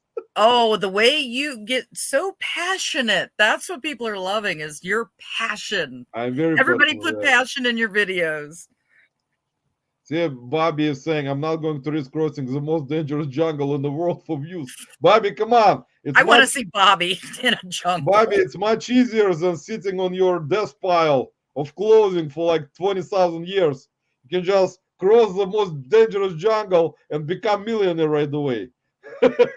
Oh, Roman, Bobby just put up, he said, Roman, don't forget Sunday night, 8 p.m. flipping goodies. I'm assuming that's Eastern Standard Time. Yeah, I already said it. Bobby, you came in a little bit late because Mike was here. He was looking for you. He said that you're fired because you came in late. So you're slacking. You went to Taco Bell and you're slacking on the Bobby, job. Mike Flipping Goodies said that you cannot show up tomorrow. He fired you because you were late. You were hidden like... Oh no, God, not Spectrum somewhere again. in your desk pile. So he said, oh, the hamsters. Feed the hamsters, Roman. Feed them. Am I still alive? Yes, you're here. You're still here. Yes, I'm still alive. You're still alive. So, Bobby, just to let you know, man, since you came in a little bit later, you can go ahead and rewatch it, man. Mike Flipping Goodies was here, already said that tomorrow at 8 p.m., Mike, Scott, and Bobby, guys, will be going live at 8 p.m. Eastern on Flipping Goodies channel with their usual lives about eBay reselling, the most interesting subject. Yes. I think Bobby will finally, guys, tomorrow Bobby finally will list one of his things from his desk pile. So don't miss. I gotta see that. I gotta see that. Guys, breaking news tomorrow. Bobby will finally list something. Honestly, people, Bobby's a hoot. I'm gonna show up in the show just because I've gotta see that. See, that's exactly what he was talking about, because you get a bunch of Chinese bots, fake subs and views. Yeah, then they don't come back. Yeah, I know. My problem with giveaways the people that only shop. Exactly. See, there was a couple good points, guys. And you know what's another good point? Whatnot auctions. A lot of whatnot people, I mean whatnot auctions, if you watch them, there is at least, like I said, 4 or 5 giveaways, but that's a model. I don't know. I want to see, Lisa, what do you think, Lisa, if I'm gonna do whatnot one time just to try it and I'm not gonna do giveaways? how well it's gonna go? Guys, we're gonna test it. We're gonna do a test on whatnot. I will try to do one whatnot live show. And you heard it here first, folks. You heard it here first. Roman's going to jump off the cliff. We're going down the whatnot hole. I'm gonna try it. I'm gonna try it one time, guys. It's always good because I'm still whatnot virgin. And again, the whatnot hole and Roman's virgin. Guys, we're gonna have to break the hole. Well, it is almost midnight on the East Coast. We're now in Tommy and Tracy zone. It's always midnight, guys. If you don't announce it and do without notice, exactly. See, that also is smart way to do it, which is basically what I would have done. like what Tommy was saying. I would not have announced it. Tommy is saying that Whatnot covers the cost of giveaways for a lot of sellers. I've not heard that. That's maybe. Well, he knows. Maybe I didn't know about that. If it's true, maybe. Well, most likely Tommy usually, as you know, with Tommy's consistent knowledge from different platforms. He's like got his that. nose in a lot of I places. think Tommy He has knows like some things. kind of consultant in his basement. Whenever he needs some kind of question answered, he has a consultant next to him. He just asks him, Tommy, how much you paying your consultant, man? Tell him to come over my house. Oh, every I'm sure he'll have a good answer for what he's paying a consultant. This ought to be rich.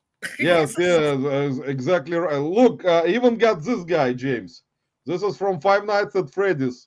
Oh, This that's just bear, hideous. this bear with a bunny. It's a small toy from Goodwill Beans. I didn't list them yet, but I'm pretty sure as soon as I will list them, it will sell probably for $20. I can tell you guys, this will That sell is for crazy. $20 instantly, maybe for more. No, I haven't made any YouTube video yet. Roman, don't forget. Yeah, I didn't, man. Thanks. See, I finally got them to the bottom, guys. It took me 10,000 hours. Hey, I'm impressed. I'm sure the rest of the gang is Yes, too. I'm pretty sure. I really appreciate you sticking around. Some people already fell asleep 3 hours ago when they Well, came we're in, old. and I was reading my first 2 comments.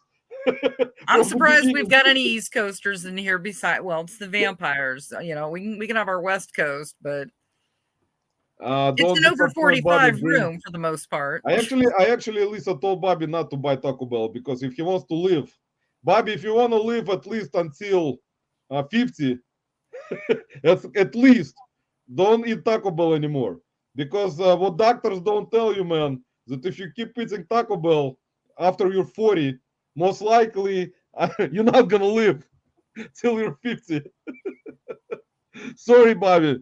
You need to watch out for that, man, because you know, after 40, man, whatever you eat is actually very important for your future aging, because it's gonna be difficult to even lose weight after that, unless you work out from like morning on a treadmill till probably afternoon, just to lose couple pounds.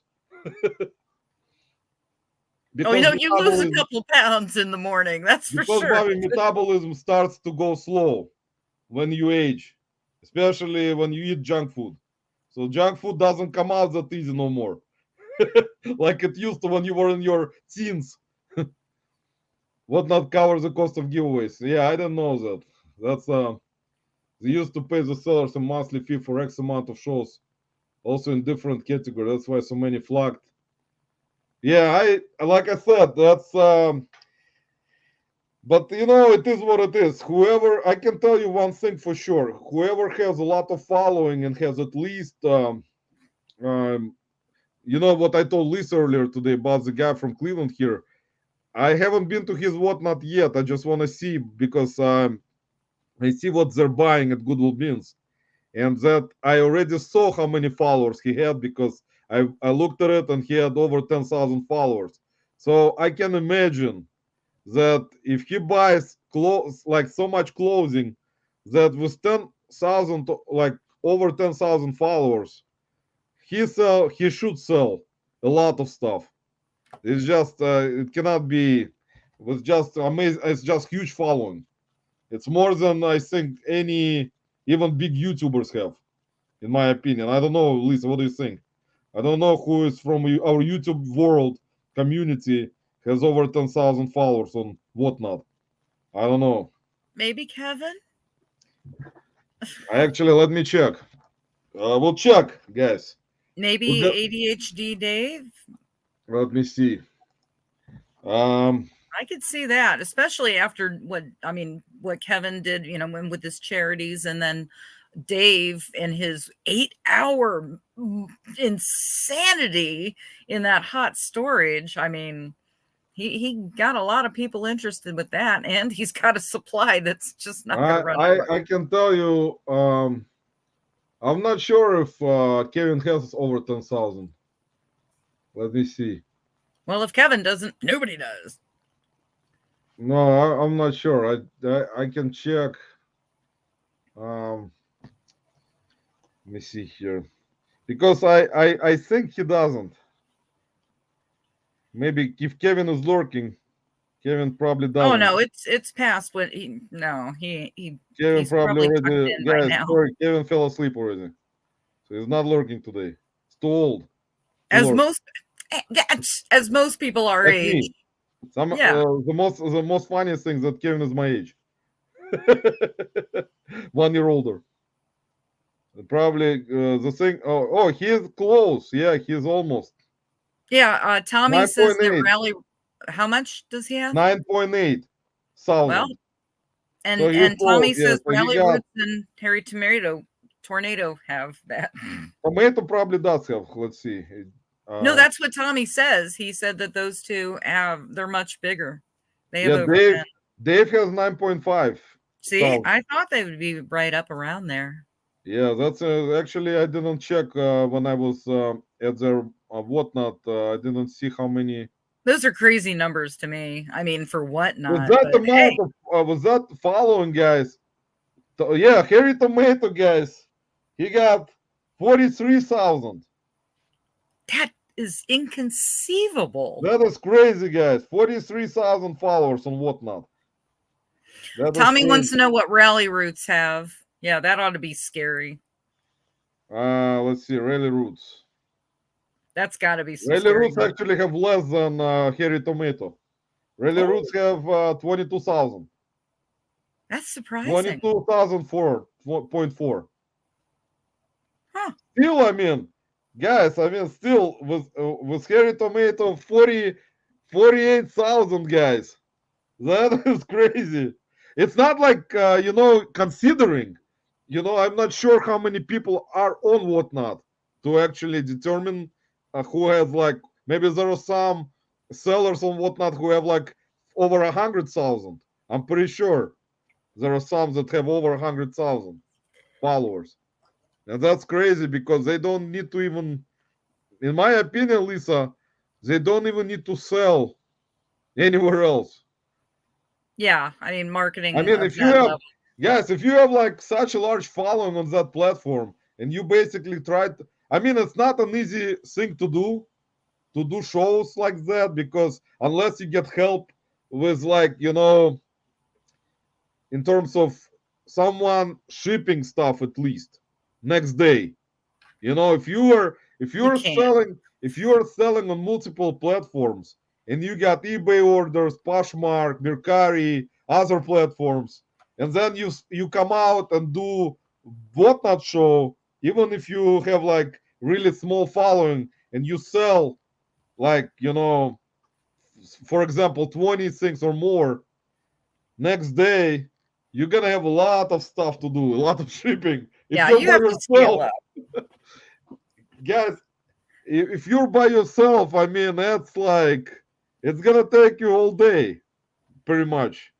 Oh no! If you saw ADHD Dave's video on how long it takes you to ship, put you to shame. You can't say that would take that long. No, that's the thing is, it depends, Lisa, what type of stuff. Of course, if you ship clothing, it's gonna take you a couple, like, it's not gonna take you long.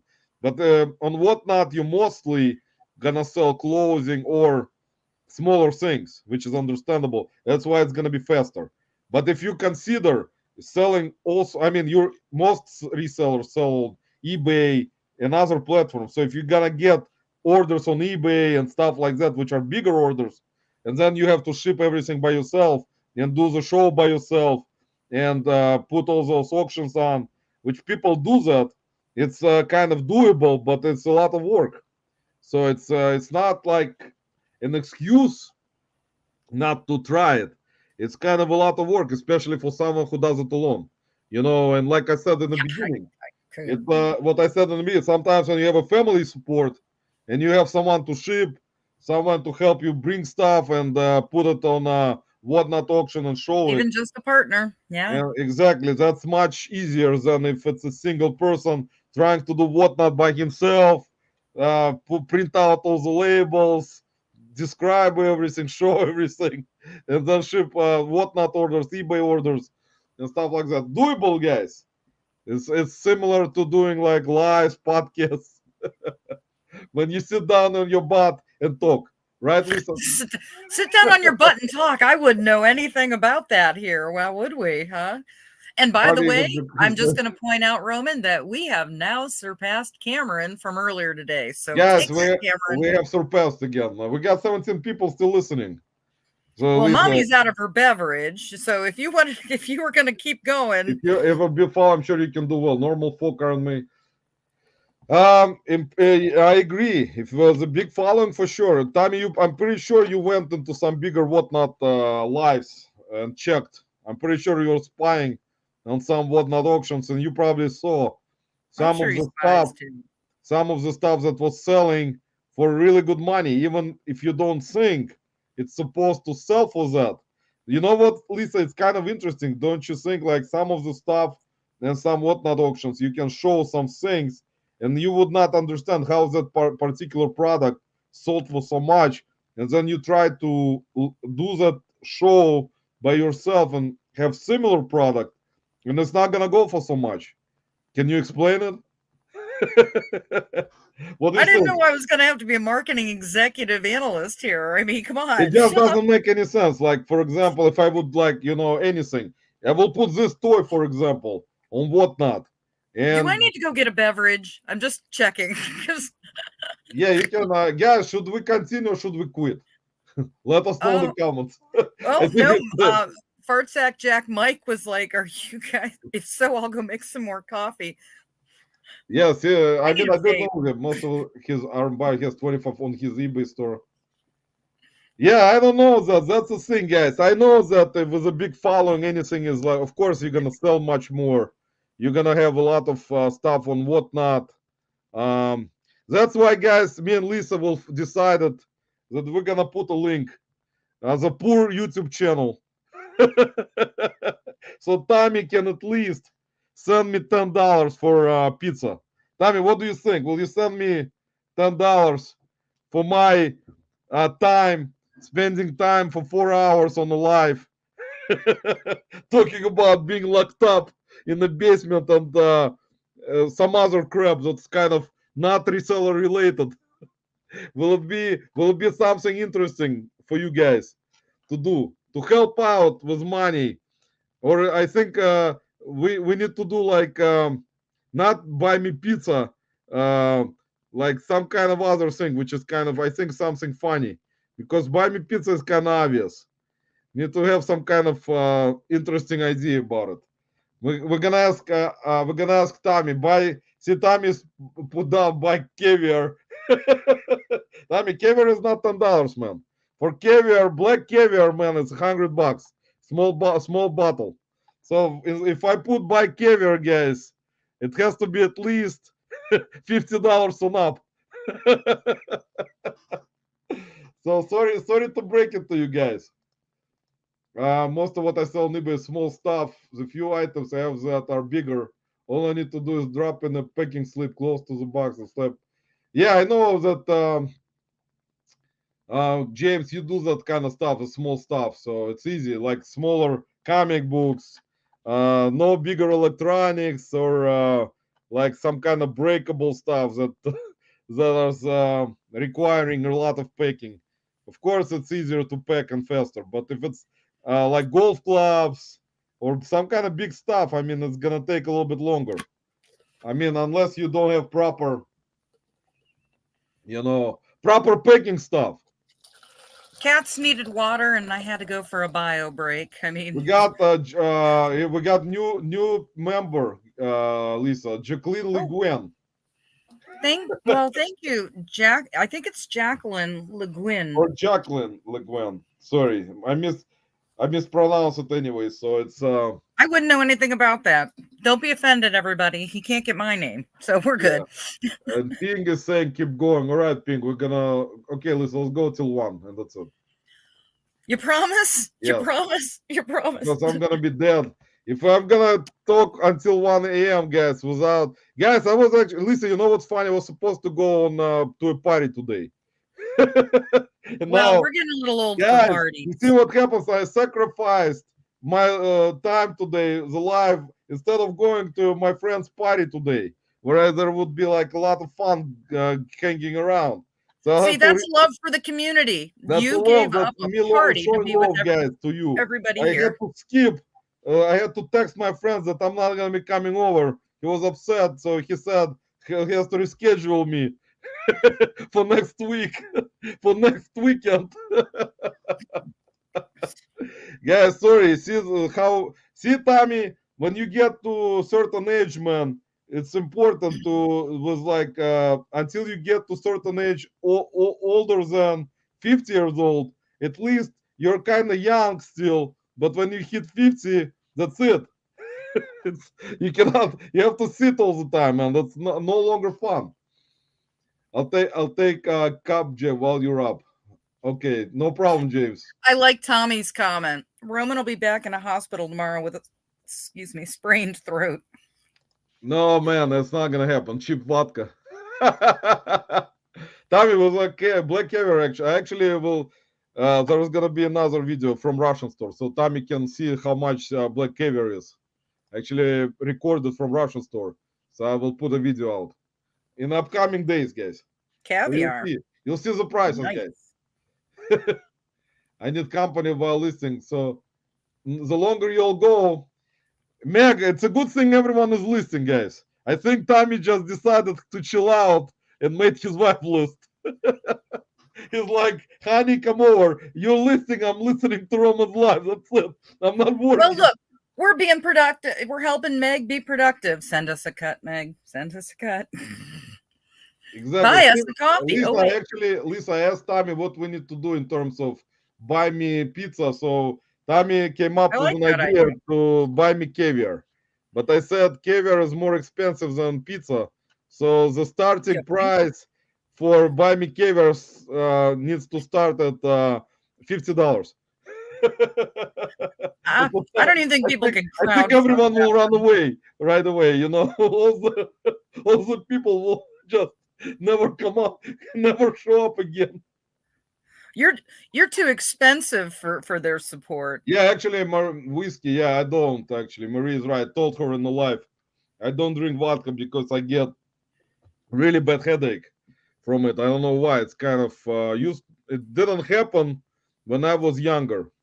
As soon as I hit 40, it started happening more often, and I switched to whiskey or bourbon, and doesn't give me headache. So I don't know why it is.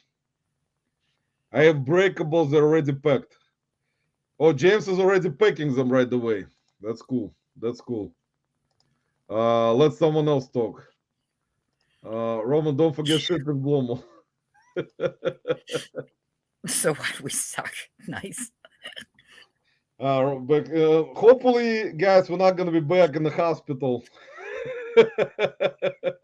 Yeah, they're getting too friendly with you there, Roman.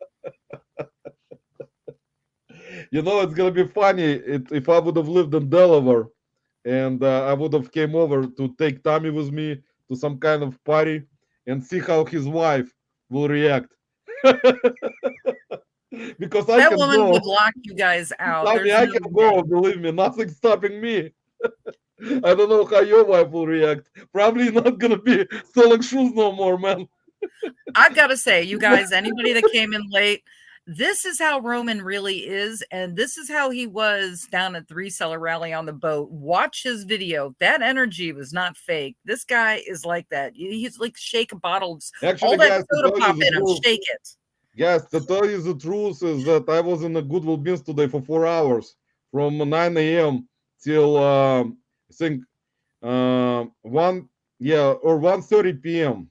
And then I left, and then I worked out, and then I tried to list, but I was just so tired, and I kind of decided if during the live I will have some energy left, which is you can see that I still do. Don't lie, you took a nap. You told me you took a nap. But I couldn't sleep. I took a nap, but I woke up right away. Then I was like, I couldn't sleep because it's hard for me to sleep during afternoon for some reason. Like I cannot fall asleep. So I'm like, I will chill out. I was trying to list, but I just couldn't concentrate for some reason today on listing because I actually found a lot of things today at the bins, and I have like two full bags, two full IKEA bags of stuff with Oh my clothing, shoes, Tommy's favorite shoes, vinyl records. There is a lot of stuff, guys. DVD VCR combo, which actually works, which I tested. So a lot of stuff I found today. So Come it's get mine. I don't want to list them. Come get but mine. There's 3 of them. I couldn't concentrate. Jacqueline is saying she watched 12-hour whatnot sale yesterday. Wow, No. that's crazy. I don't know. I don't know how people. I mean, whatnot is an interesting concept. Don't get me wrong, guys, because you can sell stuff right away, and if you have like large amount of certain items that you paid nothing for, or you got it for free, so yes, of course, it's gonna be still profitable. You If gotta you love pay- that ROI on free. Amber does that, the if you paid scavengers, like if you treasure paid scavengers. nothing, if you paid nothing for something and you put it on whatnot, you're still gonna make money. It's understandable. It's just, I mean, the matter of it is that it is faster in terms of sale that you can do whatnot show. Not necessarily that people will buy from you, but at least, I mean, you can get rid of some stuff, hopefully, faster at whatnot auction, at sale, at whatnot, compared to possibly listing it on eBay or other platforms. So it's like it's up to each individual person how they want to try to do that kind of stuff. So I don't have anything against it. It's just I don't think, I mean, in terms of big type of items or big profits, it's possible for smaller, for the seller who has no following or very small following to make good profit on whatnot, compared to someone like Harry Tomato having over 43,000 followers. So that's a little bit of a, like, it's a big difference. And that's why a lot of people who don't have such a big following, it's going to be a struggle for them to make decent profit on whatnot, in my opinion. So I'll just, it's possible, of course, that someone from reselling community Oh, everybody just dee dee dee dee dee dee. Wait till Roman comes back. He'll be back. and if they want to You help, can't leave me they alone. can help you out. They're gonna buy something from you. Yes, I think Spectrum is already tired of me already today. Yeah, I'm glad it's not hitting me. But I don't know. Thank God. I know that Tommy, for example, probably would never have tried whatnot. Most likely, it has to be like some kind of. If Tommy would have done whatnot, guys, I would have drank a whiskey bottle by myself in a couple of hours. You'd be in the hospital for sure. It would be something unusual, like me drinking a bottle by myself. It's something that Tommy would do whatnot. So I'm pretty sure it's not happening. So I'm kind of safe. Bottles of water from the tap is nasty, and I can taste. Oh yeah, that's actually true. Bottled water too. That's actually, she don't care what I do as long as her. See, see, will that common, Lisa? You see what's happening? See, same situation, Tommy. So we got same situations. So me, guys, I need to go to Delaware and take Tommy on some kind of party because I don't think his wife will mind that much. as long As long she as the wants to card roll. keeps swiping, she's good. Tommy, I think it's most likely in my, well, not with everyone, of course, not with everyone. Yes, there's but that's actually true in some situations. I had the reverse situation, so But he's right about that. I know that kind of situation because one of my friends was in the same situation. But eventually, my friend got divorced and found another woman. so, so it's actually it's a truthful situation, guys. It is what it is. The water in Anaheim is too hard, too much calcium. Digging out some pinback buttons to listen. What do you know? I found one for the Cleveland Cavaliers. An obscure team.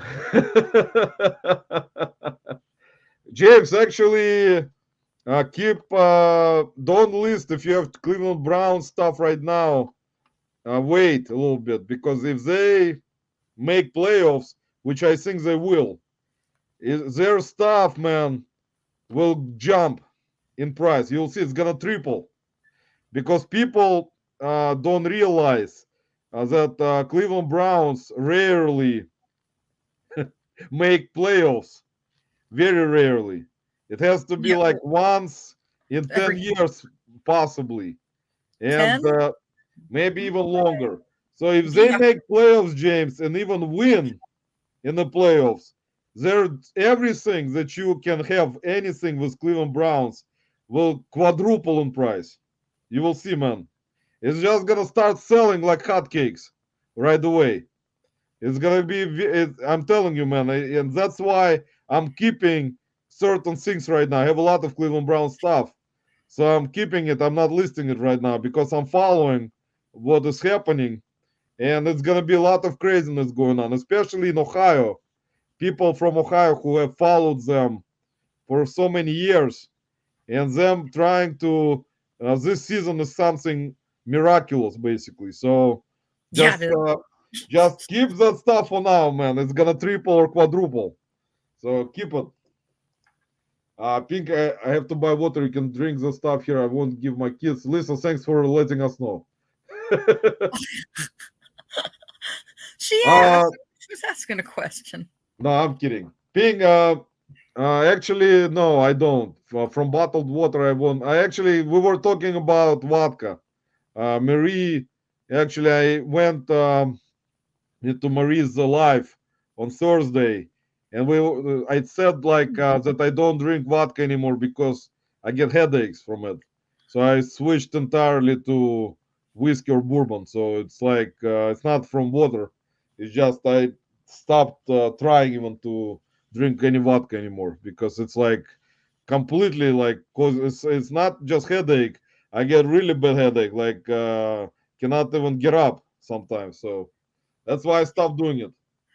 Josh Galt just Yeah, I popped know. in. Just got probably went partying and just came back. Josh, As most. let's He's invite young. Josh. So yeah, guys, we got special guest, Josh Galt to the house. Josh, if you want to jump in, you can talk about. I'll drop a link in the chat if you want to join us and talk about how eBay sales have been non-existent again this week. Well, you can tell him there's a half an hour to go, so he wouldn't be on the hook for I too mean, long. Chippendales is not a good spot, man. Where we cannot go to those types of places, man. It's we can go to other places, not Chippendales. Man, Josh, we decided that we had guests today. If you want to rewatch my original starting up live at 8 p.m. Eastern time, that was way back, 4 hours ago. We had a guest. Way back. We had Michael and Miss Cat as guests in the beginning, and then Oh, go Snow. They had to leave after an hour. So me and Lisa decided, since Jake Yakov Benz was not doing his live today, I decided if I can handle 2 more hours. And so far, we decided we're gonna stay until 1, and that's it. After that, I will quit YouTube. Josh, again, this week we're quitting. No, Josh says he hasn't got forever, time. man. After that, because I'm tired of that stuff that nothing sells. Everyone is constantly complaining. It's bringing. Josh, you know what I decided? Instead of that, I will just drive to Delaware and take Tommy, and we'll go somewhere, man, and get drunk and do some kind of interesting stuff, man. Instead of complaining about slow sales, what we need to change about our business. So we have to do it, man. The world is going crazy. She took off Thursday and Friday, Josh. Yeah, Josh, what happened, man? It's like People kind of don't understand, man. How is it possible that you kind of took off on Thanksgiving Day and also Friday, man? It's unacceptable. So you're gonna have to come out and do a live tomorrow because people were expecting, man, paying up to see you. You decided to just not appear anymore, man. What's going on? There are so many complaints already gathered throughout last 3 days. You missed it all, man. There are so many people calling eBay right now. The eBay cannot answer all the phones anymore because when you were doing the live every day, at least people were getting answers. Now they have to call eBay again. Josh is a good dude. I mean, you can tell. Yeah, he really Josh, is. Josh, And you're a good very dude, man. intelligent and Josh is informative. very intelligent, very knowledgeable. You can tell he used to work in a very serious business minded environment before, was very serious like corporate type of stuff. Because if I would have worked in the corporate stuff, man, I would have been fired No. instantly because I would say what I think right away, and they will just fire me, man. They will not just think about it anymore. Yeah, But Roman, Josh, you're not cut out for that. no, I used to Neither work one in of a us. I've been there. Believe me, I used to work in a corporate environment a couple times, Lisa. It's like it was so bad. I was coming home. I was so depressed. I just didn't. I just didn't wanna. I wanted to get drunk every day. It was so depressing. It's just unbelievable. Like how people, unless you work in a fun type of corporate, which is rare. I It's don't think very there is rare. such thing. That's an oxymoron. Fun and Yeah. corporate. No. I think you should go all night, full throttle. Josh, not today, man. We cannot. Josh, people were asking so much about you that there was like a billboard on our freeway that says, "Where is Josh?" One of those light up programmable ones. I Josh, wonder there who is a programmed billboard. it. There is a big, large billboard when you enter the Canada.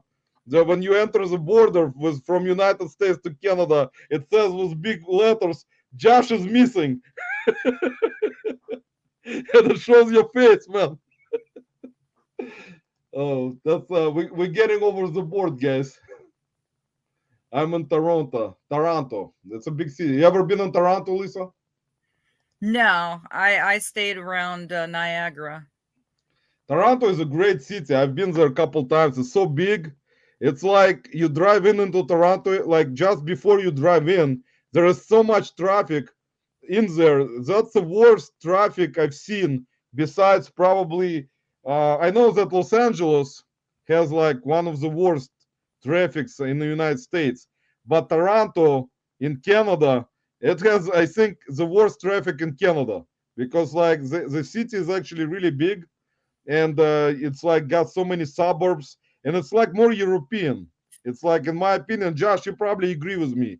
I don't know if you live in a like close vicinity to Toronto area, because Toronto has a lot of apartment buildings, and they have like more, in my opinion, like it's more European. But if you travel up north to Montreal or Quebec, it's more European even than Toronto. Toronto is a little bit kind of in a mix, but it is brutal. He is right. I mean, it's like if you try to drive into Toronto area, guys, during certain hours, it's not gonna be possible Hey, to get. Columbus is a nightmare enough. I don't want to see anything worse than that. I Columbus, mean, Cincinnati, I and mean, it's like Toledo.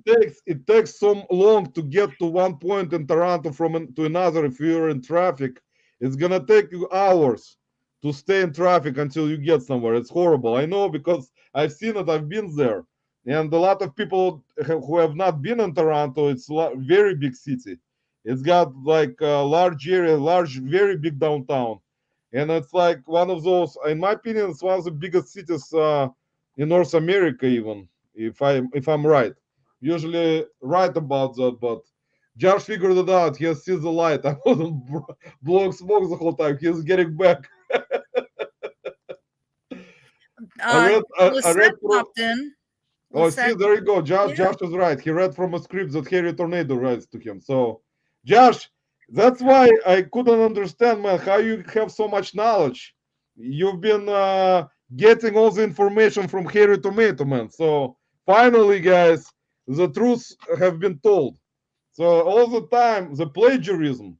So Josh was actually getting all that information that he uses from Harry Tomato. That's it. Now we broke the information barrier now. So that's it, guys. Broke the code. You broke the code. Yeah, that's corporate stuff. If Josh doesn't come back Monday, rumor has it they're removing him from Mount Rushmore. Lisette, welcome. I see Lisette. Lisette, that's one stopping by. You see, I can even barely talk already. We've been live for 10 hours already. We started early in the morning. Well, my butt feels like it. When Lisa woke up. Oh, I woke up. Yeah. What time in the afternoon? Hey, what do we know? Yeah, brutal. He's exactly, Josh. You're not gonna be on Mount Rushmore anymore, man. If you don't come back tomorrow, it's gonna be over, man. That your place, you'll be replaced, man. eBay says that if you're not gonna do the live tomorrow, they will replace you with their artificial intelligence. Oh, don't start on AI. Don't. That will look exactly like you. Such a cool city. My sister. Oh, actually, I was talking to Josh about it. Mississauga. Yeah, that actually is a great area. That Mississauga suburb of Toronto is actually a really good area. It's a very clean. You can pronounce Mississauga? Mississauga. Whatever it is. No, actually, you got it right. Yeah, Josh is right. There are a lot of Russians in Toronto. A lot. That's like I think in Toronto area there's probably a million of Russians living there. Oh my goodness. A lot, yeah. Toronto has a lot of Russians. A lot of in Canada there are a lot of Russians actually, Russian-speaking people, and from different it's so parts, close not just to Russia. the peninsula by Alaska and everything. Because Canada basically had much more, like it's more, like I said, more European. Like there are a bunch of apartment buildings, and like you can drive into Toronto. There are a bunch of high, like apartment buildings with a lot of floors, like huge story buildings, like with which are apartments. So that's why it's like attractive to a lot of Russian population. It's familiar. I've always heard that Quebec City is beautiful. Yeah, Tommy, actually haven't been there. My friend was there. It is actually not bad. Ottawa is or Ottawa or Ottawa, I think it's proper pronunciation. Montreal is very specific. Montreal is you have to speak French. Josh probably knows about it. Parlez-vous français? Montreal, if you speak English there, Josh probably agrees they don't like it in Montreal or Quebec. I think Quebec doesn't like it more when you speak English there. They prefer French. So just for your knowledge. Just for the knowledge, guys. Tommy, honestly, it is. It's like old friends. Yeah, it is actually true, guys. If you travel a little bit north of Toronto and travel to Montreal, Quebec, you need to at least try to speak some French. Lisa, you know some French? I know some. Only because my boyfriend, when I was in junior high, his mom was French. And I learned some bad things because I learned all the things she called me. So I got a little bit of French. Josh, you know where Trudeau is? He's in the basement. Man, you cannot. That's like one of the like 6 subjects, man, about this guy. I cannot. Well, it is what it is. You know how it is, man. But this guy who's just talking about is like, in my opinion, that's the worst prime minister in history of Canada. I think Canadian people would like to actually trade him to United States. Well, we've all got some we like to trade. Taco Bell. It's actually it's really bad in Canada too. I mean, it's like the guy who is in charge in Canada. I mean, right now. For at least right now, I mean, it's crazy how it is. I don't know, Josh, how you didn't move to United States. That's why I think Josh probably understands that it's not even better here. So there's no point. So he'll stay there just in case. You're having way too much fun, Roman. You are way too much fun with that. You see, Nicole, we decided we're gonna go another 20 minutes and that's it. And I'm done and I'm gonna do Whatnot show.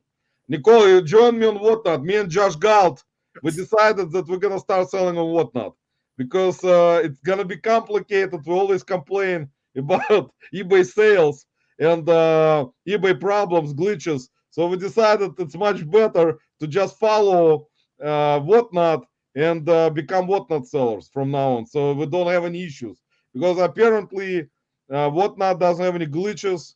Whatnot has more people buying and no returns. So we decided that since we're not gonna, it's gonna keep less issues occurring if we just switch to Whatnot. So we just decided to become full-time Whatnot sellers from now on. It's 10 more minutes. Yeah, Matt, guys, I have to actually come over into your into our Discord and later on, if I don't fall asleep, I'll visit you guys. I think everyone has already fallen asleep today, guys. that was 50 minutes ago. Guys, I really appreciate you. It was kind of a marathon live today. I think I need to call Jake tomorrow or tell him on Discord so he can be live next Saturday. Because Jake, at least, guys, you enjoy him packing stuff, talking about reselling, shipping stuff. Jake is more knowledgeable. Watching Jake play with paper tape and bubble wrap. Yeah. Jake will play with bubble wrap, guys. Show you how to use bubble wrap. Guys, here's Josh Galt channel, by the way. We got 15 people in the house, so maybe someone is not subscribed. I forgot about my duties, guys, to give the props to Josh Galt with his knowledge. Constant. Josh was actually getting angry, guys. Last couple of lives, he was saying he was like getting ready to attack like eBay already was the problem. This is not us. constant problems, guys. Josh was getting out. It was getting out of hand, guys. There were so many people complaining that Josh was getting angry already. That is crazy, guys. Whatnot has promoted shows now. We have to wait for Josh to get the ROS before we can go all in. It's still early in California. Ping, I know. In California, it's what time is it in California? It's like 10, almost 10. 9 They're something. 3 hours behind us. Yeah. Uncle Putin. Uncle Putin. In Russian, it will say Putin, not Putin. But we're going to go till 1. That's it. And for sure, we're out. I'm loving the Amazon and Shopify screenshots. I'm seeing not the time, I guess, to bring that up. But damn, they're crushing it there. Well, see, at least Josh brings up a lot of knowledge about that kind of stuff. That's why when he goes live, he can read the comments of people complaining, and then he can explain that eBay is not that good of a platform anyway. Right, Josh? But you're not going to have enough people complaining and subscribing. So, guys, we have to complain all the time so we get more subs. Me and Josh figured out the formula. The more people we have to get to complain about slow sales and eBay, the more subscribers we will have. So, Lisa, that's actually magic trick. Oh, is that it? Okay. Yeah. I think there's plenty of. We all should be so successful with all the complaining. Lisa, it's never gonna stop. That's what's the beauty of it. I always said it on my previous lives.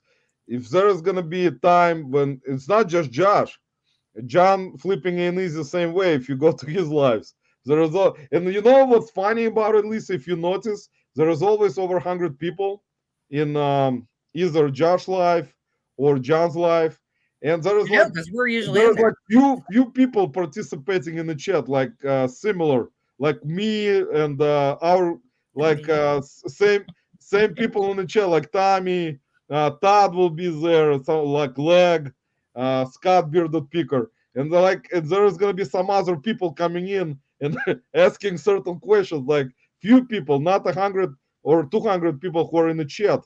So it's always kind of makes me wonder what other people are doing. Are they recording it or they're lurking all the time? They may be working while we're just being gregarious. Yeah, exactly. I think they're just listening and listening to this. Yeah, they're working. They're making money. We're like, hey, play with us. We're talking. The red spend is wild. Yeah. Nicole, yeah, we decided we'll go till 1 and that's it. We quit. We quit YouTube. We quit eBay. Me and Lisa will just start watching Josh Galt nonstop. All the previous lives. Yeah, it's time for a binge watch. There we go. We're gonna binge watch Josh from now on, guys. Starting at 1 a.m. Yeah. When I did Amazon fees start around I forgot the fee on Amazon. It's like crazy, but I think Amazon fees are lower than Poshmark. Still, I think right now, most likely Poshmark is 20%. Maybe actually Amazon was a little bit higher right now on some stuff because Amazon depends on what you're selling, on what you've sold, and depends also if you do FBA, if you do fulfilled by Amazon or FBM. If you do FBM, then the percentage is higher. FBA is lower. So it's like, in my opinion, Poshmark and Amazon are highest in percentages. If I'm correct, most likely Josh will correct me. I didn't even know there was that many buyers and whatnot. Nicole, there is a lot of buyers on there. And we just discovered while you were gone, we looked up Harry Tornado and But they're not buyers, Lisa. They're followers. No, they're subscription. Yeah, the followers. The followers, yeah, but not the buyers. So I don't know. I mean, the followers, of course, can come in with from like even just signing up for whatnot and follow, but not necessarily they're gonna buy. It's like it's similar, but it's just huge amount, 43,000. Even can you imagine with his YouTube channel? He has almost how many subscribers he got? I think he had over like close to 300,000. Let me see. He has actually 400,000. So he has 380,000 subscribers. And currently on Whatnot he has 45,000 followers or 43, doesn't matter. So can you imagine, guys, if he had 380,000 followers on Whatnot? It's gonna be crazy. He can open up like a huge warehouse or couple of warehouses of stuff and just have a bunch of salespeople just do Whatnot under his brand. So it's just crazy. I don't know, guys. If you want to upset people, just tell them not to sell 0.99 buy it now. Exactly. Josh, I already know the formula. This formula always works. Oh, do tell, Robin. Do tell. What's 99 cents actually is the most Josh, 99 cents with free shipping. It's the most profitable. It's like almost like doing Whatnot in a way. Who ships out with diapers he found it. Actually no. Yeah, I was like, what? I mean, I can see the mentality, but it doesn't come on. That's not professional. Josh, put down the link, or is it Whatnot Show? Was it on YouTube? I think he's talking about Whatnot Show, but it's kind of crazy, man. If that's padding. I don't know, man. I can tell you guys that there is a lot of craziness going on. So it's not surprising that people will start selling this kind of stuff. I mean, I'm not surprised, but it is what it is, guys. If you can sell a lot of different things, as you know. Some of the stuff that you never thought that is possible to sell. Roman, look at the other one that Josh Galt said. One guy was saying he spray paints priority boxes. And could you imagine getting your Lulu yoga pants? It's late, guys. In a spray painted priority box padded with diapers. The sad thing is, yes. Yeah, I actually can. with the things that I have received That is things from crazy. eBay in, trust me. I mean, I got a Tampax box once, honestly, with a watch in it. So, and just a That is little bit of tape around. that is actually not surprising that this happened. I mean, nothing will surprise me anymore with anything. Like whatever, it just it shows, Josh, that there are buyers. I mean, sellers Yeah. that will just do those types of things. And sometimes people kind of reflect on buyers being, dishonest, or and I told the story today. If you didn't, most likely you didn't see because you just came in. If you want to rewatch it, I talked about one of the sales I had, which I thought possibly was a scammer, and possibly maybe he wasn't.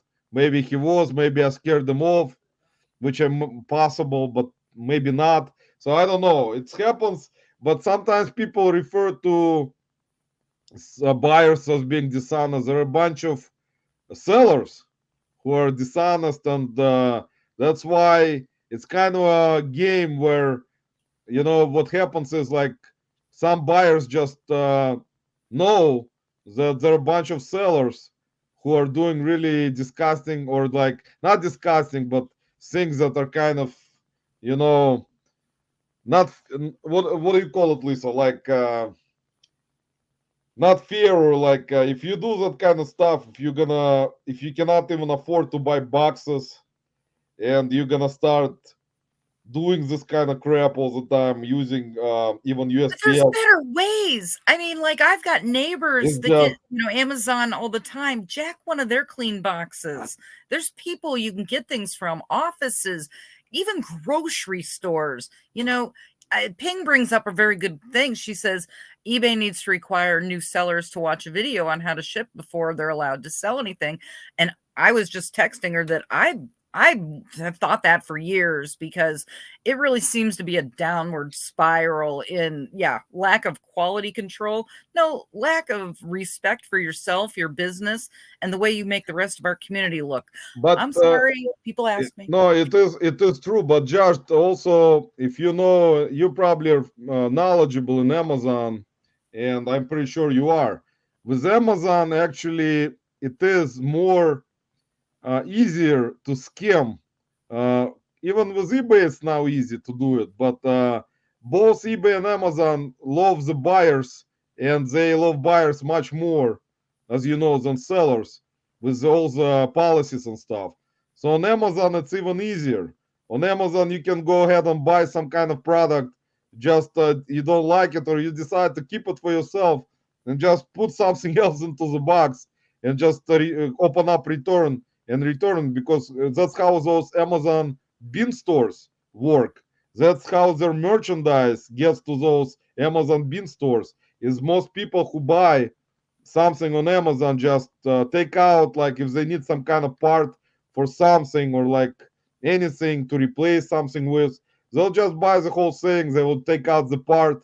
They'll package the other stuff back into the box, open return on Amazon. And Amazon, actually, the easiest way for Amazon, it's, in my opinion, you can take it to Staples, take it to UPS store. They'll pick it up for you. You don't even need to use any box on your own. They'll just pick it up for you, and that's it. Send it back to Amazon, and you basically get refund from Amazon, and that's it. And you will keep whatever you took out. The other part that's missing something will go to Amazon. They will look at it and say, "Oh wow, it's missing something, I guess." So we're gonna sell it on the pallets to those wholesalers who buy Amazon pallets and just distribute them to Amazon bin stores. And then people go to those Amazon bin stores and just buy those things, and they're missing stuff. And they complain, how is it possible? We're buying something that's worth $100 for like 14, and we expect it to be like with everything intact. Of course, it's not going to be intact. Oh, It's I think just the we've all way. got some horror stories. It's just the way that business is. It is true. There was a YouTuber that literally cries nearly daily about his life and sales. YouTube sent me to a shipping video and he was sealed cassettes. It just padded mailer. Yeah, that's actually, I've seen that kind of stuff before. That is crazy. Why would you do that? I mean, why would you do? You understand? If you do it in a padded mailer, it's gonna get freaking broken or I had cracked. somebody send I mean, antique it jewelry has in to an become, it envelope. has to be common knowledge. How you, well you packing up, like even with CDs, with a jewel case, with audio CDs, you pack it inside of, unless you can put like a carton around it and put it in a padded envelope, most likely it's not gonna break. But if you just putting CDs, jewel case or cassette into a padded envelope with just inside of a Ziploc bag or just a clear bag and just without any padding, like any carton around it or any type of even bubble wrap, extra bubble wrap, it's gonna get broken. I mean, it's just common sense. I mean, Are it's you a gonna get, gambling man? I mean, it's common sense. It's just, it is what it is. And then they complain how the people return it to them and say, open up return saying it was not packed properly. Because you, I mean, like, didn't even care how you packed it. You decided to do a shitty packing job. You put it in a freaking envelope without any, like, protection. Say, like, it's fragile. It's gonna get broken. So you didn't think about it. That's why buyers get upset. They will get something like that and then they have to return it because the seller didn't pack it properly, decided to just, what the hell, it's cheap, I'll just ship it. If you decide it's cheap, don't list it. Don't waste your time on just throwing into bubble mailer without any protection and sending it. It's gonna get broken. So it's common sense for me, guys. It's just, it is what it is. eBay needs to require us to watch video how to ship before. Exactly, Ping. I agree. I mean that's and like I said, it's just not just with cassettes, with a lot of stuff, breakable stuff, like any type of collectible figurines or like statues or anything like that. People just think they will just put it one like piece of bubble wrap around it or two pieces of bubble wrap, throw it into the box, and just ship it that way. It's not gonna break. So that's basically it's negligence. So people kind of trying to do it fast, thinking I will do it fast, I'll save my time and just pack it with negligence. It's not gonna get, most likely, hopefully it's not gonna get broken. But then it gets broken, customer buyer gets pissed off because the seller just was negligent. He didn't do his job of proper packing. Of course he's gonna be pissed off. You're gonna open up return and leave them negative feedback. Because I mean, I would be pissed off if I would buy something like breakable and it arrives and it's just, smashed to pieces after I look inside and it has only one piece of bubble wrap around it. Of course, I mean, I will be upset. Anyone will be upset. So that's how people buy, that's how sellers get negative feedbacks and then complain that how we got we're kind of, it's not our fault, the shipping company didn't take care of it, they threw the box, it got smashed. I mean, you didn't do a proper job of packing, it's your fault. I mean, guys, I mean, it's kind of, for me it's common knowledge, I mean common sense, that if I would have done it, I would have accepted it was my fault right away because I did a shitty job of packing it. I'm not gonna blame freaking shipping company because of that, unless they drive it over with a truck. So it is what it is, guys. Sorry that it was a long story that I got upset, guys. Yeah, what happened? Long story short, no. Big Bro, take care. Yeah, I know Big Bro love. Guys, Big Bro will be doing live tomorrow at 5 p.m. Eastern time. Big Bro Auctions. Follow him. Oh, Patrick Murphy's doing another flyby, so I Patrick guess Murphy already flew to circling the Australia and airport. back on his plane while I was on live.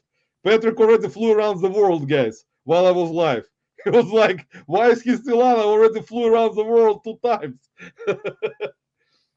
Those are going to roll it. Exactly. Yeah, that's, I mean, it is what it is, guys. The closing is different. With closing, of course, you can just put it in a clear bag, polymailer, nothing will happen. It's not breakable.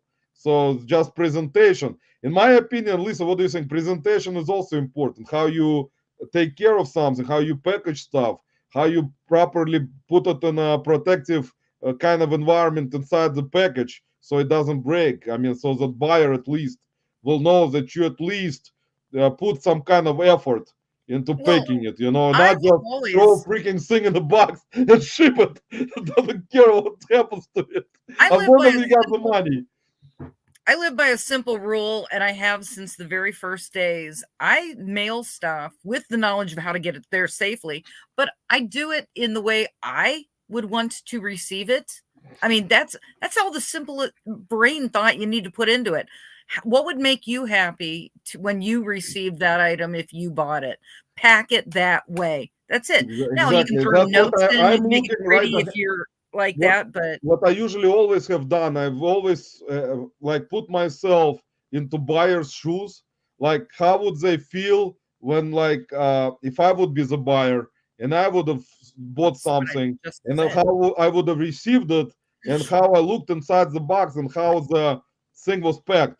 If it was someone who doesn't give a shit and just gets, sorry guys, for Oh my, no, hey, we I this mean, if like it somebody is. doesn't give a crap except getting their money as a seller and just doesn't give a crap about how the buyer will receive the product packaged in a box, and then they will get negative or get return, as long as they can get the money from the buyer, even though they know if the buyer gets product broken, they will have to refund the buyer, or eBay will refund the buyer. So it's kind of stupid, in my opinion, knowing that and keep doing it. So that's why I kind of, it is what it is. See, Read Chaos's James at 12:58. I'm not sure if he meant it, but it's good. 12:58. Let's see. Let me find it. It's down at the bottom. Oh, here. Before I shipped my first auction figure in a bubble container, I packed it, threw it across the room, dropped a comic box full of comics on it, and then stepped on it. Opened it, it was fine. Well, I guess it's a good you, test. James, that actually is a really good test. That's how As you long as it can worked, it didn't that's break it. how you need to do it, guys. It He is. says he really did that. See, Mike, someone told me tech sports. Oh, he's talking about tech sports. Almost everything, gown, polish, PC clothes, and hats.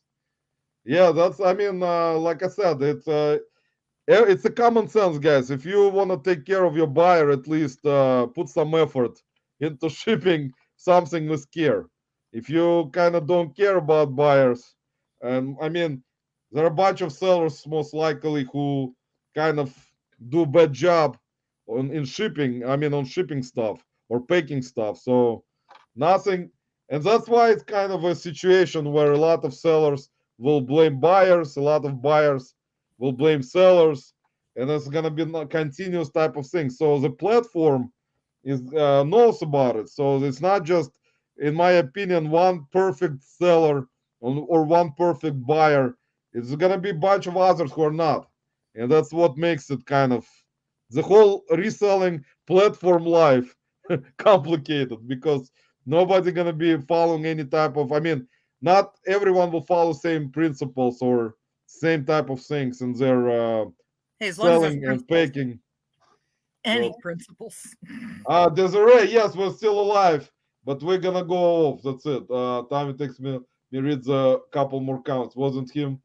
I was uh, bitching because the kid I was watching crammed 3 shirts worth $200 in a cardboard priority, crammed in there to save $1. See, exactly, Mike. See, $200, especially $200 order. That's what makes it crazy. To save $1 on shipping. How? I mean, I don't understand it. I will never understand it. It's just crazy. It's not for me to understand. Yeah, Desiree, we'll be actually going off, guys. I'm really sorry it took us a long time today, but we'll see you all. I really appreciate you guys stopping today. Me and Lisa are tired already. We've been live for 5 hours. Really appreciate it, guys. Next week, our guest will be Bell Resells, Samantha. So please join us. I really appreciate it. And have a good rest of your weekend, guys. Thanks for sticking around with us. 20 people, possibly some lurkers, I think. And Oh, have we a had more great... than a few lurkers all night. Sorry that I didn't read some comments, guys. As you know, Hey, you finally caught up. and You we had a great guest today. If you didn't watch the beginning, please rewatch it. There was some interesting information in the beginning, useful. And Uncle, when I used to sell, I bought car protectors of eBay. They protect the entire car and the car so they don't get crushed. Yeah, so that's good. Good job, Uncle Putin. And we Good love job, our everyone. lurkers. So, guys, good night, and we'll see you next week. Take care, everyone. Hey, thank y'all for coming, and y'all come back now. You hear? Yeah. Yes, please, guys, and click the like button.